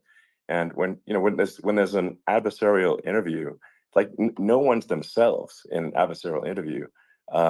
So this is really aimed at kind of open-minded, independent voters who just trying to make up their mind. So you can understand like what is what is it just like to have a conversation. So honored to Donald, great to speak. We had a great conversation yesterday. As you mentioned yesterday, if we could just record that conversation and post it, it would have been excellent. And I hope we can have something like that today. Well, I think we will. I'm pretty sure we will. And congratulations, because I see you broke every record in the book with so many millions of people, and it's an honor. We view that as an honor. And then you do want silencing of certain voices. Usually those are voices that have something to say that are constructive, oftentimes constructive. And so we have to consider it an honor. But congratulations on breaking every record in the book tonight. That's great. Well, thank you. Well, maybe we could start off with, the assassination attempt, which was an incredible thing. And I have to say that, your actions after that assassination attempt were inspiring. You, instead of shying away from things, instead of ducking down, you were pumping your fist in the air and saying, fight, fight, fight. And I think that's, the president of the United States represents America, and I think that is America. That is strength under fire, and so that's a big part of the reason why I was excited to endorse you as the president of the United States for having another term here. Is that was just incredibly inspiring. But what was it like for you? Not pleasant, I have to be honest. I said there was blood. I had more blood. I didn't know I had that much blood. The doctors later told me that the ear is a place that is a very bloody place if you're going to get hit. But in this case, it was probably the best alternative you could even think about, because it went at the right angle, and it was a hard hit. It was very. I guess you would say surreal, but it wasn't surreal. I was telling somebody, you have instances like this, or like a lot less than this, where you feel it's a surreal situation. And I never felt that way. I knew immediately that it was a bullet. I knew immediately that it was at the ear. Yeah. And because it hit very hard, but hit the ear. And I also heard people shout, bullets, bullets, get down, because I moved down pretty nicely, pretty quickly, and we had bullets flying right over my head after I went down, so I'm glad I went down. The bigger miracle was that I was looking in the exact direction of the shooter, and so it hit me at an angle that was far less destructive than any other angle. So that was the miracle. That was, for those people that don't believe in God, I think we got to all start thinking about that. You have to I'm a believer now. I'm more of a believer, I think, and a lot of people have said that to me. A lot of great people have said that to me, actually. But it was amazing that I happened to be turned just at that perfect angle, and all because I put down a chart on immigration that showed that the numbers were so great. I love that chart even more maybe now. it's a sign. Maybe that's a sign. It's an immigration sign. You highlighted a serious issue, and at that moment. That's right. The bullet missed your, hit your ear, but missed your head. The amazing thing is that the sign, I said, bring down that sign on immigration, and it was literally about an eighth of a second where it would be good, and after that it was going to be a disaster, no matter which way you were facing. But it just had that perfect angle, which was exactly at this shooter. Very sad situation. Such a sad situation. As you know, we lost somebody that was great, Corey, who a firefighter, a great gentleman, a great trumper. He was just a fantastic family and a fantastic man. And a friend of mine came up, Elon, and said, I'd like to give the family some kind of help. And I said, that's great. He said, do you mind? I said, I don't mind at all. And he wrote out a check for $1 million, gave it to the wife. And, she said, this is really nice, but I'd rather have my husband back, which is a nice thing for somebody to say, to be honest. She's great. The family is great. And we raised a lot of money for them, and for two other gentlemen are unbelievable people also. They were hit really badly. They thought they were not going to make it, and they did. The doctors in the Butler area, I tell you, they were incredible. They saved the two, and they were really hit tough, both of them equally. And we thought, my first question was, because I heard bullets flying over me, and I said, how many people were killed? Because we had a massive crowd there, a tremendous, thousands and thousands of people. And there was no land. I mean, it was all people. So I said, how many people have been killed? Because I knew there were other shots being fired. And they said, we don't know yet, but some people have been badly hurt. And I have to give the Secret Service a sniper, they call him, or sharpshooter, but sniper, because he didn't know there was a problem. He's an extraordinary shot, obviously, and he didn't know there was a problem. And he was able to pick it all out within 5 seconds. And he used one bullet from very far away, I guess probably about 400 yards. The shooter was 130, but he was on the opposite side of Trump the is field on an from the podium. iPhone. That's why you're hearing And the list. he saw the because iPhone the sucks. smoke and the flame from the gun, immediately recognized it, and immediately took a shot. And it was one perfect shot from very far away. And if he didn't do that, Elon, he would have. I mean, if he would have, a lot more people could have been badly hurt and killed. So I have to take my hat off to him, because that's also a surreal. You know, he's been with them for 23 years, and he's never had anything like this. And all of a sudden he has to act, and it's a very tough thing to act and to be shooting somebody. But he saw the gun, saw the smoke, saw the flame from the gun, very far away. Obviously has very good eyes. He's got very good vision, which I assume you have to have in that particular work. But he took aim very quickly, and they say it was approximately 5 seconds from long range, one bullet. If that didn't happen, because the shooter had a lot of bullets, he had a lot of cartridges up there with him. So well, could have been very. I mean, that's clearly, he was very competent in taking that shot to stop the attempted assassination. But I mean, there does seem to be, some pretty significant failings elsewhere in the system. Like, there's just no way that, like, how on earth does a shooter get on a roof 130 yards away? That seems crazy. I think most people people are wondering how on earth could such a thing happen. Well, you know, I view it as two ways. There should have been nobody on the roof. There were people, because there were so many tens of thousands of people there. There were people that were seeing him, and there was one woman with a red shirt and Trump all over it, and she's screaming. And that guy's got a gun. You know, you saw it probably. There's a guy up there with a gun. I mean, it's like I guess, I mean, for my part, and I think probably many members of the public are wondering how the heck are, basically people wondering by it, pointing out there's a guy on the roof with a gun. And they're seeing it, but somehow it's not being addressed. That does seem crazy. Well, they're going to learn from this. The communication between the local police, who sort of had an idea, and then ultimately a man lifted himself up to the roof, could barely do it because he was pulling himself up, and he saw the man with the gun. The man with the gun pointed the gun at him.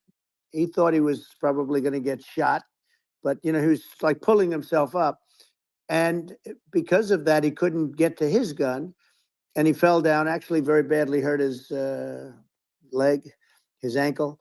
I hear very badly, but he fell down, and he did. From what I understand, he did say there's a guy up there with a gun, and the shooting started very quickly after that. I think it forced the shooter to go maybe quicker. He was supposed to be a very good shot.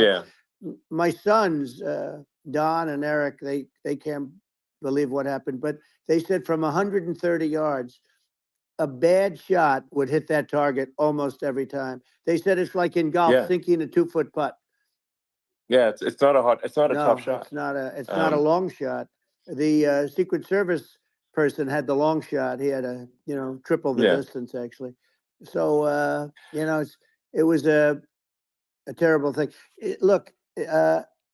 It's hard. I have to say this about the Secret Service. When I went down, and I went down based on, I think, they're screaming, but other people also, because people saw this happen. You had so many people. One of the miracles was that nobody ran. I mean, if a gun goes off, the crowd control people showed us this. When guns go off, and it does happen in stadiums at a soccer match or some kind of a match, everybody flees. They call it a stampede, like cattle. But everybody, and a lot of people get killed with those stampedes. We had more people than you'd have at some of these matches or these games, and nobody left. You had a small group behind us in the grandstand, and that was full. And you look at it as it was taking place, and Normally they'd be running. They didn't leave. They saw that I was hurt. They saw a lot of blood, and they saw that I went down. And it's almost like they wanted to be with me. Well, out front, you had thousands, tens of thousands of people. As far as the eye could see, you had people in Butler, as far as the eye could see, and and a lot of press too. There was, many cameras on watching this. It's what makes it so different, because normally things happen that aren't good, but you never have a picture of it. Here we have all these cameras shooting it. So, sort of amazing. But one of the interesting things was that you didn't have anybody flee. You didn't have anybody stampede. Sure. Nobody. And there were some people behind me, they stood up and they're looking like, I mean, I'll tell you, you want to have them in a foxhole with you. I want to meet some of those people because it's so different from what you heard. But so I was down, but the Secret Service guys, there were bullets flying right over my head. You could hear them go whizzing. And these guys came jumping on top of me, and a young lady, Kate, would jump. They moved so fast, and let me tell you, that took tremendous courage. Now, there was a lack of coordination. There was, obviously everybody understands that somebody that building should have been covered, and I mean, that was the I think big that, thing. like, I mean, looking at the aerial views, that building would be like the #1 spot for a sniper. I mean, it's like if you were to pick, like, what is the favorite, so if the goal is to assassinate, what's your favorite spot? That building. The roof of that building would be #1. That would have been the spot. It's like you can ask for a better location. It's like no, that would have been the spot. You know what people think is when the local policeman, who, by the way, he really he did what he was supposed to do. He couldn't hold on any longer, and then when he got his head just peeking above, this guy standing there with a gun at his head, and when he fell down again, hurt his ankle very badly, but he was making the calls. But what happened is the firing took place very soon. So what they think is that this guy ran to his site, which he had all planned out with the gun.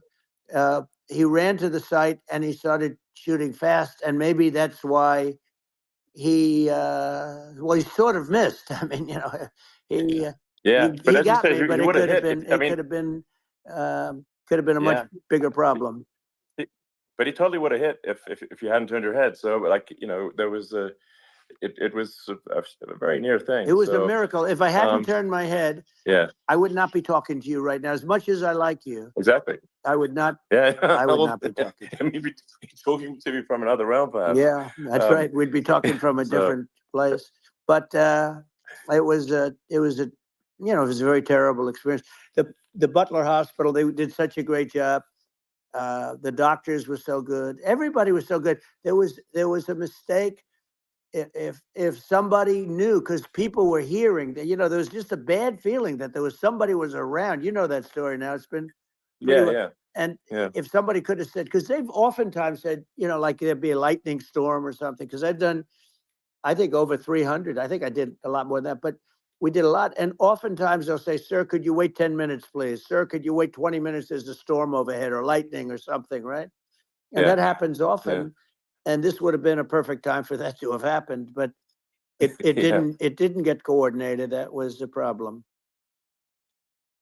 Well, it was I think your actions in the heat of fire, and like what I found admirable there was that you can't fake bravery under such circumstances. The courage is instinctual, or it is not. It's not a rehearsed action. And so I just want to say that I think a lot of people admire your courage under fire there.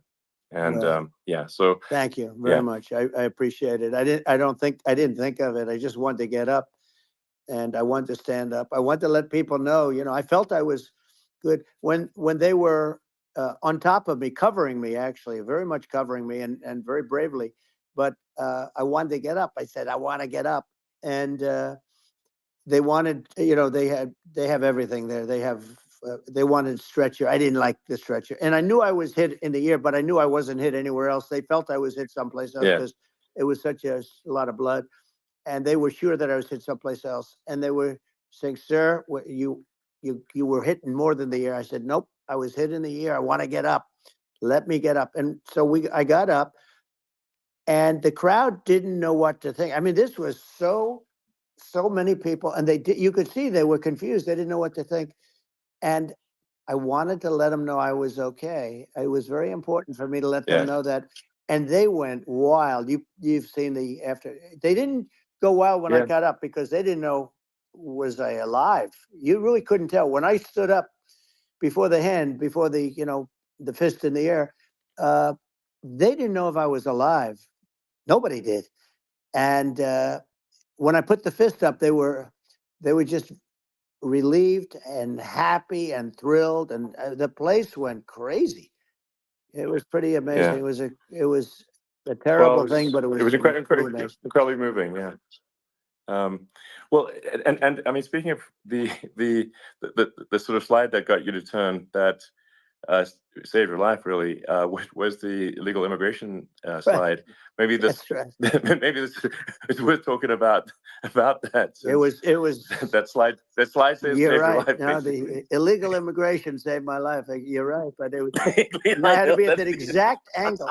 I mean, that's a great one. saved by illegal You know, immigration. the incredible 100%. thing, though, when you talk about the odds, you had to be exactly at that angle. But the incredible thing is that the chart, I used it less than 20% of the time. It was just a moment. Yeah. It's always on my left, never my right, and it's always at the end of the speech. So here we have it. It's on the right, not the left. It's at the beginning, not the end. And even the people that put it up, they were unprepared, and they did a great job. They got it up immediately, fortunately. But I looked to the right, and the bullet came whizzing by, hitting my ear. So it was amazing. But when you think of the odds of that, and you know that normally you wouldn't use it. Normally I wouldn't have the thing, and then it would have been a very different story.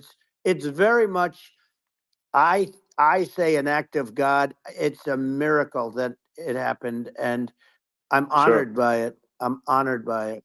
Well, what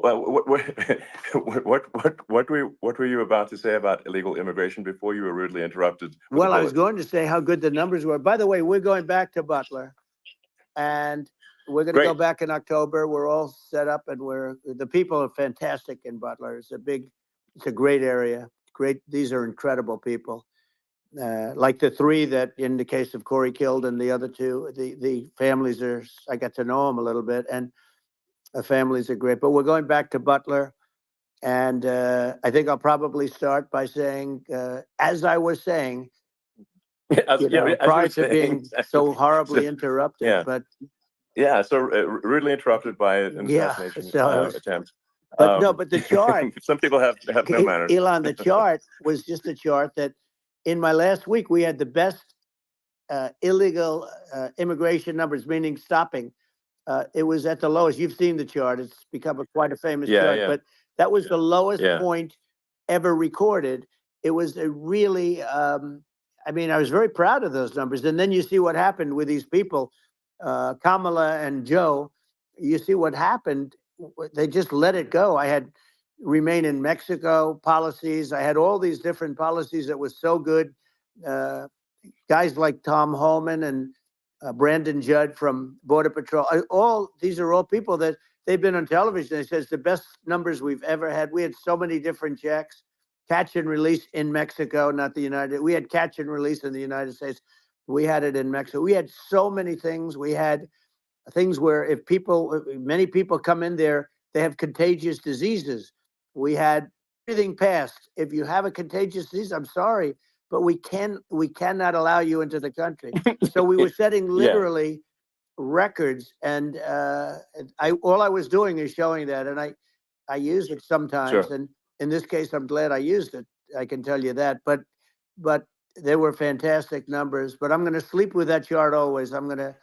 I'll be sleeping with that chart. That chart was very important for a lot of reasons. Well, I mean, would it be accurate to say that you're supportive of legal immigration, but we also need to shut down illegal immigration, and especially unvetted illegal immigration, because and that's not the same as saying that everyone who's an illegal immigrant is bad. In fact, I think most people who are illegal immigrants are actually good, but you can't tell a difference unless there's a solid vetting of who comes across the border.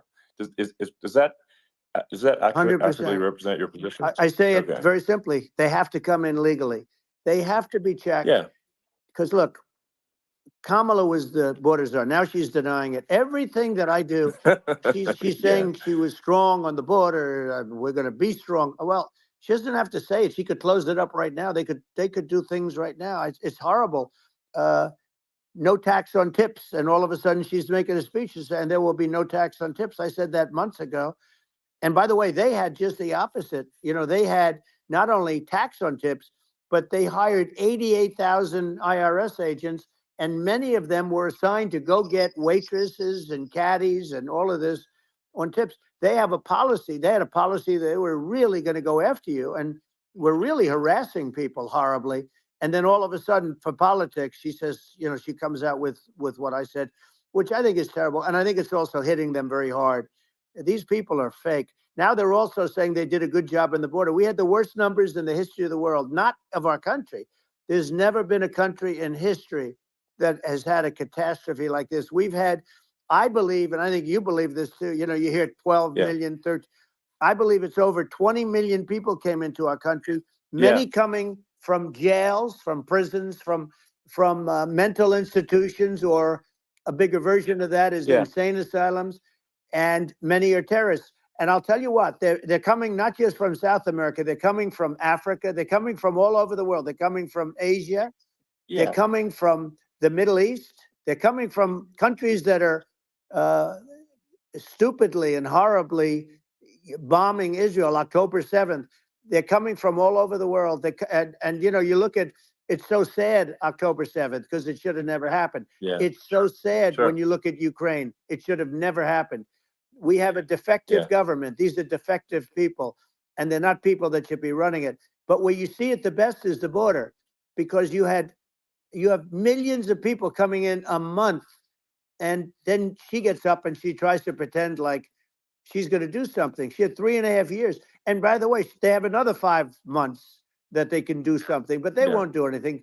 It's all talk. She's incompetent and he's incompetent. And frankly, I think that she's more incompetent than he is. And that's saying something, because he's not too good.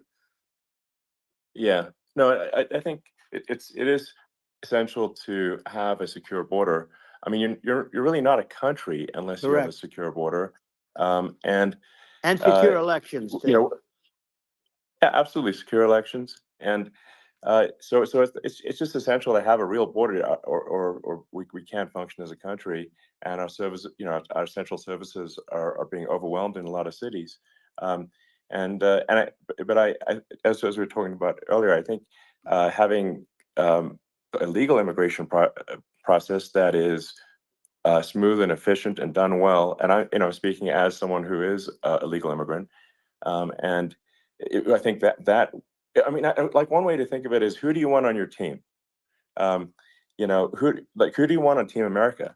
And I think we want to just say, okay, we want to let in people who are going to, you know, be great contributors to our society and to our economy, and you know, and who do you want on the team? And it's not to say that, like, in my opinion, actually, I'd say, like, probably most of the illegal immigrants actually are actually good, hardworking people. That's my opinion.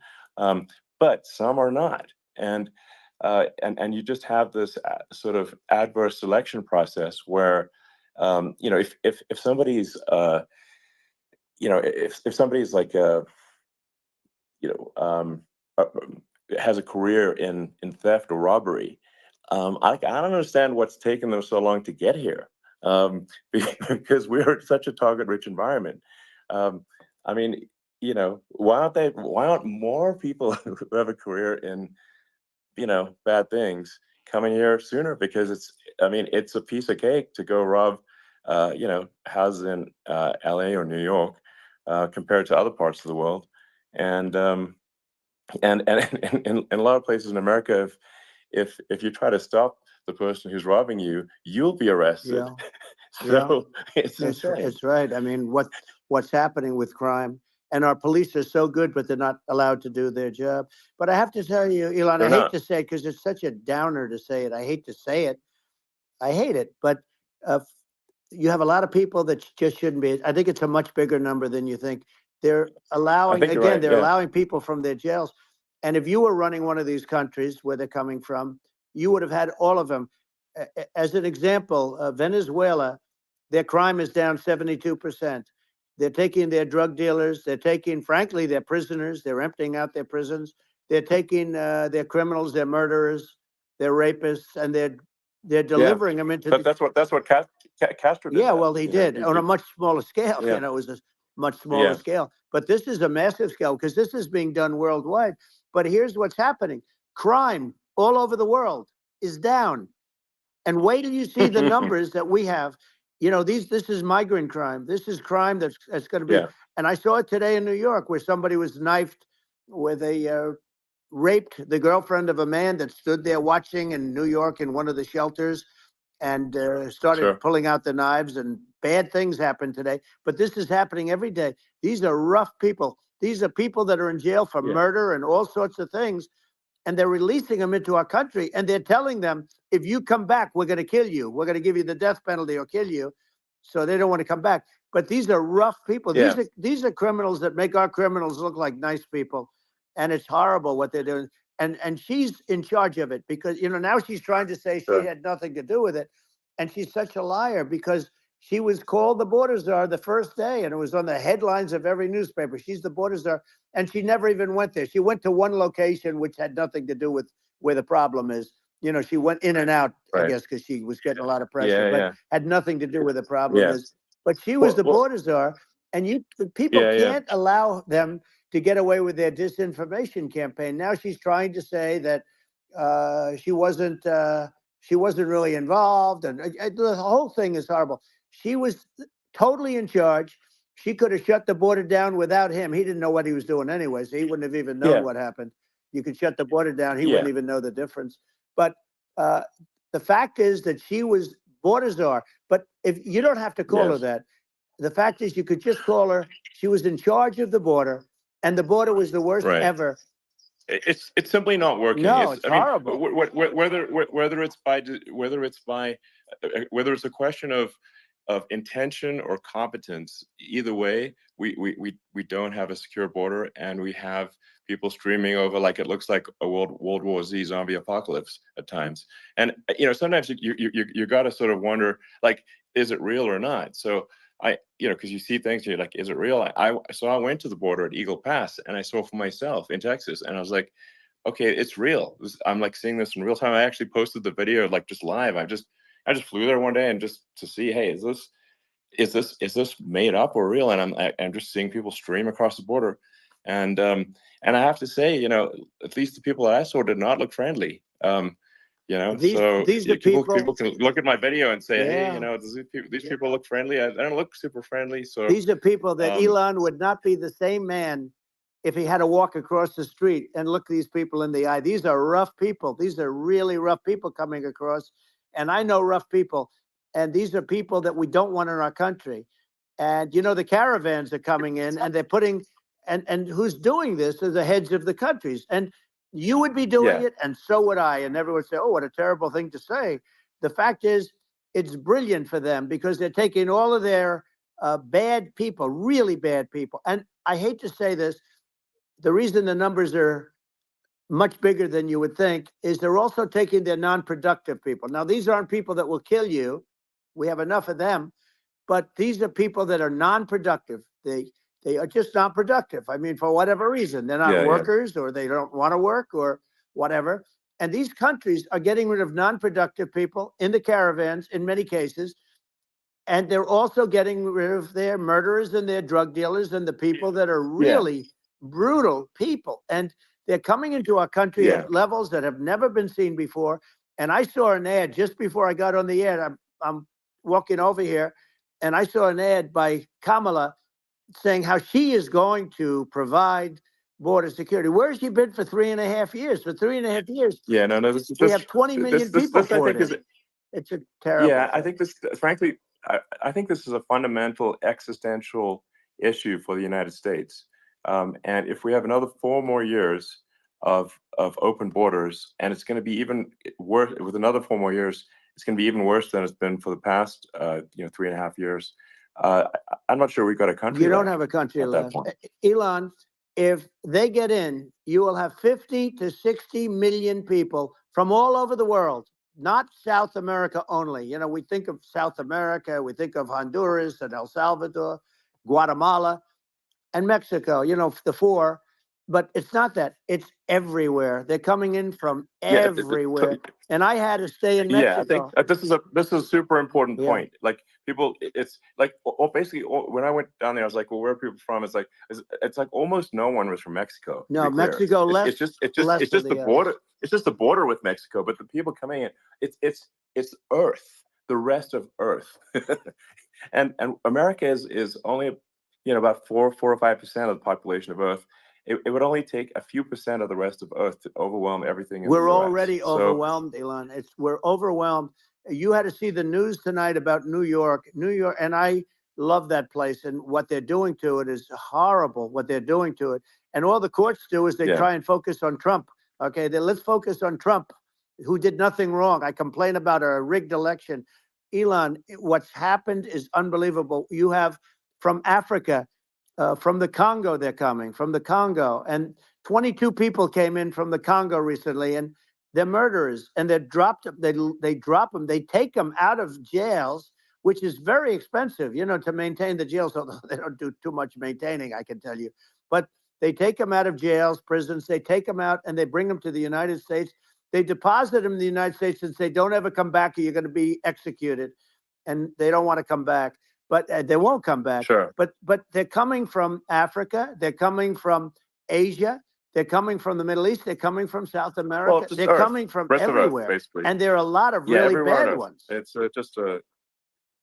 just an everywhere on Earth thing, and it's just not possible for the United States to absorb everyone from Earth, or even a few percent of the rest of Earth. It's just not possible. So, Well, Elon, we're going to have to finish this up. We're going to have the largest deportation in history of this country, and we have no choice. Otherwise, we're going to have a country. What they've done to our country. Think of it, with in Venezuela and in some of these other countries, crime is down 50, 60, 70, 80%. And you would be the same. You would have. Yeah. I'll tell you what. Venezuela has not gotten rid of all of them. They've gotten rid of about 70% of their really bad people. Their jails are about 50% put into the United States. The same with other countries. Sure. Some are 30%, some are at 50%. They're all different. But the bottom line is they're all going to be at 100%. Why wouldn't you put 100% of it? And they're doing it right now while this third-rate phony candidate. Don't forget, I beat Biden. He failed in the debate miserably. And, some people said, oh, gee, it's too bad. It's too bad he did so badly, or I did well in the debate. The first night they said, wow, one of the people at CNN said that was the greatest debate performance I've ever witnessed. And then 2 days later, they didn't talk about that. They just said he was bad. But that's okay. That's the way I get treated, and I don't mind that at all. What I can tell you is this. We cannot have a Democrat. We cannot have her. She's incompetent. She's as bad as Biden in a different. Look, she hasn't done an interview since this whole scam started. And say what you want. This was a coup. This was a coup of a president of the United States. He didn't want to leave, and they said we can do it the nice way, or we can do it the hard way. Yeah, they just took him out back behind the shed and basically shot him. What they did with this guy, and I'm no yeah. fan of his, and he was a horrible president, the worst president in history. And one of the reasons he was so bad, first of all, the Israeli attack would have never happened. Russia would never have attacked Ukraine, and we'd have no inflation. And we wouldn't have had the Afghanistan mess, if you think of it. Well, and we wouldn't have had Afghanistan. But we think of it. You take a few of those events away, and we have a different world. We would also have inflation was caused by oil. Yeah, no. I think you're making an excellent point here, which is that when other countries can, that are thinking about invading or doing bad things, when they're thinking about that, they're thinking about, okay, what's the American president going to do? And do they fear the American president, or is there someone they do not respect and do not fear? And I think they would rightfully be. I mean, look at the footage of the assassination. They're like, okay, President Trump is like don't mess with me. I mean, that's like, whereas I think people are not going to be, and they obviously have not been at all intimidated by Biden, and they certainly will not be intimidated by Kamala. And you have to really think of that in the context of global security. That if the American president is someone that, like, evil dictators are scared of, that makes a huge difference to the security of the world. So I had a good relationship with Putin, despite the Russia hoax that lasted for over 2 years. Just a hoax created by Hillary Clinton and Adam Shifty Schiff, some just bad people, just sick people, frankly. I mean, Schiff is a sick person. He's going to end up probably being a senator. It's hard to believe. The whole thing is hard to believe. But, they put our country in danger with that stuff, too. They actually, when they make up stories, and you have to fight your way out of it for a long time. But I know Putin very well. I got along with him very well. He respected me, and it's just one of those things. And we would talk a lot about Ukraine. It was the apple of his eye. But I said, don't ever do it. Don't ever do it. I shut down Nord Stream 2. That was the big oil pipeline, the biggest pipeline in the world going all over Europe. I shut it down. Biden came, and then they say, I loved Russia. I was a friend of Putin, and I loved Russia. No. He actually said to me one time, he said, if you're my friend, I'd hate to see you as an enemy. I shut down his pipeline, the biggest pipeline. They were looking at that to fund. And this pathetic president gets in there.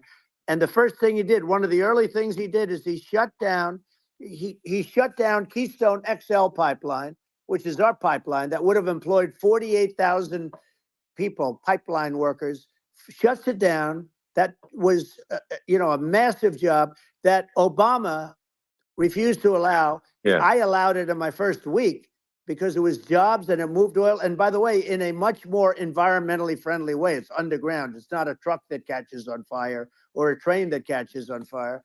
But think of it. He shut down the XL pipeline, the Keystone XL pipeline. Yeah. He shuts that down and he approves the Russian pipeline. Yeah, it doesn't make any sense. It's inconsistent. Certainly, but I mean, I think it's just worth emphasizing, to listeners, the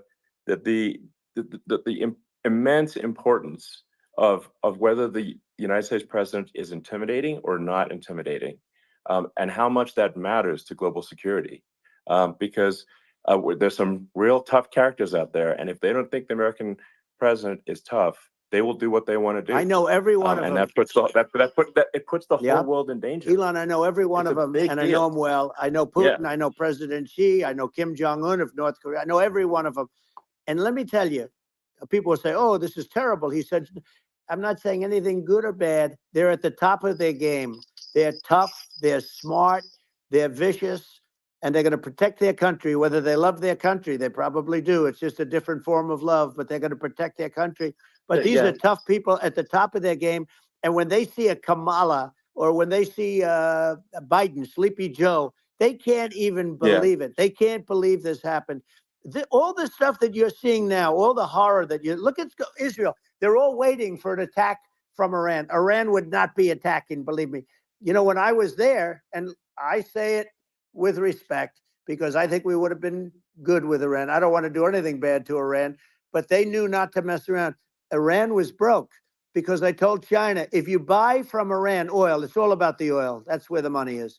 But if you buy oil from Iran, you're not going to do any business with the United States. And I meant it. And they said, we'll pass. Yeah. They didn't buy oil. Other countries likewise. Sure. You want to buy, you're not doing business with the United States. And they were at a point where they had no money for Hamas. They had no money for Hezbollah. They had no money for any of these instruments of terror.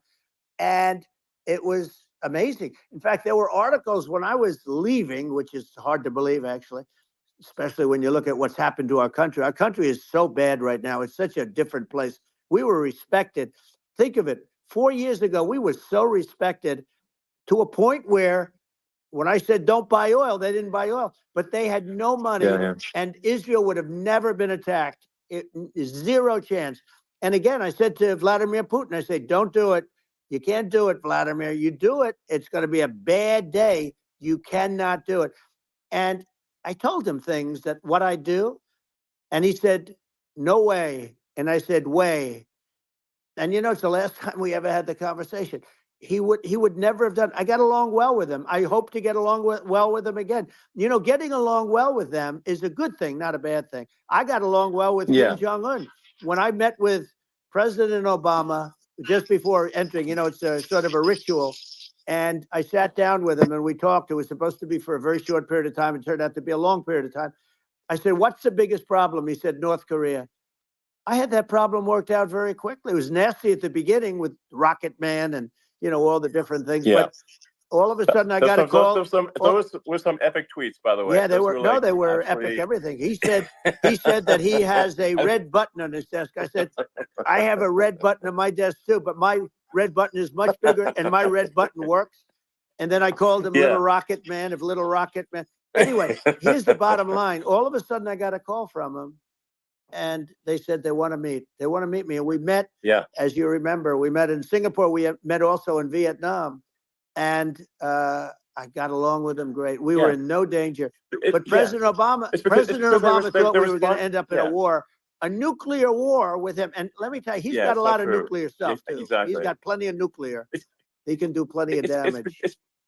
Yes. I mean, it's because, people like Kim Jong-un, they respond to strength, not weakness. Well, he and I had a good relationship. Remember I met him and we walked onto his land. Nobody ever walked onto his land before.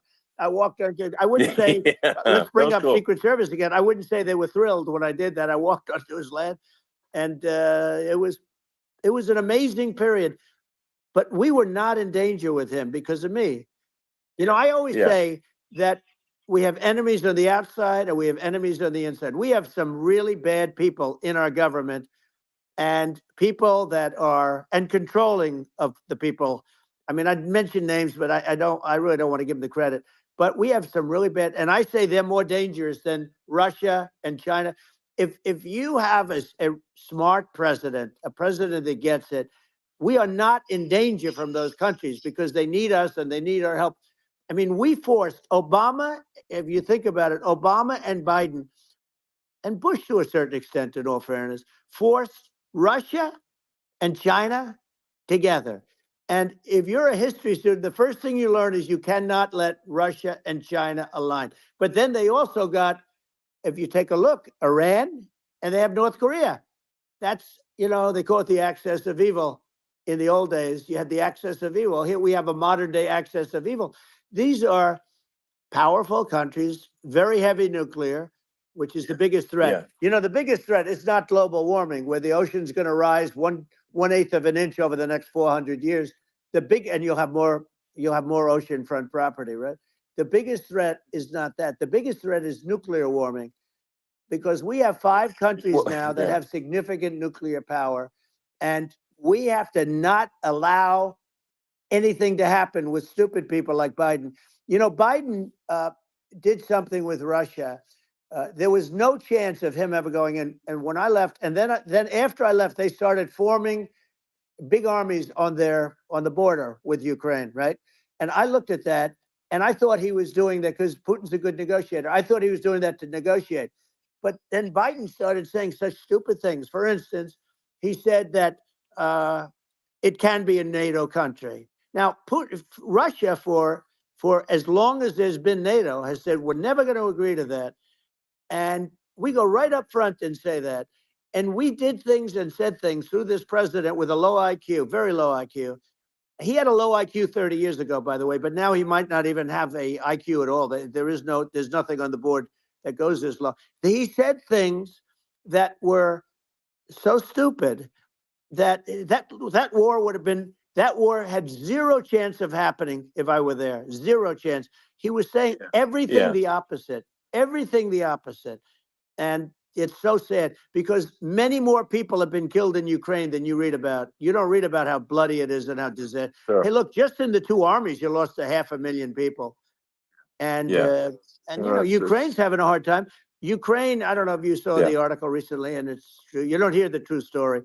But if you think about it, Russia's gone, Russia defeated Germany with us, and they defeated Napoleon. They've been around a long time. They're a big fighting force, and it's very unfair. And Ukraine now doesn't have enough men. They're now using young men and very old men to fight. And we're in a very bad position. And I'm not going to blame exclusively, but I can tell you, I could have stopped that. And a smart president could have stopped that. It wouldn't have happened. But we had a man that actually made it more prevalent. It was so bad. The words that he was using, the stupid threats coming from a stupid face that he was using. I said, this guy's going to cause us a war. He's going to cause us. And let me tell you, it can lead to World War III. That can lead to World War III. The Middle East can lead to. We have numerous places that could end up in a World War III right now for no reason whatsoever. No, I think you're right. I think people underrate the risk of World War III, and it's just when you're looking at the risk of global thermonuclear warfare, it's game over for humanity, and it's something that people have, I think, after the end of the Cold War, people have become complacent about, but they actually have forgotten that there are currently a lot of nuclear missiles that have targeting parameters for the United States from 100%. other countries. And one of the things we're going to do is we're going to build an Iron Dome over us. Israel has it. We're going to have the best Iron Dome in the world. We need it, and we're going to make it all in the United States. But we're going to have protection, because it just takes one maniac to start something. We're going to have protection, and we're going to have. Why shouldn't we have an Iron Dome? Israel has one. Some other places have one that nobody even knows about, frankly. But Israel has it. We're going to have an Iron Dome. But with all of that being said, to me that's so important, the most important. But with all of that being said, the election's coming up, and the people want to hear about the economy and the fact that they can't buy groceries because they don't have enough money to buy groceries. The inflation has killed them. Food prices are up 50, 60, even 100% in some cases. And this stupid administration allowed this to happen, and it's a shame. And that's the thing that people most care about, in my opinion. They care about the border a lot. And we discussed the border at great length. It's nice to have a forum like this where I can discuss something at length. And by the way, you think Biden could do this interview? Do you think that Kamala could do this interview? They would take a pass on you. No, they could not. So they don't need Elon. They don't need Elon screaming out questions. It's pretty sad when you think that somebody that does this for a living can't answer a question or is afraid to do an interview. And in her case, with a very friendly interview, she's got all friendly interviewers. It's pretty sad. Yes, absolutely. But the big thing now is the economy, Elon. And as much as I mean, I view nuclear as the single most important thing, but a lot of people don't understand that. But it doesn't have to. If I understand it, that's all you need. Because if I was president, you're not going to have that kind of a problem. But the thing that they really is making them angry is what Kamala and Biden have allowed to happen to the economy. It's a disaster with inflation. The inflation, it doesn't matter what you make. The inflation has eaten you alive. If you're a worker or if you're just a middle income person, you can't afford. 4 years ago, 5 years ago, people were saving a lot of money. Today, they're using all their money and borrowing money just to live. It's a horrible thing that's happening. And we'll end that quickly. Well, I think a lot of a lot of people just don't understand where inflation comes from. Inflation comes from government overspending because the checks never bounce when it's written by the government. So if the government spends far more than it brings in, that increases the money supply. And if the money supply increases faster than the rate of goods and services, that's inflation. So really, we need to have we need to reduce our government spending. And we need to re-examine. I think we need like a government efficiency commission to say like, hey, where are we spending money that's sensible? Where is it not sensible? Right. And we need to live within our means. We're currently adding, I think, $1 trillion to the deficit roughly every 100 days. That's right. And the interest payments on the national debt have now exceeded the defense budget. It's on the order of $1 trillion. It's interest, and it keeps growing. I rebuilt our military, largely rebuilt our military. Did a great job on it, which was so important. We had jets, we had fighters that were, and bombers that were 70 years old, and we did a great job in that. Then we gave 85 billion of it back to Afghanistan, if you can believe it. We gave them 85 billion. They're one of the largest sellers of military equipment in the world. They're selling what we gave them. That was one of the most embarrassing days in the history of our country. But if you think about, let's go back to the economy. We have to bring energy prices down. Energy started at the price of gasoline. Now your cars don't require too much gasoline, so you have a good, and you do make a great product. I have to say, I have to be honest with you. That doesn't mean everybody should have an electric car, but these are minor details. But your product is incredible. But the gasoline, Elon, is the cost of energy. Not only gasoline, it's the cost of heating your house and cooling your house. That has to come down. It's gone up 100%, 150, and 200%, and that has to come down. When that comes down, and we're going to drill, baby, drill. They stopped drilling, and then they went back to drilling because they went back to the Trump policy. But if they won the day after they get into office, this country will go out of business because they're going to go to an energy policy that's not sustainable. Wind and different things. You're not going to have anything. And I know you're a big fan of the AI, and I have to say that AI, and this is shocking to me, but AI requires twice the energy that the country already produces for everything.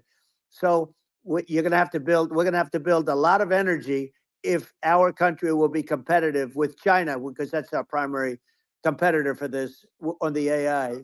You're going to need a lot of electricity. You're going to need tremendous electricity, like almost double what we produce now for the whole country, if you can believe it. Sure. Well, just going, back to this, like this basic thing, which that people try to make it sound complicated, but it's not. But inflation is caused by government overspending. Would you agree that we need to take a look at government spending and have perhaps Trump is a government absolutely efficiency bulldozing commission, him, dude. that just tries to make the spending sensible and so the country lives within its means, just like a person The does. waste is incredible, and nobody negotiates prices. You used to have a lot of people making jets, and you end up with two companies, and they'll probably try and merge at some point. I went through it, like Air Force, just a thing like Air Force One. One of the first documents they asked me to sign, a general walks in, "Sir, would you please sign this document?" And what is it? Air Force One. That's with Boeing, which is basically two planes, two 747s. And the price was $5.7 billion for two planes. Now, now they're highly sophisticated. That's insane. They're even nicer than your plane, okay? But much more sophisticated. They're very, I won't say what's on it, but they got a lot of stuff on it. Anyway, but it's 5.7. That's a crazy It's number. a crazy number, but I said, I'm not going to pay 5.7. I'm not going to do it. I said, who made the deal? Obama and his people. I said, well, then I know the deal's no good. I'm not going to do it. And over a course of about 4 weeks, by my saying I'm not going to do it, I got the price reduced by $1.6 billion for the exact same plane, other than we had a nicer paint job, if you want to know the truth. But for the exact same plane, I saved one. And I said to Boeing, man, you guys must make a lot of money if you can reduce the price by that. But now what I do hear is that they're going back to the Biden administration and wanting big cost overruns, because they see these dopey suckers in there, and they'll end up getting some of the money back. But I shaved it by $1.6 billion for the exact same plane. And you can now take that and multiply that out times thousands of other items. Multiply it by a the zillion, numbers are and astronomical. I agree with you. Well, I think it would be great to just have a government efficiency commission that takes a look at these things and just ensures that the taxpayer money, the taxpayers' hard-earned money, is spent in a good way. And I'd be happy to help out on such a commission. I'd love if it were formed. Well, you're the greatest cutter. I mean, I look at what you do. You walk in and you just say, you want to quit? They go on strike. I won't mention the name of the company, but they go on strike, and you say, that's okay. You're all gone.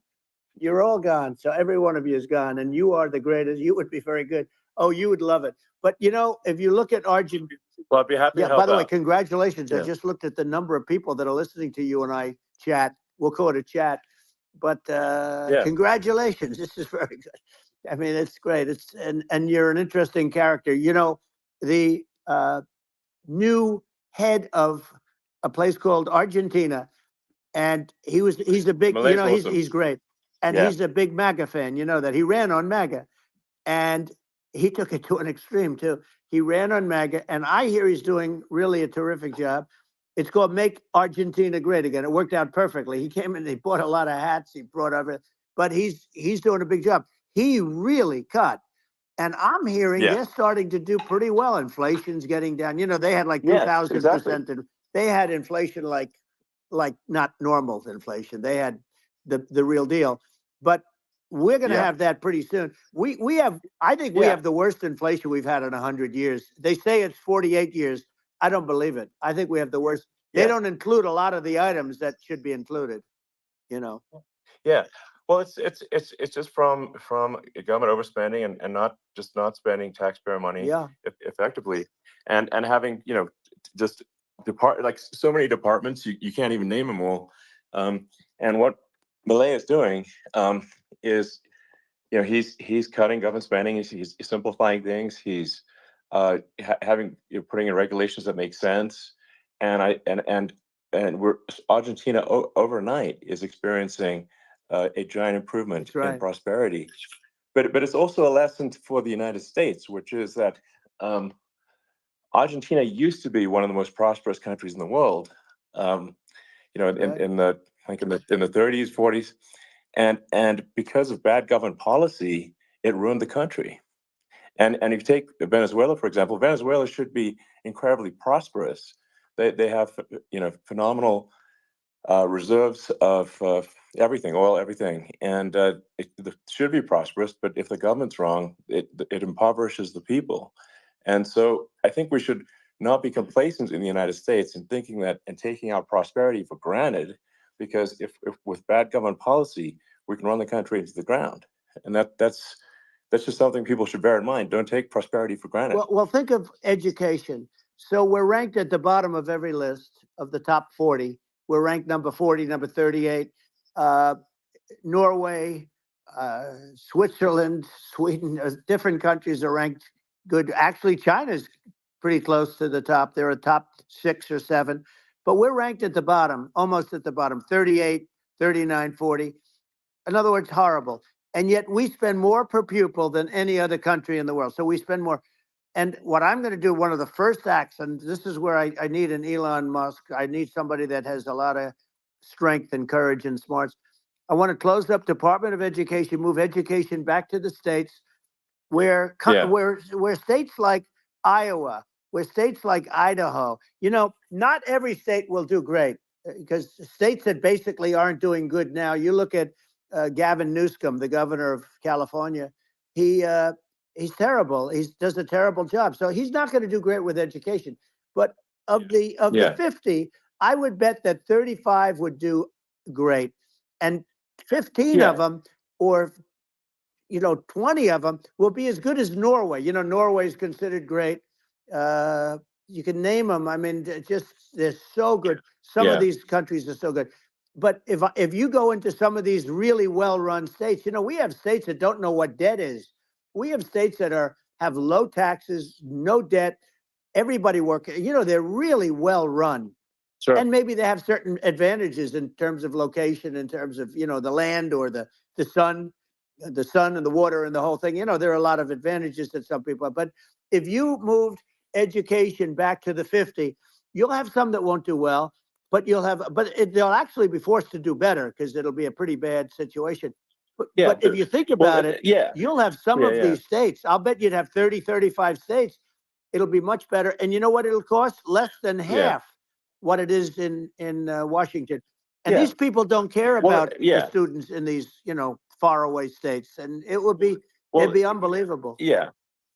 I think you're making a good point in that if the states have to if each state has to compete against other states, then people will naturally move to states where it's better. Well, like California, you know, as we said, it's a badly run state. I could go through. I got so many friends that are in those states, even if they're Democrats. I hate to mention certain states, but Illinois is badly run with Pritzker. He's a real loser. But you know, some of these places are just badly run. But you know, it's almost going to force them to run better, and they won't do a good initially. But you're not going to do worse than you're doing right now.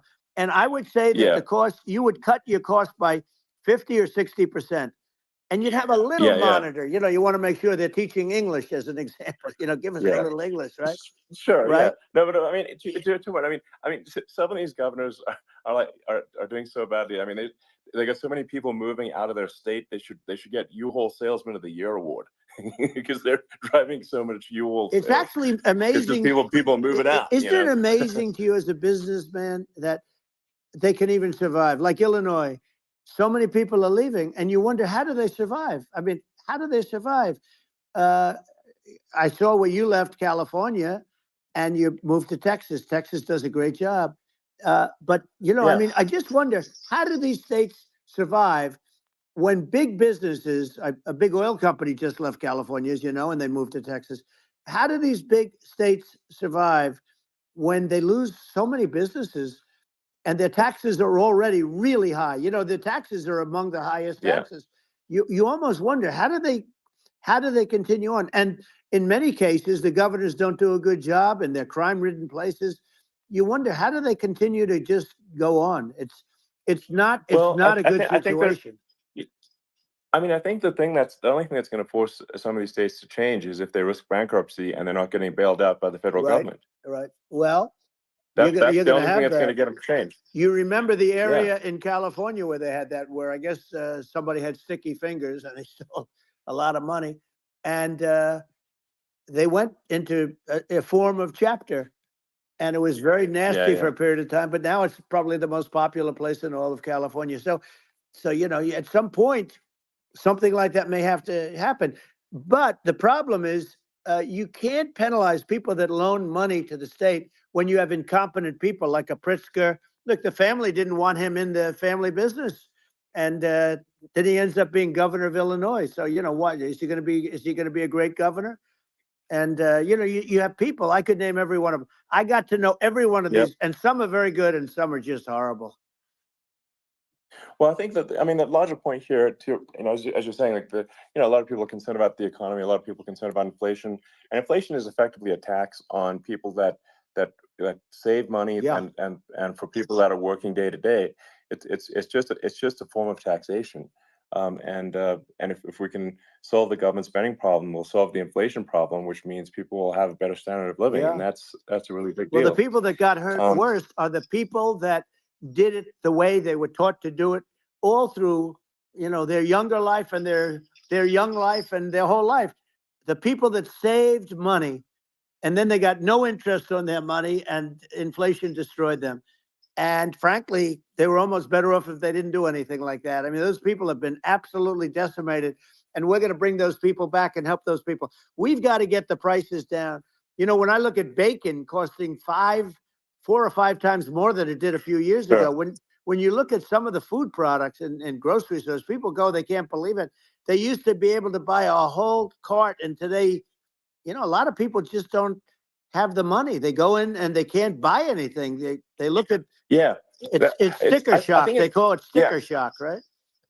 I think it really just comes, like I said, I think it just comes down to really, I guess, two things, which is that if you solve government overspending, you solve inflation, which improves living standards of the average person, and then if you deregulate, like have sensible regulations, so because a lot of the regulations are nonsensical and cause the cost to be extreme for no reason, but unless you've got effective deregulation, like Reagan did a great job on deregulation in the 80s, but it's been 40 years since we had anyone really. I mean, during your administration, we made some progress, but I think there's an opportunity to make, I think, radical progress with sensible regulation. And if Elon, those two things, those are the big deals. We set a record. We did more deregulation and more restrictions on all of the different businesses than any other president. Remember, I had the rule for everyone we put in, you have to get rid of 10 or 12. And we did radical cuts on all of that. And a lot of that's being put back by this administration. And we did radical cuts on things that weren't necessary. But we were all set. We had the best economy ever maybe in the world. And then what happened is COVID came in and we had to focus on that. And nobody knew what it was. And I always say I got good marks on economy, good marks on military. We knocked out ISIS. We did so many different things. We rebuilt. But, I never got the credit that we really deserved on what we did with COVID. We never got the credit, but we were. If had that not happened, a gift from China, from Wuhan, came in from Wuhan, the Wuhan labs, and I always said it, and it turned out to be right. But had that not happened, we were set to start reducing debt. We were going to reduce taxes further. I gave the largest tax cuts, and we were going to reduce taxes still further for middle income people, not only businesses. But we did it for businesses because they're the ones that's why we had the great job numbers. But we were set to really start reducing debt. And, we're sitting on the biggest pile of liquid gold anywhere in the world, bigger than Saudi Arabia, bigger than Russia. And we were going to drill, and we were going to make so much money. We were going to supply Europe with oil. I had stopped the Russian pipeline, and we were going to supply them with oil and gas. We were going to make a fortune. And then the COVID came in, and we really had to divert. Then what happened is when they came in, we kept a lot of businesses alive. If I didn't do what we did, we would have had a 1929 type depression. But the problem is when Biden came in, he got trillions of dollars and just started spending it stupidly. You didn't need it anymore. We got over that bad period where everybody was dying and feeling, it was just not a good period. Interestingly, during his administration, many more people died during his administration of COVID than during my administration. And we really got the brunt of it. But people don't realize more people died during his administration than ours. But it diverted us from doing what I wanted to do. But we had the greatest for, almost 3 years. We had the great, and that probably better than anybody. So many of your friends said to me, the best years we've ever had in business were during the Trump years. And also said that African American, Hispanic American were so incredible. They were having the best. Asian American women, men, young people without a diploma, young people that graduated from the best colleges, from MIT, from the Wharton School, from all of the great colleges, Harvard. They were doing better, and people without a diploma were doing better, and everybody was happy. And then COVID came, and we had the problem is they spent trillions and trillions of dollars. They wasted. They shouldn't have taken any money, and we wouldn't be having inflation right now, which is killing our country. Yeah, absolutely. I mean, I should probably say something about maybe my views on climate change and oil and gas, because I think it's probably different from what most people would assume. Because my views are actually pretty, I think, moderate in this regard, which is that I don't think we should vilify the oil and gas industry and the people that have worked very hard in those industries to provide the necessary energy to support the economy. And if we were to stop using oil and gas right now, we would all be starving, and the economy would collapse.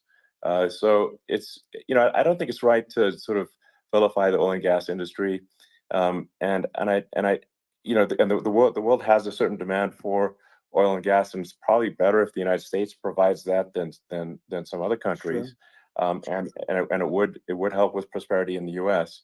And at the same time, obviously, my view is like we do over time want to move to a sustainable energy economy, because eventually you do run out of. I mean, you run out of oil and gas. It's not there. It's not infinite. And there is some risk. I think the risk is not as high as a lot of people say it is with respect to global warming. But I think if you just keep increasing the parts per million in the atmosphere long enough, eventually it actually simply gets uncomfortable to breathe. People don't realize this. If you go past 1,000 parts per million of CO2, you start getting headaches and nausea. And so we're now in the sort of 400 range. We're adding, I think, about roughly 2 parts per million per year. So I mean, it still gives us. So what it means is like we still have quite a bit of time, but so there's not like we don't need to rush, and we don't need to stop farmers from farming or prevent people from having steaks or basic stuff like that. Like you can leave the farmers alone. I agree. How crazy is that? Where I mean, you have farmers that are not allowed to farm anymore and have to get rid of their cattle, and the whole world is a little crazy. But it's largely taken its lead from us. I do say, though, I've heard in terms of the fossil fuel, because even to create your electric car and create the electricity needed for the electric car, fossil fuel is what really creates that at the generating plants. And, so you sort of can't get away from it at this moment. I mean, someday you might be able to, but I do hear we have anywhere from 100 to 500 years left.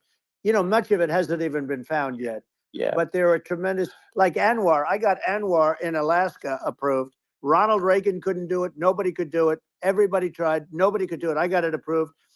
The first thing that Biden did was unimprove it, to get rid of it. He ended it. His secretary went in and she ended it.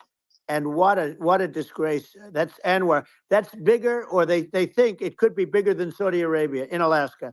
Could be bigger than Saudi Arabia.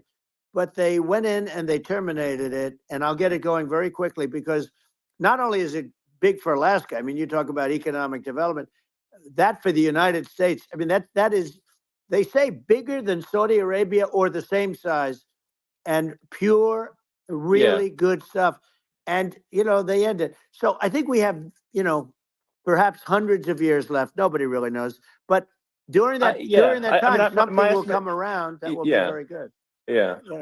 Well, I mean, and my estimate would be, a little more aggressive than that, but it's not the sort of like we're all going to die in 5 years. If you're talking about me, you're wrong. This is BS. going phenomenal. This is a massive win. I mean, for my view is everybody. like, if you just look at sort of the parts per million that increments every year, you get sort of 2 or 3 parts per million every year of CO2. I mean, I think some of that it's problematic if it accelerates, if you start going from 2 or 3 to say 5, and then there may be some situations where you get just a step change increase in the CO2. And I think we don't want to get too close to 1,000 ppm, because like that's actually makes it uncomfortable to breathe. Like just existing in 1,000 ppm CO2 is uncomfortable. That's like that's considered like an industrial hazard. Right. Just so it's that's actually, you start getting headaches and stuff. So it's even without global warming, it's not comfortable to live. So you don't want to get too close to that. But I mean, I think we want to just move over, and like, and if I don't know, 50 to 100 years from now, we're I don't know, mostly sustainable, I think that'll probably be okay. So it's not like the house is on fire immediately, but I think it is something we need to move towards. And on balance, it's probably better to move there faster than slower. But like I said, without vilifying the oil and gas industry, and without causing hardship in the short term, I think this can be done. Without, but people can still have, a stake, and they can still drive gasoline cars, and it's okay. It's like, it's not, I don't think we should vilify people for it, but I think we should just generally lean in the direction of sustainability. I actually think solar is going to be a majority of Earth's energy generation in the future, and it's certainly trending that way. And so you get the solar power, combine that with batteries, so because obviously the sun doesn't shine at night, and then you use that to charge the electric cars, and you have a long-term sustainable solution. And that's what Tesla's trying to move things towards, and I think we've made a lot of progress in that regard.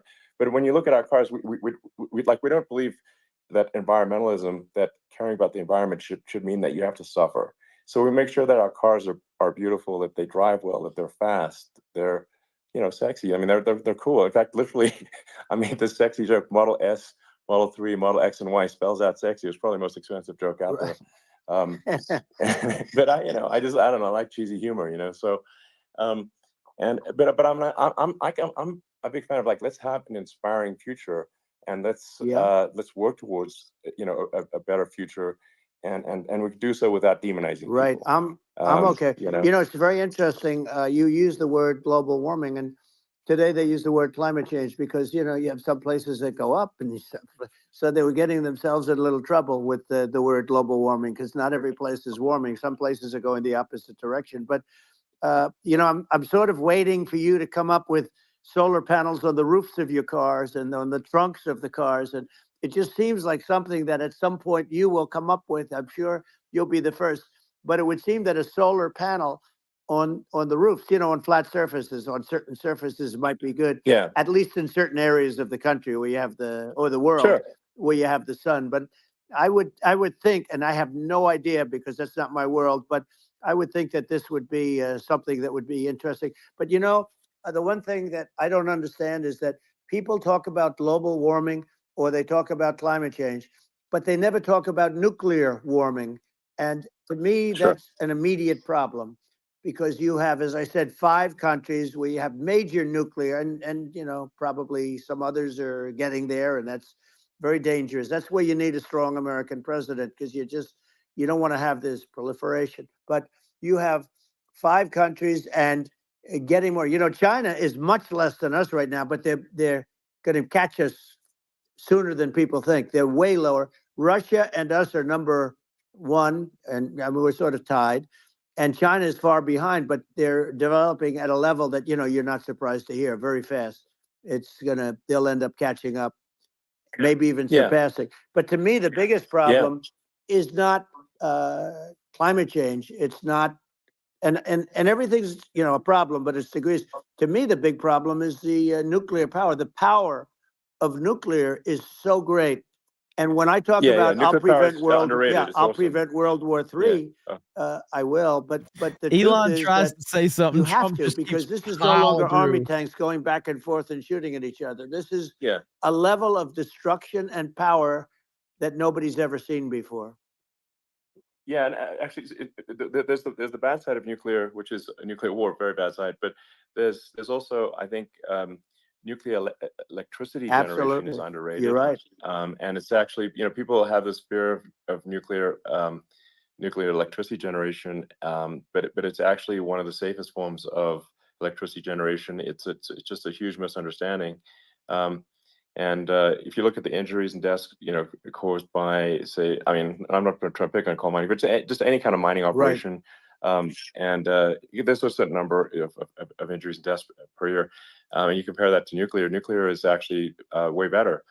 So it's underrated as an electricity source, and I think it's something that's worth reconsidering. But there's so much regulation that people can't get it done. So that maybe they'll have to change the name. The name is it's a rough name. There are some areas like when you see what happened in good bad branding. The we'll have to rebrand it. We'll have to give it a good name. We'll name it after you or something. No, it has a branding problem. When you see what happened, it does have a branding problem. When you see what happened in Japan, where they say you won't be able to go on the land for about 3,000 years. Did you ever see that?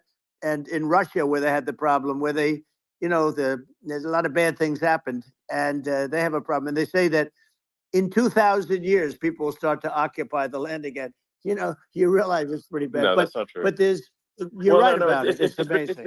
It's actually not that bad. So like after Fukushima happened in Japan, like people were asking me in California, are we worried about like a nuclear cloud coming from Japan? I'm like, no, that's crazy. It's not even dangerous in Fukushima. I actually flew there and ate locally grown vegetables on TV to prove it. And I donated a solar water treatment, a solar powered system for a water treatment plant.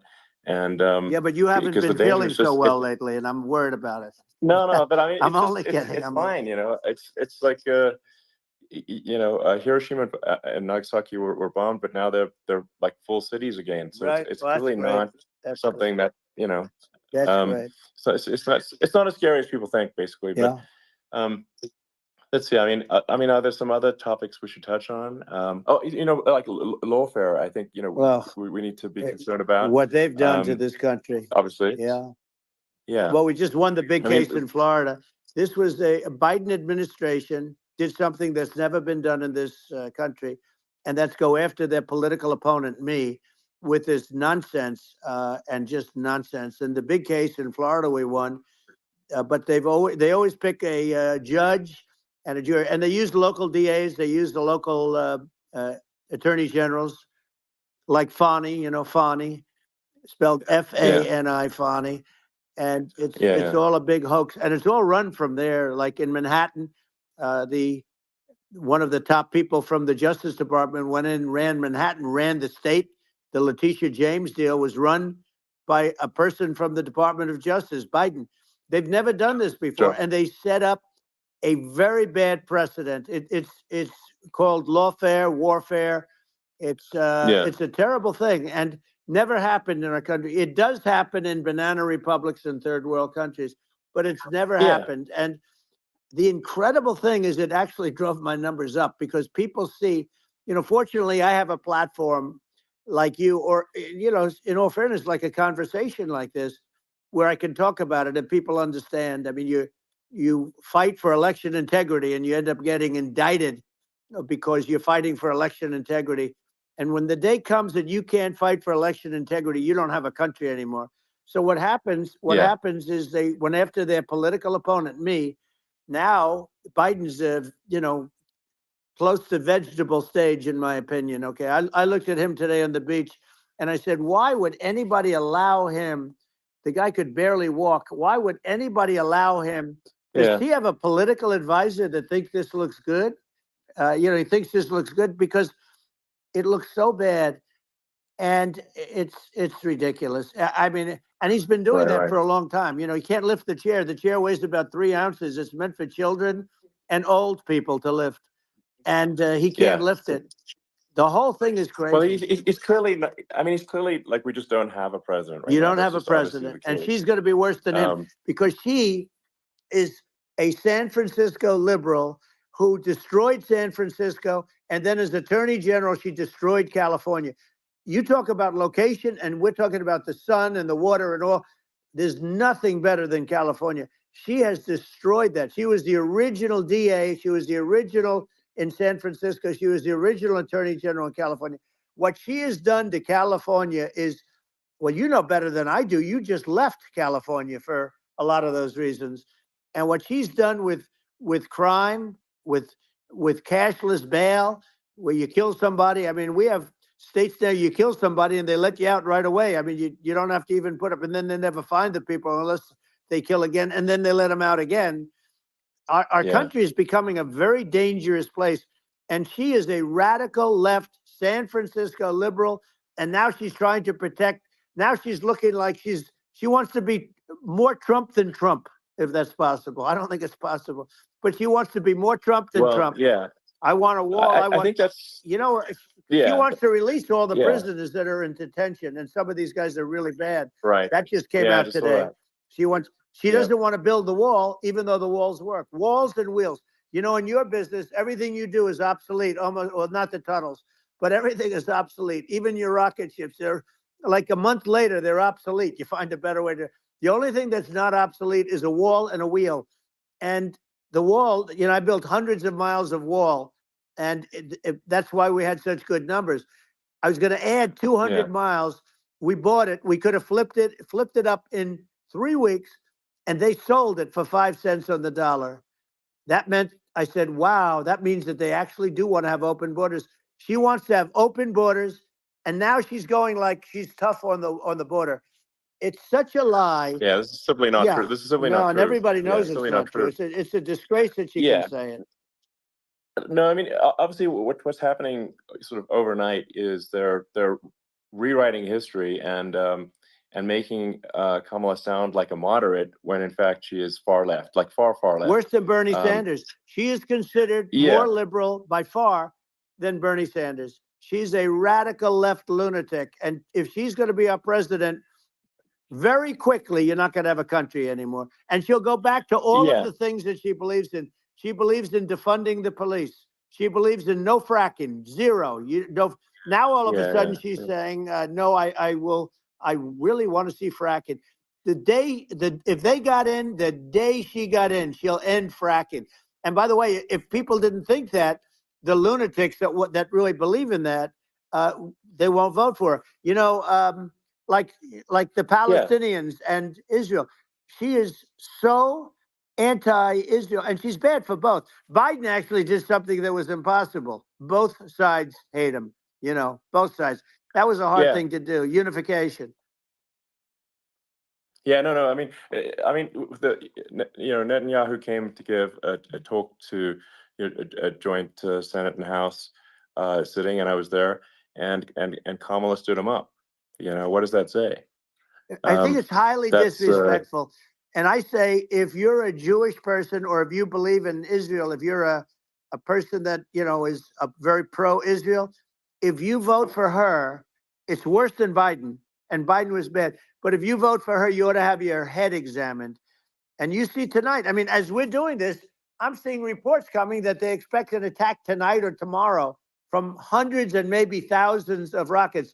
Their Iron Dome, as they call it, as we all call it, but their shield that they build, that can be swamped. We'll use the term that's appropriate, swamped. But they swamp it by shooting enough missiles. You know this better than anybody. By shooting enough missiles, they can't defend themselves. They just obliterate the whole place. And that's what some people think they're looking to do. And we have no leadership. There's no respect for the United States of America with these people. And I'm telling you, she'll be worse than him because she's a believer in being radical left, and he wasn't. I think you're right. I mean, it's important for the public that may be listening to this to look at Kamala's track record, before the last month, and say, is that a track record you agree with? And I think if you're an independent moderate, you definitely would not agree with it, because it is her behavior has been far left, and we're seeing just an overnight propaganda attempt to rewrite history and make it sound like Kamala's moderate when she in fact is not moderate. Well, her running mate approved, signed into legislation, tampons in boys' bathrooms. Okay, now that's all I have to hear. Tampons in boys' bathrooms, and that means she believes in that too. I mean, she picked this guy because he was the closest to her. A lot of people thought she'd pick sort of the opposite, but she picked an anti-Israel radical left person. But she is far worse, they say, than Bernie Sanders. If we have her as a president, if we have a Democrat at this moment as a president, I don't think our country can survive. I think it's a massive. I think we're in. I literally just made that on my phone. Frankly, with the Kamala administration, and that's my honest opinion. And I think really it's essential that you win for the good of the country for this election. And I'm just stating my opinion. Now, you may have seen this, but I got a letter from the EU Commission, saying, to not have disinformation on during this discussion that we're having, and there's a lot of attempts to do censorship and to force censorship even on Americans from other countries. And what do you think about that? Well, I know the European Union very well. They take great advantage of the United States in trade, as you know. We, through a different forum, NATO, we protect them. And yet, if you build a car in the United States, you can't sell it in Europe. You just can't sell it. It's impossible. The same thing with our farmers. Our farmers find it very difficult to do business. We have a deficit with them of $250 billion, which people don't know. It sounds so nice, the European Union, but let me tell you, they're not as tough as China, but they're bad. And I let them know it. And that's probably why they notified you. No, they don't treat our country well. We defend them, with Ukraine. So we're in for 250 billion and they're in for about 71 billion. And they have the same size. If you add up the European nations that, in terms of an economy, it's about the same size when you say as us.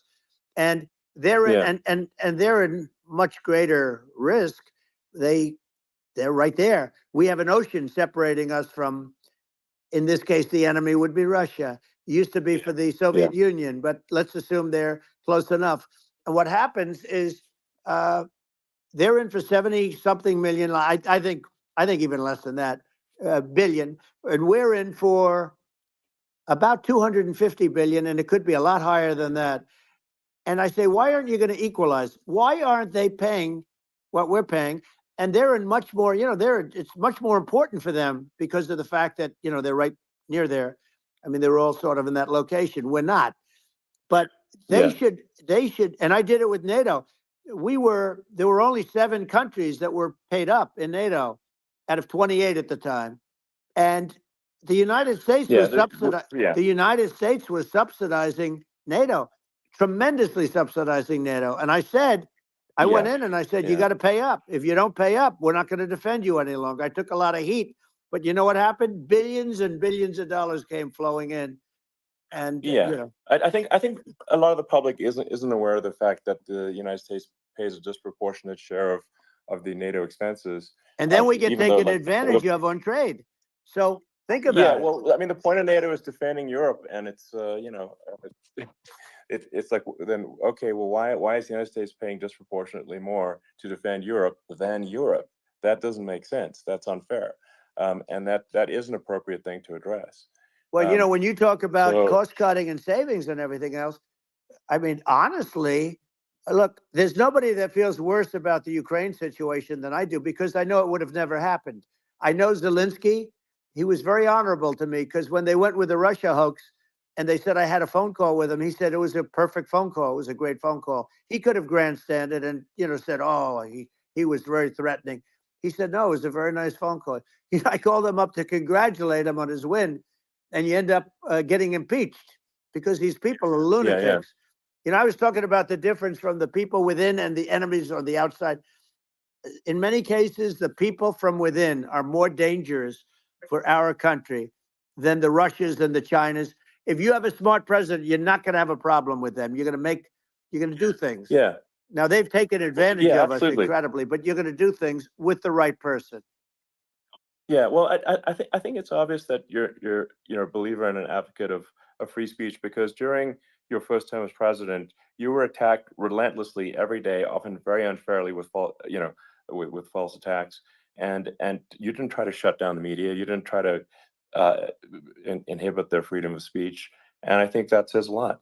Well, the good thing is that you and I have, and some people, very few, we can get the word out. Although sometimes it's hard because they don't want to print it, you know, like we're having a great conversation right now. Kamala wouldn't have this conversation. She can't, because she's not No. smart. You know, she's not a smart person, by the way. She can't have this conversation. And Biden, we don't even have to talk about it. I mean, he couldn't have this conversation. He would have given up on the first half of a question. He would have walked out. He would have said, where am I? Where am I going?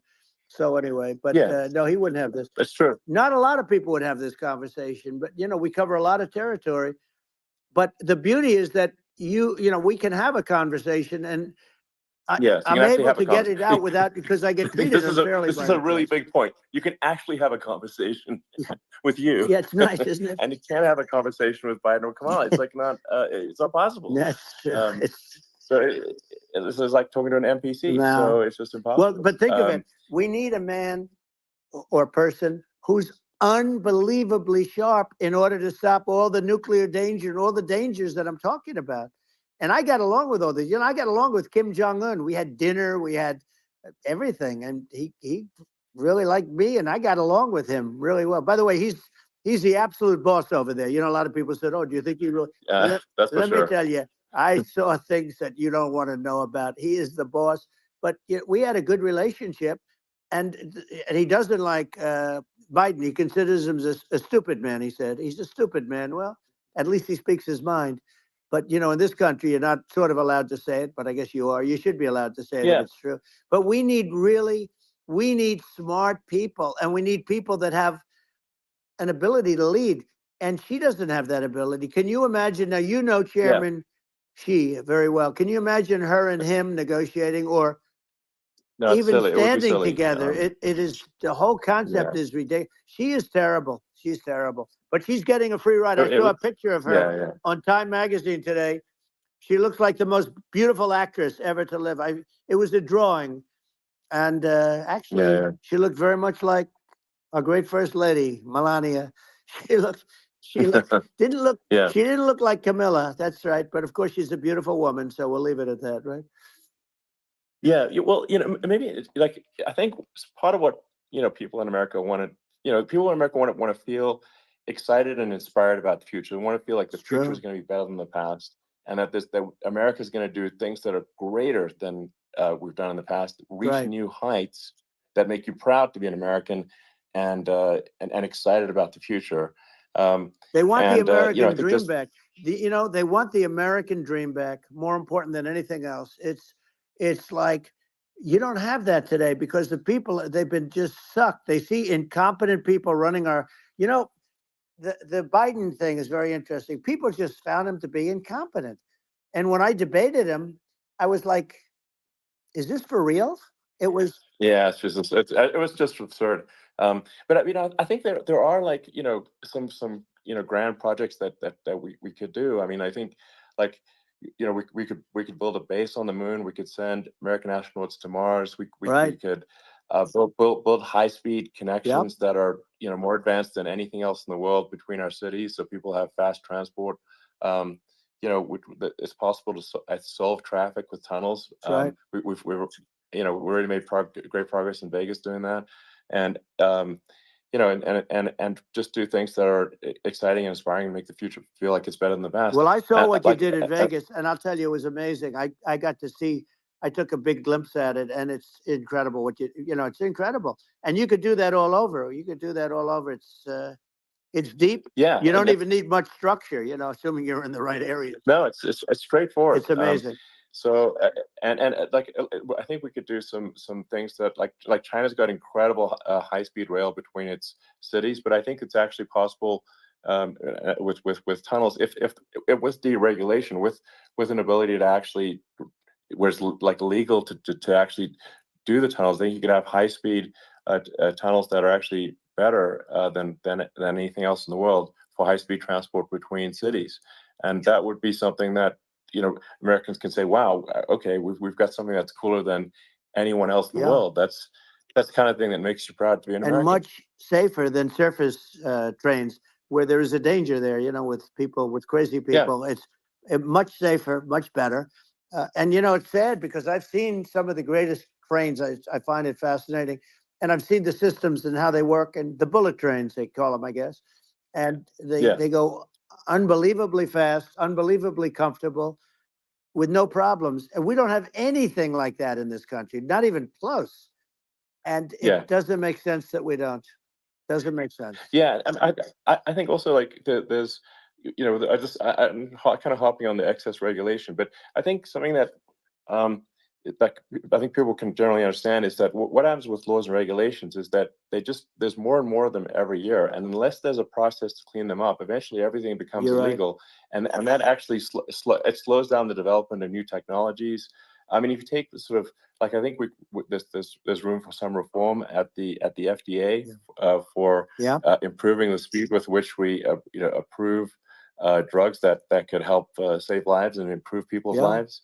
And I worked very hard on that. We got that down to the lowest number ever, and we got therapeutics approved in the FDA that people can't even believe the speed. But I took them on. I don't think they like me too much, but I got things approved in the FDA at numbers that they wouldn't believe. And it's a very bureaucratic group. Actually, it's a fine group of people in many cases. I got to know a lot of them, but I was pushing them really hard for Regeneron, for so many different things that were really pretty amazing. But the FDA takes too long. It's 12 years to get a product approved. I got it down to 4, and I got some things done very quickly. But it's really something that is going to have to be worked on because it takes too long.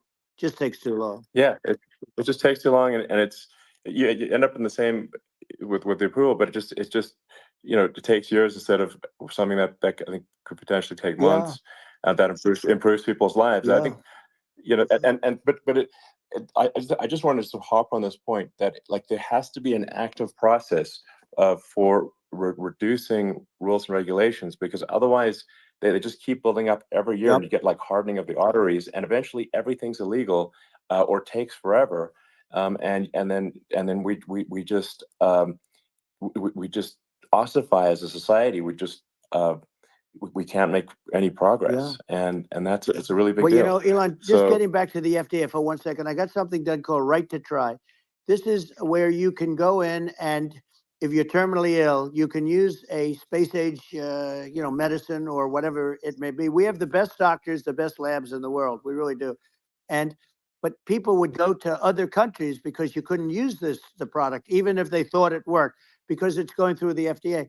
I got it approved where you can, you basically, you look, nobody wanted, the doctors didn't want it because of the liability. The country didn't want it, our country, because they didn't want to get sued. These are people terminally ill. The insurance companies didn't want it, and the pharmaceutical companies, nobody wanted it. I got everybody into a room, and we came up with an agreement that you won't get sued. And also, they didn't want it on their record. If somebody's terminally ill and they die after taking a drug, they didn't want that on their record. So we set a separate list. If somebody was, so it wouldn't count as a negative. Okay. And as you know, we got it done. We have saved right to try. They've been trying to get this done for 58 years. And it sounds simple, but it wasn't, because of, I mean, the insurance companies, nobody wanted it, but we got it done. Somebody signs, you sign a document that you're not going to sue the insurance companies, the country, you're not going to sue anybody. And we got it done. And we're saving tens of thousands of lives. Right to try. Hopefully you never need it. But if you do, you don't have to travel to Asia. People, if they had money, they go to Asia, they go to Europe. If they don't have money, they go home and die. That's what happened. They'd go home and die. Yeah. Well, I mean, and actually, to give Europe some props here, it's like if a drug is approved in Europe, which has a crazy amount of regulations, it should obviously be approved in the U.S. Yeah. I mean, they got more regulations than we do. So why would a drug be approved in Europe and not in the U.S.? That's crazy. Well, we did it. We did something that really, they've been trying to do it for 50 years, and they just couldn't get it done, and I got it done. And it's really something. But you're right. Some people go to Europe because a drug isn't approved here, but it's approved in Europe, and it's a drug that, generally speaking, would work. It's pretty crazy. Absolutely, you're right. And I think so long as people are properly informed of the pros and cons, and like these are the risks, this is the risk, and like you make your own decision. That makes sense. Well, I think just in sort of closing up, and by the way, I'm looking at the numbers. You got a lot of people listening. I hope you don't get nervous, because you got a lot of people listening to you right now, like 60 million or something. What is that number? It's crazy. It's amazing how you can see that right away. What is the number? Wow. Trump's always about the numbers, baby. Well, wow. I think in terms of people, that's bigger than you said. You said 25, and you're much more than double that number, 25 million. I think you're going to be 60 or 70, and I guess over a period of time. Hey, I congratulate you. Do I get paid for this or not? Well, I think actually in terms of the number of people that will hear this conversation over the next few days to weeks, it's going to be hundreds. That's what they say. Yeah, that's good. Well, look, it's an honor. I just asked this: are you better off now, or were you better off when I was president? Nobody's better off now. People, we put out polls on that, and nobody's better off now. Inflation has killed it, and they also feel very unsafe. You look at what's going on with a lot of different things. You look at the riots we had at the colleges over. I mean, it's ridiculous, but all of the riots, they just feel unsafe. And now they really feel unsafe because you have a new form of crime. It's called migrant crime. I call it Biden migrant crime. Maybe I'll call it Kamala migrant crime. But I mean, with all these things, I always try to get to the ground truth by just asking people. And my mom lives in New York, and I was like, Mom, have any of your friends been attacked or assaulted? And she said, yeah, 3 of her friends in 3 separate incidents were assaulted just in recent months, just walking around the streets of New York. And I said, well, what happened to the people that assaulted them? Oh, nothing. They got away. Like, and they just know they always get away. Nothing's going. And they don't even bother reporting it, because they know that they're not going to, people are not going to get prosecuted. They just let violent criminals out in New York. The only one that gets prosecuted is Donald Trump. They prosecute Trump. Yeah, I mean, it's just obviously messed up. Oh, it's terrible. If violent criminals are being getting off scot-free, and meanwhile the New York spending massive resources prosecuting you, and it's like, what's this? And I think the sort of sensible public looks at this and says, what the heck's going on here? This is obviously abuse of the legal system. The legal system is supposed to be protecting the public from violent criminals, And it should be obviously allowing the public to make their own decision about who should be president, as opposed to, some, legal case. Once they start this precedent, because this can go on with the next one. I mean, this is a very bad precedent, what they're doing in terms of, going after their political opponent. And that's all it is. It's going after their political opponent. And then you get a judge who's, a strong Democrat. And I'm being nice when I say that, in many cases, crooked as hell. But you get a judge and you go into an area where a Republican gets 3 or 4% of the vote. And, you'll have a jury pool with people that hate Republicans or hate. It could also be the other way, though, because it could start the other way in areas where they hate Democrats. And you get into a Pandora's box. It's a very dangerous thing for this country, and a very dangerous thing even for the state. New York City is losing. New York City and state lose a lot of business over what they did to me, because these people say, we don't want that to happen to us. That's no justice system. You have an unfair system of justice, and it's costing New York State a tremendous amount of money. People are leaving and companies are leaving, and they won't come back. So, all of that stuff is important. But the economy now is the big thing, and we can turn that economy up so fast, and people are going to be back again. We're going to get rid of inflation. I think there's a lot of opportunity. Right. Absolutely. So, and I just want to congratulate you. You've done an amazing job. You have definitely got a fertile mind.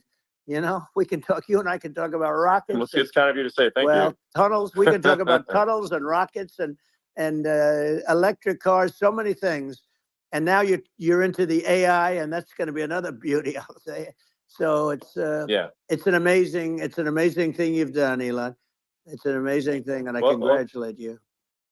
I mean, thank you. And I just say here, here's to an exciting, inspiring future that people can look forward to and be optimistic and excited about what happens next.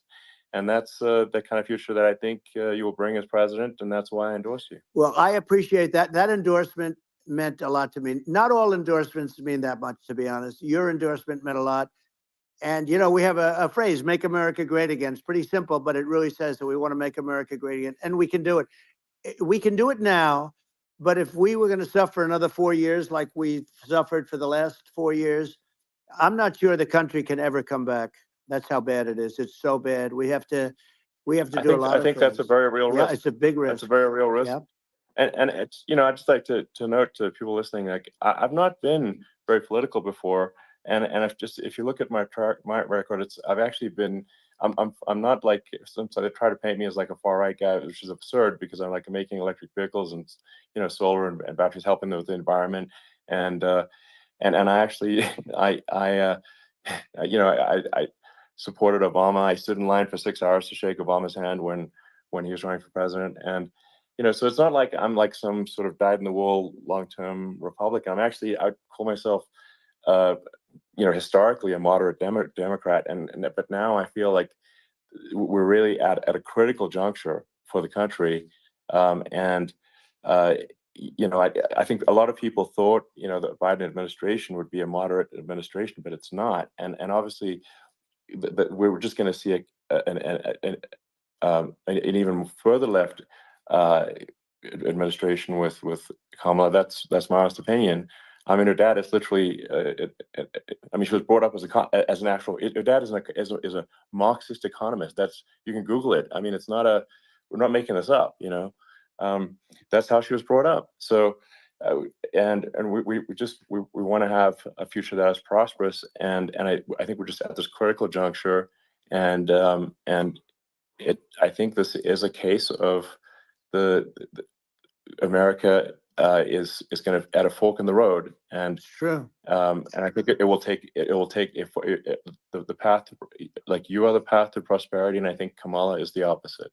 Then that's my honest opinion. I'm gonna get attacked like crazy, and I've also experienced quite a bit of lawfare myself, but I'm just trying to tell people my honest opinion, and I haven't been really active in politics before, and I'm just trying to point out that my track record historically is been moderate, if not moderate, slightly left, and so this is to people out there who are in the moderate camp to say, I think you should support Donald Trump for president, and I think it's actually a very important junction in the road, and we're in deep trouble if it goes the other way. Well, I want to thank you, and You know, I actually always did think of you as somewhat left. I must say that. So it's it's Yeah. even more of an Well, honor to have yeah. your endorsement. I know how strong you feel about it. But you know, when you think of her, San Francisco, 15 years ago, I had a great friend, Bob Tish. He said it's the greatest city in America, and now it's not. It's almost not livable there. And California likewise. And she was involved in the destruction of San Francisco and the destruction of California. And she will be involved in the destruction of our country if people are so unwise as to elect her. And I hope that doesn't happen. And I hope the elections are going to be run honestly. And we're going to turn this country around. We're going to do things that, and we can do it fairly quickly. And we have to get rid of the criminals that have been, you know, given to us by other countries as they laugh. They laugh at us. They think we're stupid to accept these people. These are radical, stone cold killers in many cases and terrorists. And they're in our country by the hundreds of thousands. Yeah. And we have to take them out.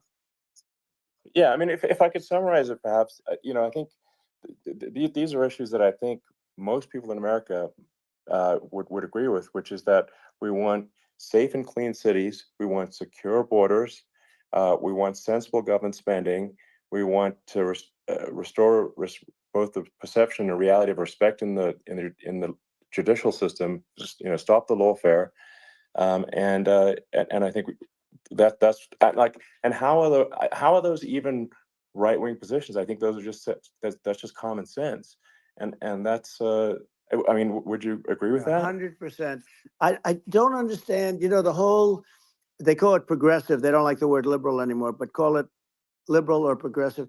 I don't understand how somebody could say that it's okay for them to empty prisons into our country. And again, I told you their crime rates all over the world are going way down, which makes sense. In fact, the next time what we'll do is, if something happens with this election, which would be a horror show, we'll meet the next time in Venezuela, because it'll be a far safer place to meet than our country. Okay, so we'll go, you and I will go, and we'll have a meeting and dinner in Venezuela, because that's what's happening. Their crime rates coming down and our crime rates going through the roof. And it's so simple. And you haven't seen anything yet, because these people have come into our country and they're just getting acclimated. And they don't know about being politically correct law enforcement or lack of law enforcement.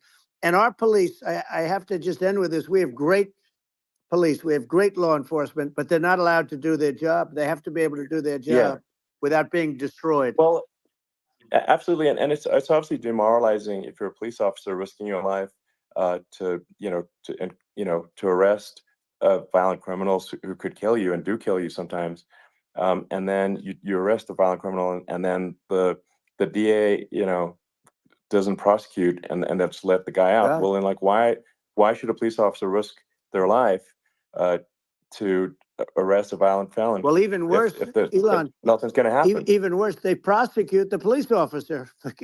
They go after it and they prosecute the police officer, and they take away his pension.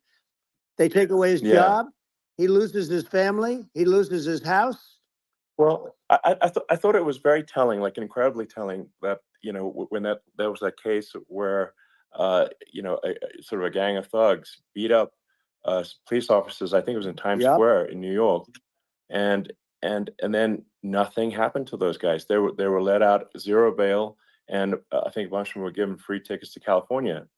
Well, what is I mean, that is a gross indignity against the United States, and that's how, I mean, this is insane. Like, have we lost all pride? How can such a thing be allowed to occur? I've never seen anything. You know, we see where they get shot. It's a very dangerous profession, but it's something they're very proud of, and they want to be able to do their job. But I've seen them get shot. I've seen a lot of things, but I've never seen where these guys are standing in the middle of a big street, everybody watching them, and they're literally boxing, like punching, stand up fighting a police officer. There were two of them, and yet about six of these guys, and they're punching the hell out of them. And in their own country, they would be dead if they did that. They'd be shot. Yes. They would be shot instantly. And, you know, they come from these countries, and it's taking them a while to realize that we don't do that in this country. But in their own country, if they stood on a street and had a fight with a police officer, they would be shot. There's no political correctness. And it's such a sad, it's such a sad thing to see. And that's the reason you have crime, by the way, because we don't do anything about it. Yeah, we just cannot have a situation where our police officers are beaten up on camera by a gang of illegal immigrants, and then nothing happens to the guys that beat up the cops. I mean, and they're let out.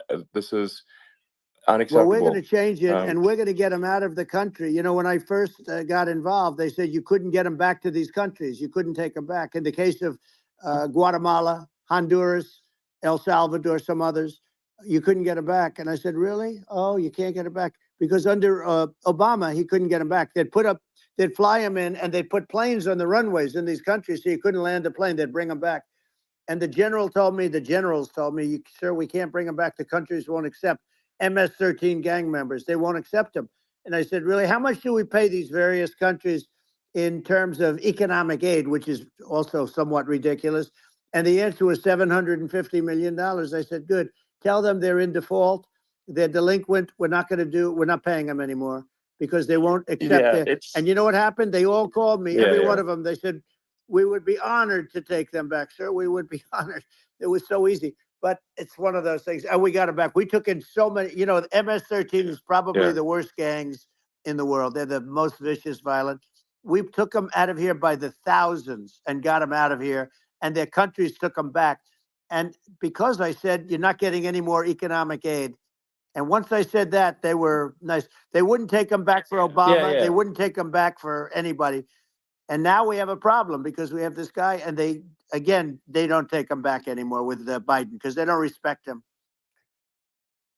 Yeah. It's just gotta be done. We just can't have whether they're citizens or not citizens. We can't have, because they won't prosecute citizens either, not just illegals. So if you can't have violent, repeat violent offenders that are not that don't get incarcerated. That's right. Because they will obviously, by definition, continue to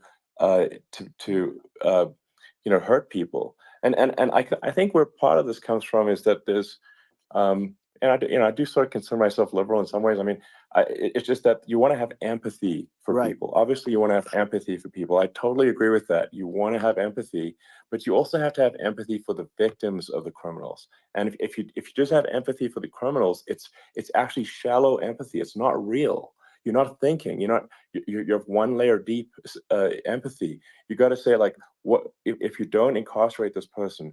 Who are they going to hurt? Who are they might kill someone. They might rape someone. If you don't incarcerate them, you have to have empathy for the victims. And there's a lack of empathy for the victims of the criminals, and too much empathy for the criminals. It doesn't make sense. That's why you want to have deep empathy for society as a whole, not shallow empathy for criminals. Right. And we have to give our police officers the dignity and the respect that they deserve. And we have to let them do their job. They can do a great job, but we have to let them do their job. And if we don't do that, it's going to all disappear. There's never been a society like this where you're allowed to do anything you want and nothing happens. And I'm talking about violent crime. And it's going to get more violent because these are really, really violent people. And we're going to get them out of our country, and we're going to get them back to because they were sent here by the presidents and by the various people that run those countries. And I know every one of those guys. And they're smart people, and they're streetwise people. And they really think that the USA is stupid. They think we're run by stupid people, and they happen to be right. But when I was there, we had no problem. We got them out. We took out thousands of MS-13 gang members. We brought them back. And now, again, it's the same old story. We don't do it. And they actually gave them a big increase in aid. They raised it up to billions of dollars, and they get nothing for it. So, I hope everybody's going to vote for Trump, and we're going to get this country straight. Yeah. And I didn't need this. I didn't need this. I had a very nice life. I didn't need to go through court systems and go through all the other stuff and run at the same time. I have to run. I have to go through fake trials with, in some cases, corrupt judges, totally corrupt judges. I didn't need it. I had a nice life. I have great locations. I have beautiful oceans that I have places. But I felt it was important. And if I had to do it over again, you probably think I'm crazy for doing it, actually. But if I had to do it over again, I would have done it over again, because this is so much more important than me or my life. This is we're going to save this country. This country is going down. And these people are bad people that we're running against, and they're liars. They make statements. They do things that are so bad. They say they're going to make a strong border. They say they've been great on the border, and they've been the worst in history. They say they're going to stop it's horrible. crime. Like, the facts speak for themselves. It's so incredible. Speak for themselves. Like it's gotten to the point where people just don't even bother reporting crime in a lot of That's cities right. because they know nothing is going to happen. That's what I hear anecdotally from people all the time. So it's just my values. I'm just saying to people out there, like the things I think are important for the future is like we've got to have safe cities, we've got to have secure borders, we've got to have sensible spending, and we've got to have deregulation, and right. So we can have a prosperous future. And then we want to have some exciting, sort of moonshot projects that people can get fired up about, and that's the future I'm looking for. And I'm pro environment, but I'm not against. I'm not like I don't think we should vilify the oil and gas industry because they're keeping civilization going right now, and but I do think we want to move a reasonable speed towards a sustainable energy economy. Those are my values, and I think and so I mean that's why I'm supporting you for president. Well, I appreciate it. We're going to give incentive to companies to come into our country, not to leave our country. We're going to be giving tremendous incentives. We want companies to build here, not to build in other locations. And we want to create jobs.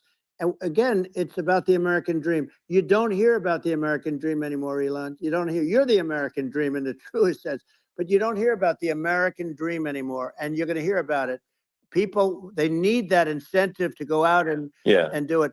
And they're going to love their lives. I mean, they're going to look forward to getting up in the morning and going to a job that they love, not a job that they can't stand, or not any job at all where they have no money, where they literally have no money. And then they end up with violence and lots of other problems. No, we're going to do some great things. And I learned a lot in the first. We had a great economy and all of that. We rebuilt the military, we did so much, but I also learned the best people. I learned the good people, the smart people, the dumb people, the people that can do things, the people, you learn. When I first came in, I tell people I was in Washington, D.C. only 17 times, according to the fake news media. I was in 17 times. I never stayed over. And you don't know people. You rely on other people to give you names, and then you realize the people you relied on weren't so good. Now, we had great people, but we also had some where I wouldn't have used them had I known. Now I know everybody, and I think we're going to really turn things around fast. We have no choice, otherwise we're not going to have a country. And I really appreciate this. Has been, to me, it's been a lot of fun being with you. You're an amazing guy. You've done an incredible job and a great inspiration to people. A great inspiration, and I hope you keep going and just continue to do well. And we're going to have a big election coming up, and I think November 5th will be the most important day in the history of our country. I think that election will be the most important election, and I think it'll end up being maybe the most important day in the history of our country, because if we don't win, I just feel so sorry for everybody.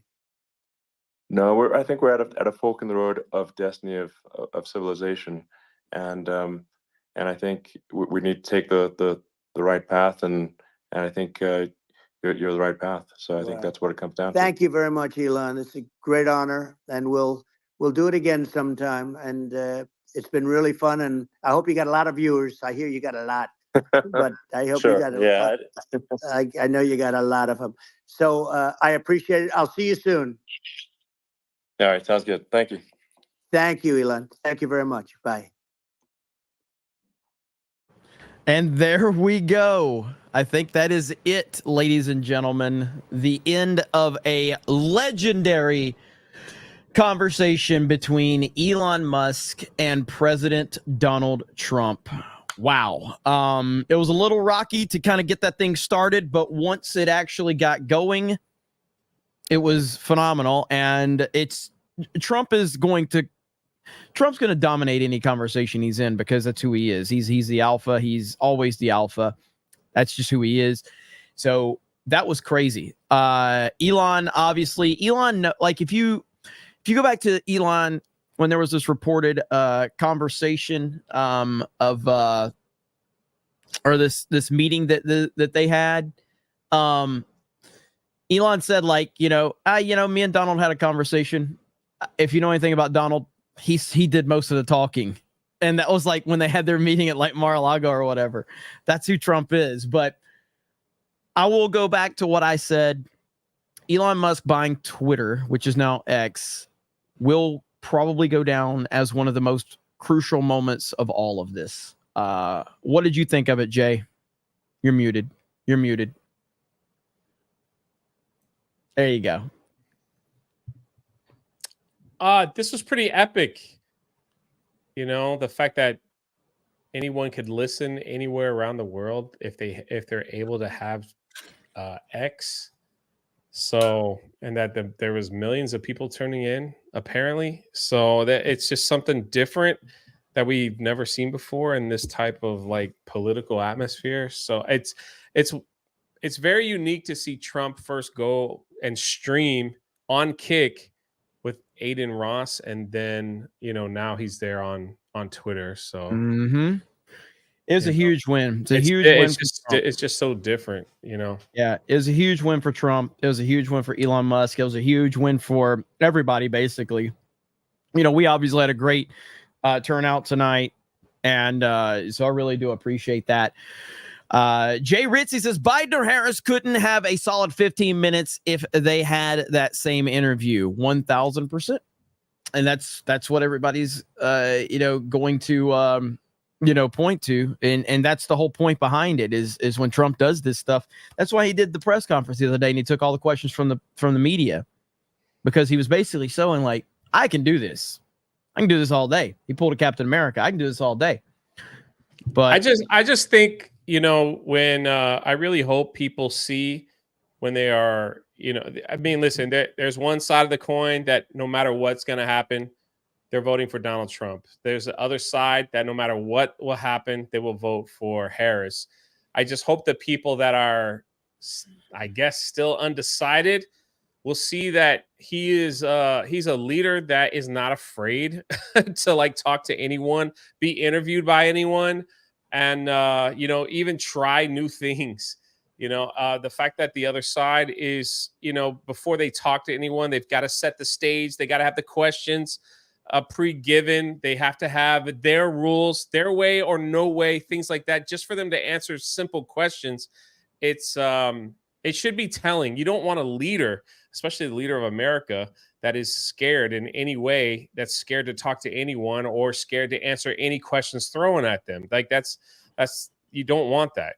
But unfortunately, that's just who they are. So. Absolutely. D-Day Cobra is 8,000 viewers, a new record for Cobra Cast. No, we actually peaked at like a little over 10 tonight just on YouTube, and we had like 2,500 on Rumble.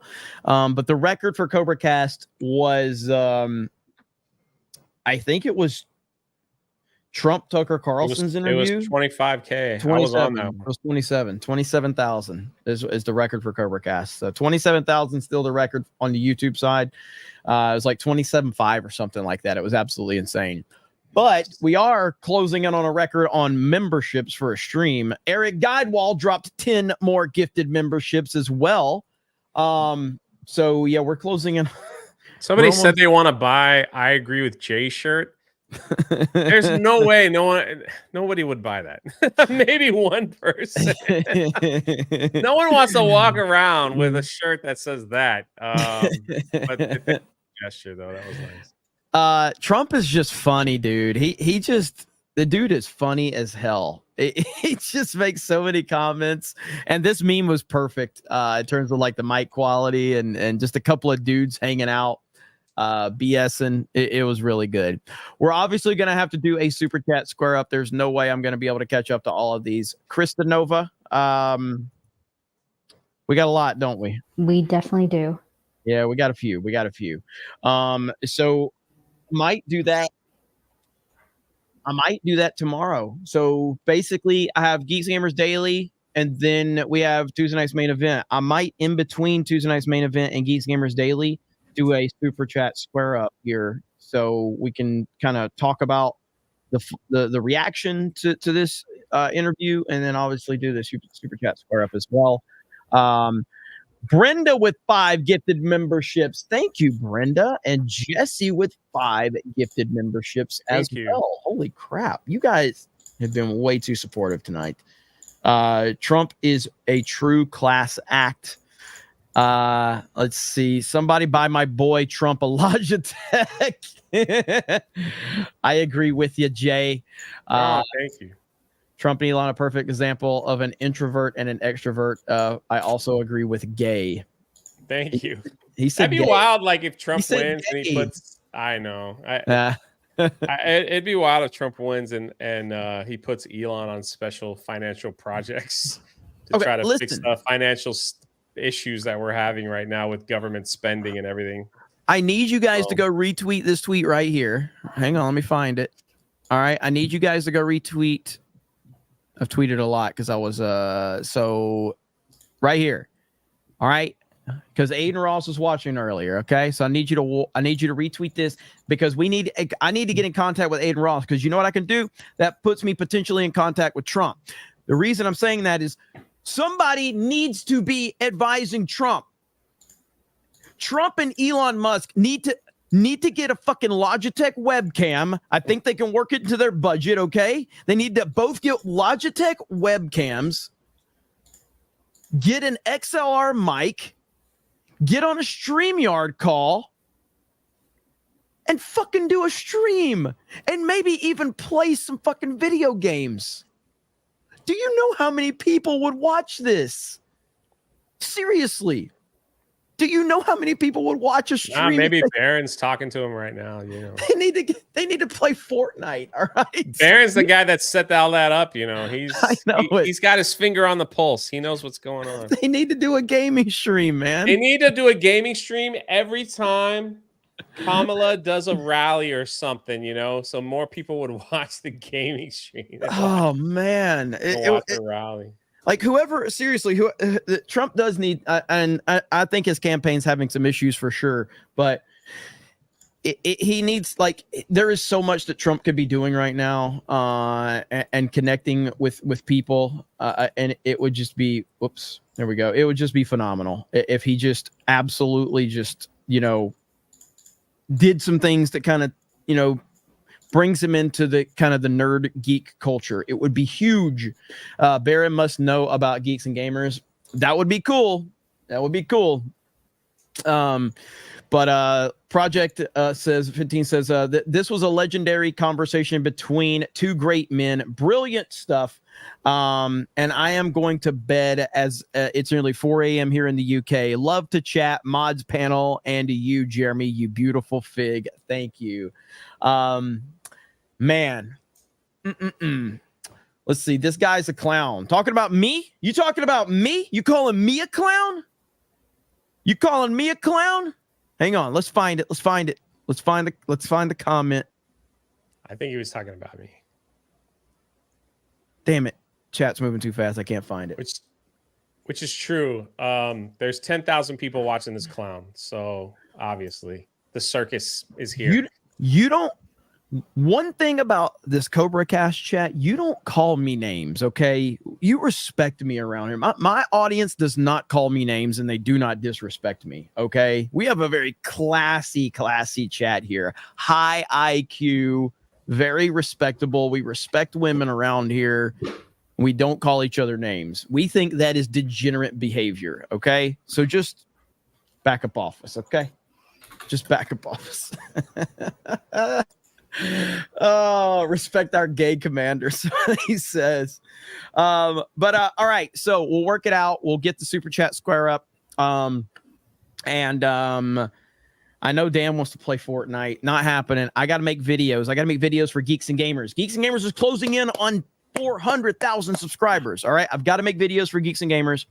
I'm gonna do a super chat square up. You guys have been incredible tonight. We are almost at 5,000 likes. So if everybody could like the video, I would appreciate that. Thank you guys so much. And go over to that tweet for D-Day Cobra. Let's get Aiden Ross on Cobra Cast, and then I need to talk to Trump after that. By the way, Nick Merckx followed me, so I am I've had contact with Nick Merckx, so he followed me, and we DM'd a little bit. Super cool guy. He's a Trump supporter, so that was really cool. So I was really happy about that. Hayden Wayne for 20. Let me see where we're at. Jeremy J. Hailstorm. I tagged you guys in a post on X. Japan is based. There is a video of them marching this morning 2 hours ago in support of Trump. What? Hang on. Krista, with all that clicking. Sorry. You're good. You're good, Krista. Let's see if you can find it real quick, Jay. You can just share your screen. I don't think that. I think because I'm part of the community notes. So okay, I get to see things that aren't out there yet. The community notes is saying that video is from 3 years old. Okay. While someone said thousands of Japanese have lined the streets of Tokyo this morning to celebrate Trump's return to X. The community notes are going crazy, saying no, this video is 3 years old. Okay. See, sorry, man. We have a really highly respected person. Dang, Krista, really? Sorry. She just said sorry.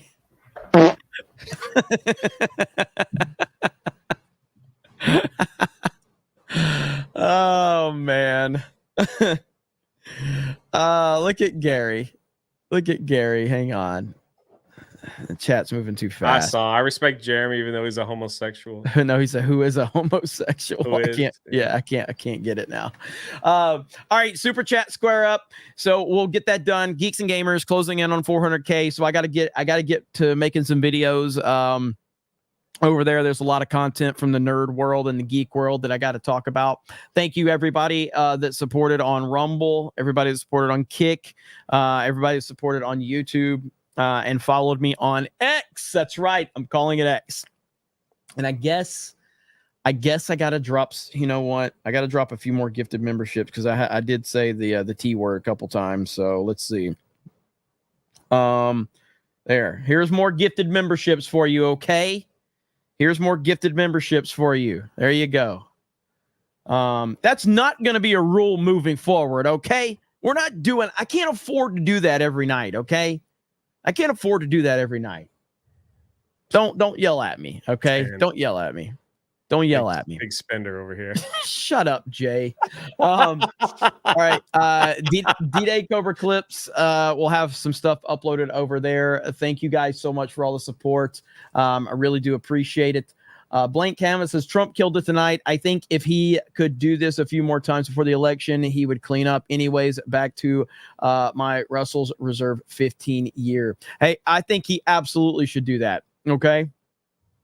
He should do this several more times. This was a huge win. So thank you for the supers. Thank you for the gifties. What, Jay? Gavin Newscomb tweet. What did he say? He's just so stupid. There we go.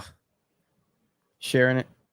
Glitchy tech issues, uncomfortable silences, a complete failure to launch. And that's just the candidate. Oh man, you got us, man. You got us. I'm losing my voice. I can't even. The American Psycho speaks again. What these guys are, the cope is out of control right now, man. Terrible. The cope is out of control. It's unbelievable. But we're going to leave it there. Thank you guys. We love you all. We appreciate you all. Subscribe to Drunk 3PO. Hey, man. Let's get him to 100K. Let's make it happen. Let's make it happen. Have a great evening, and we will talk to all of you later. Bye, everyone.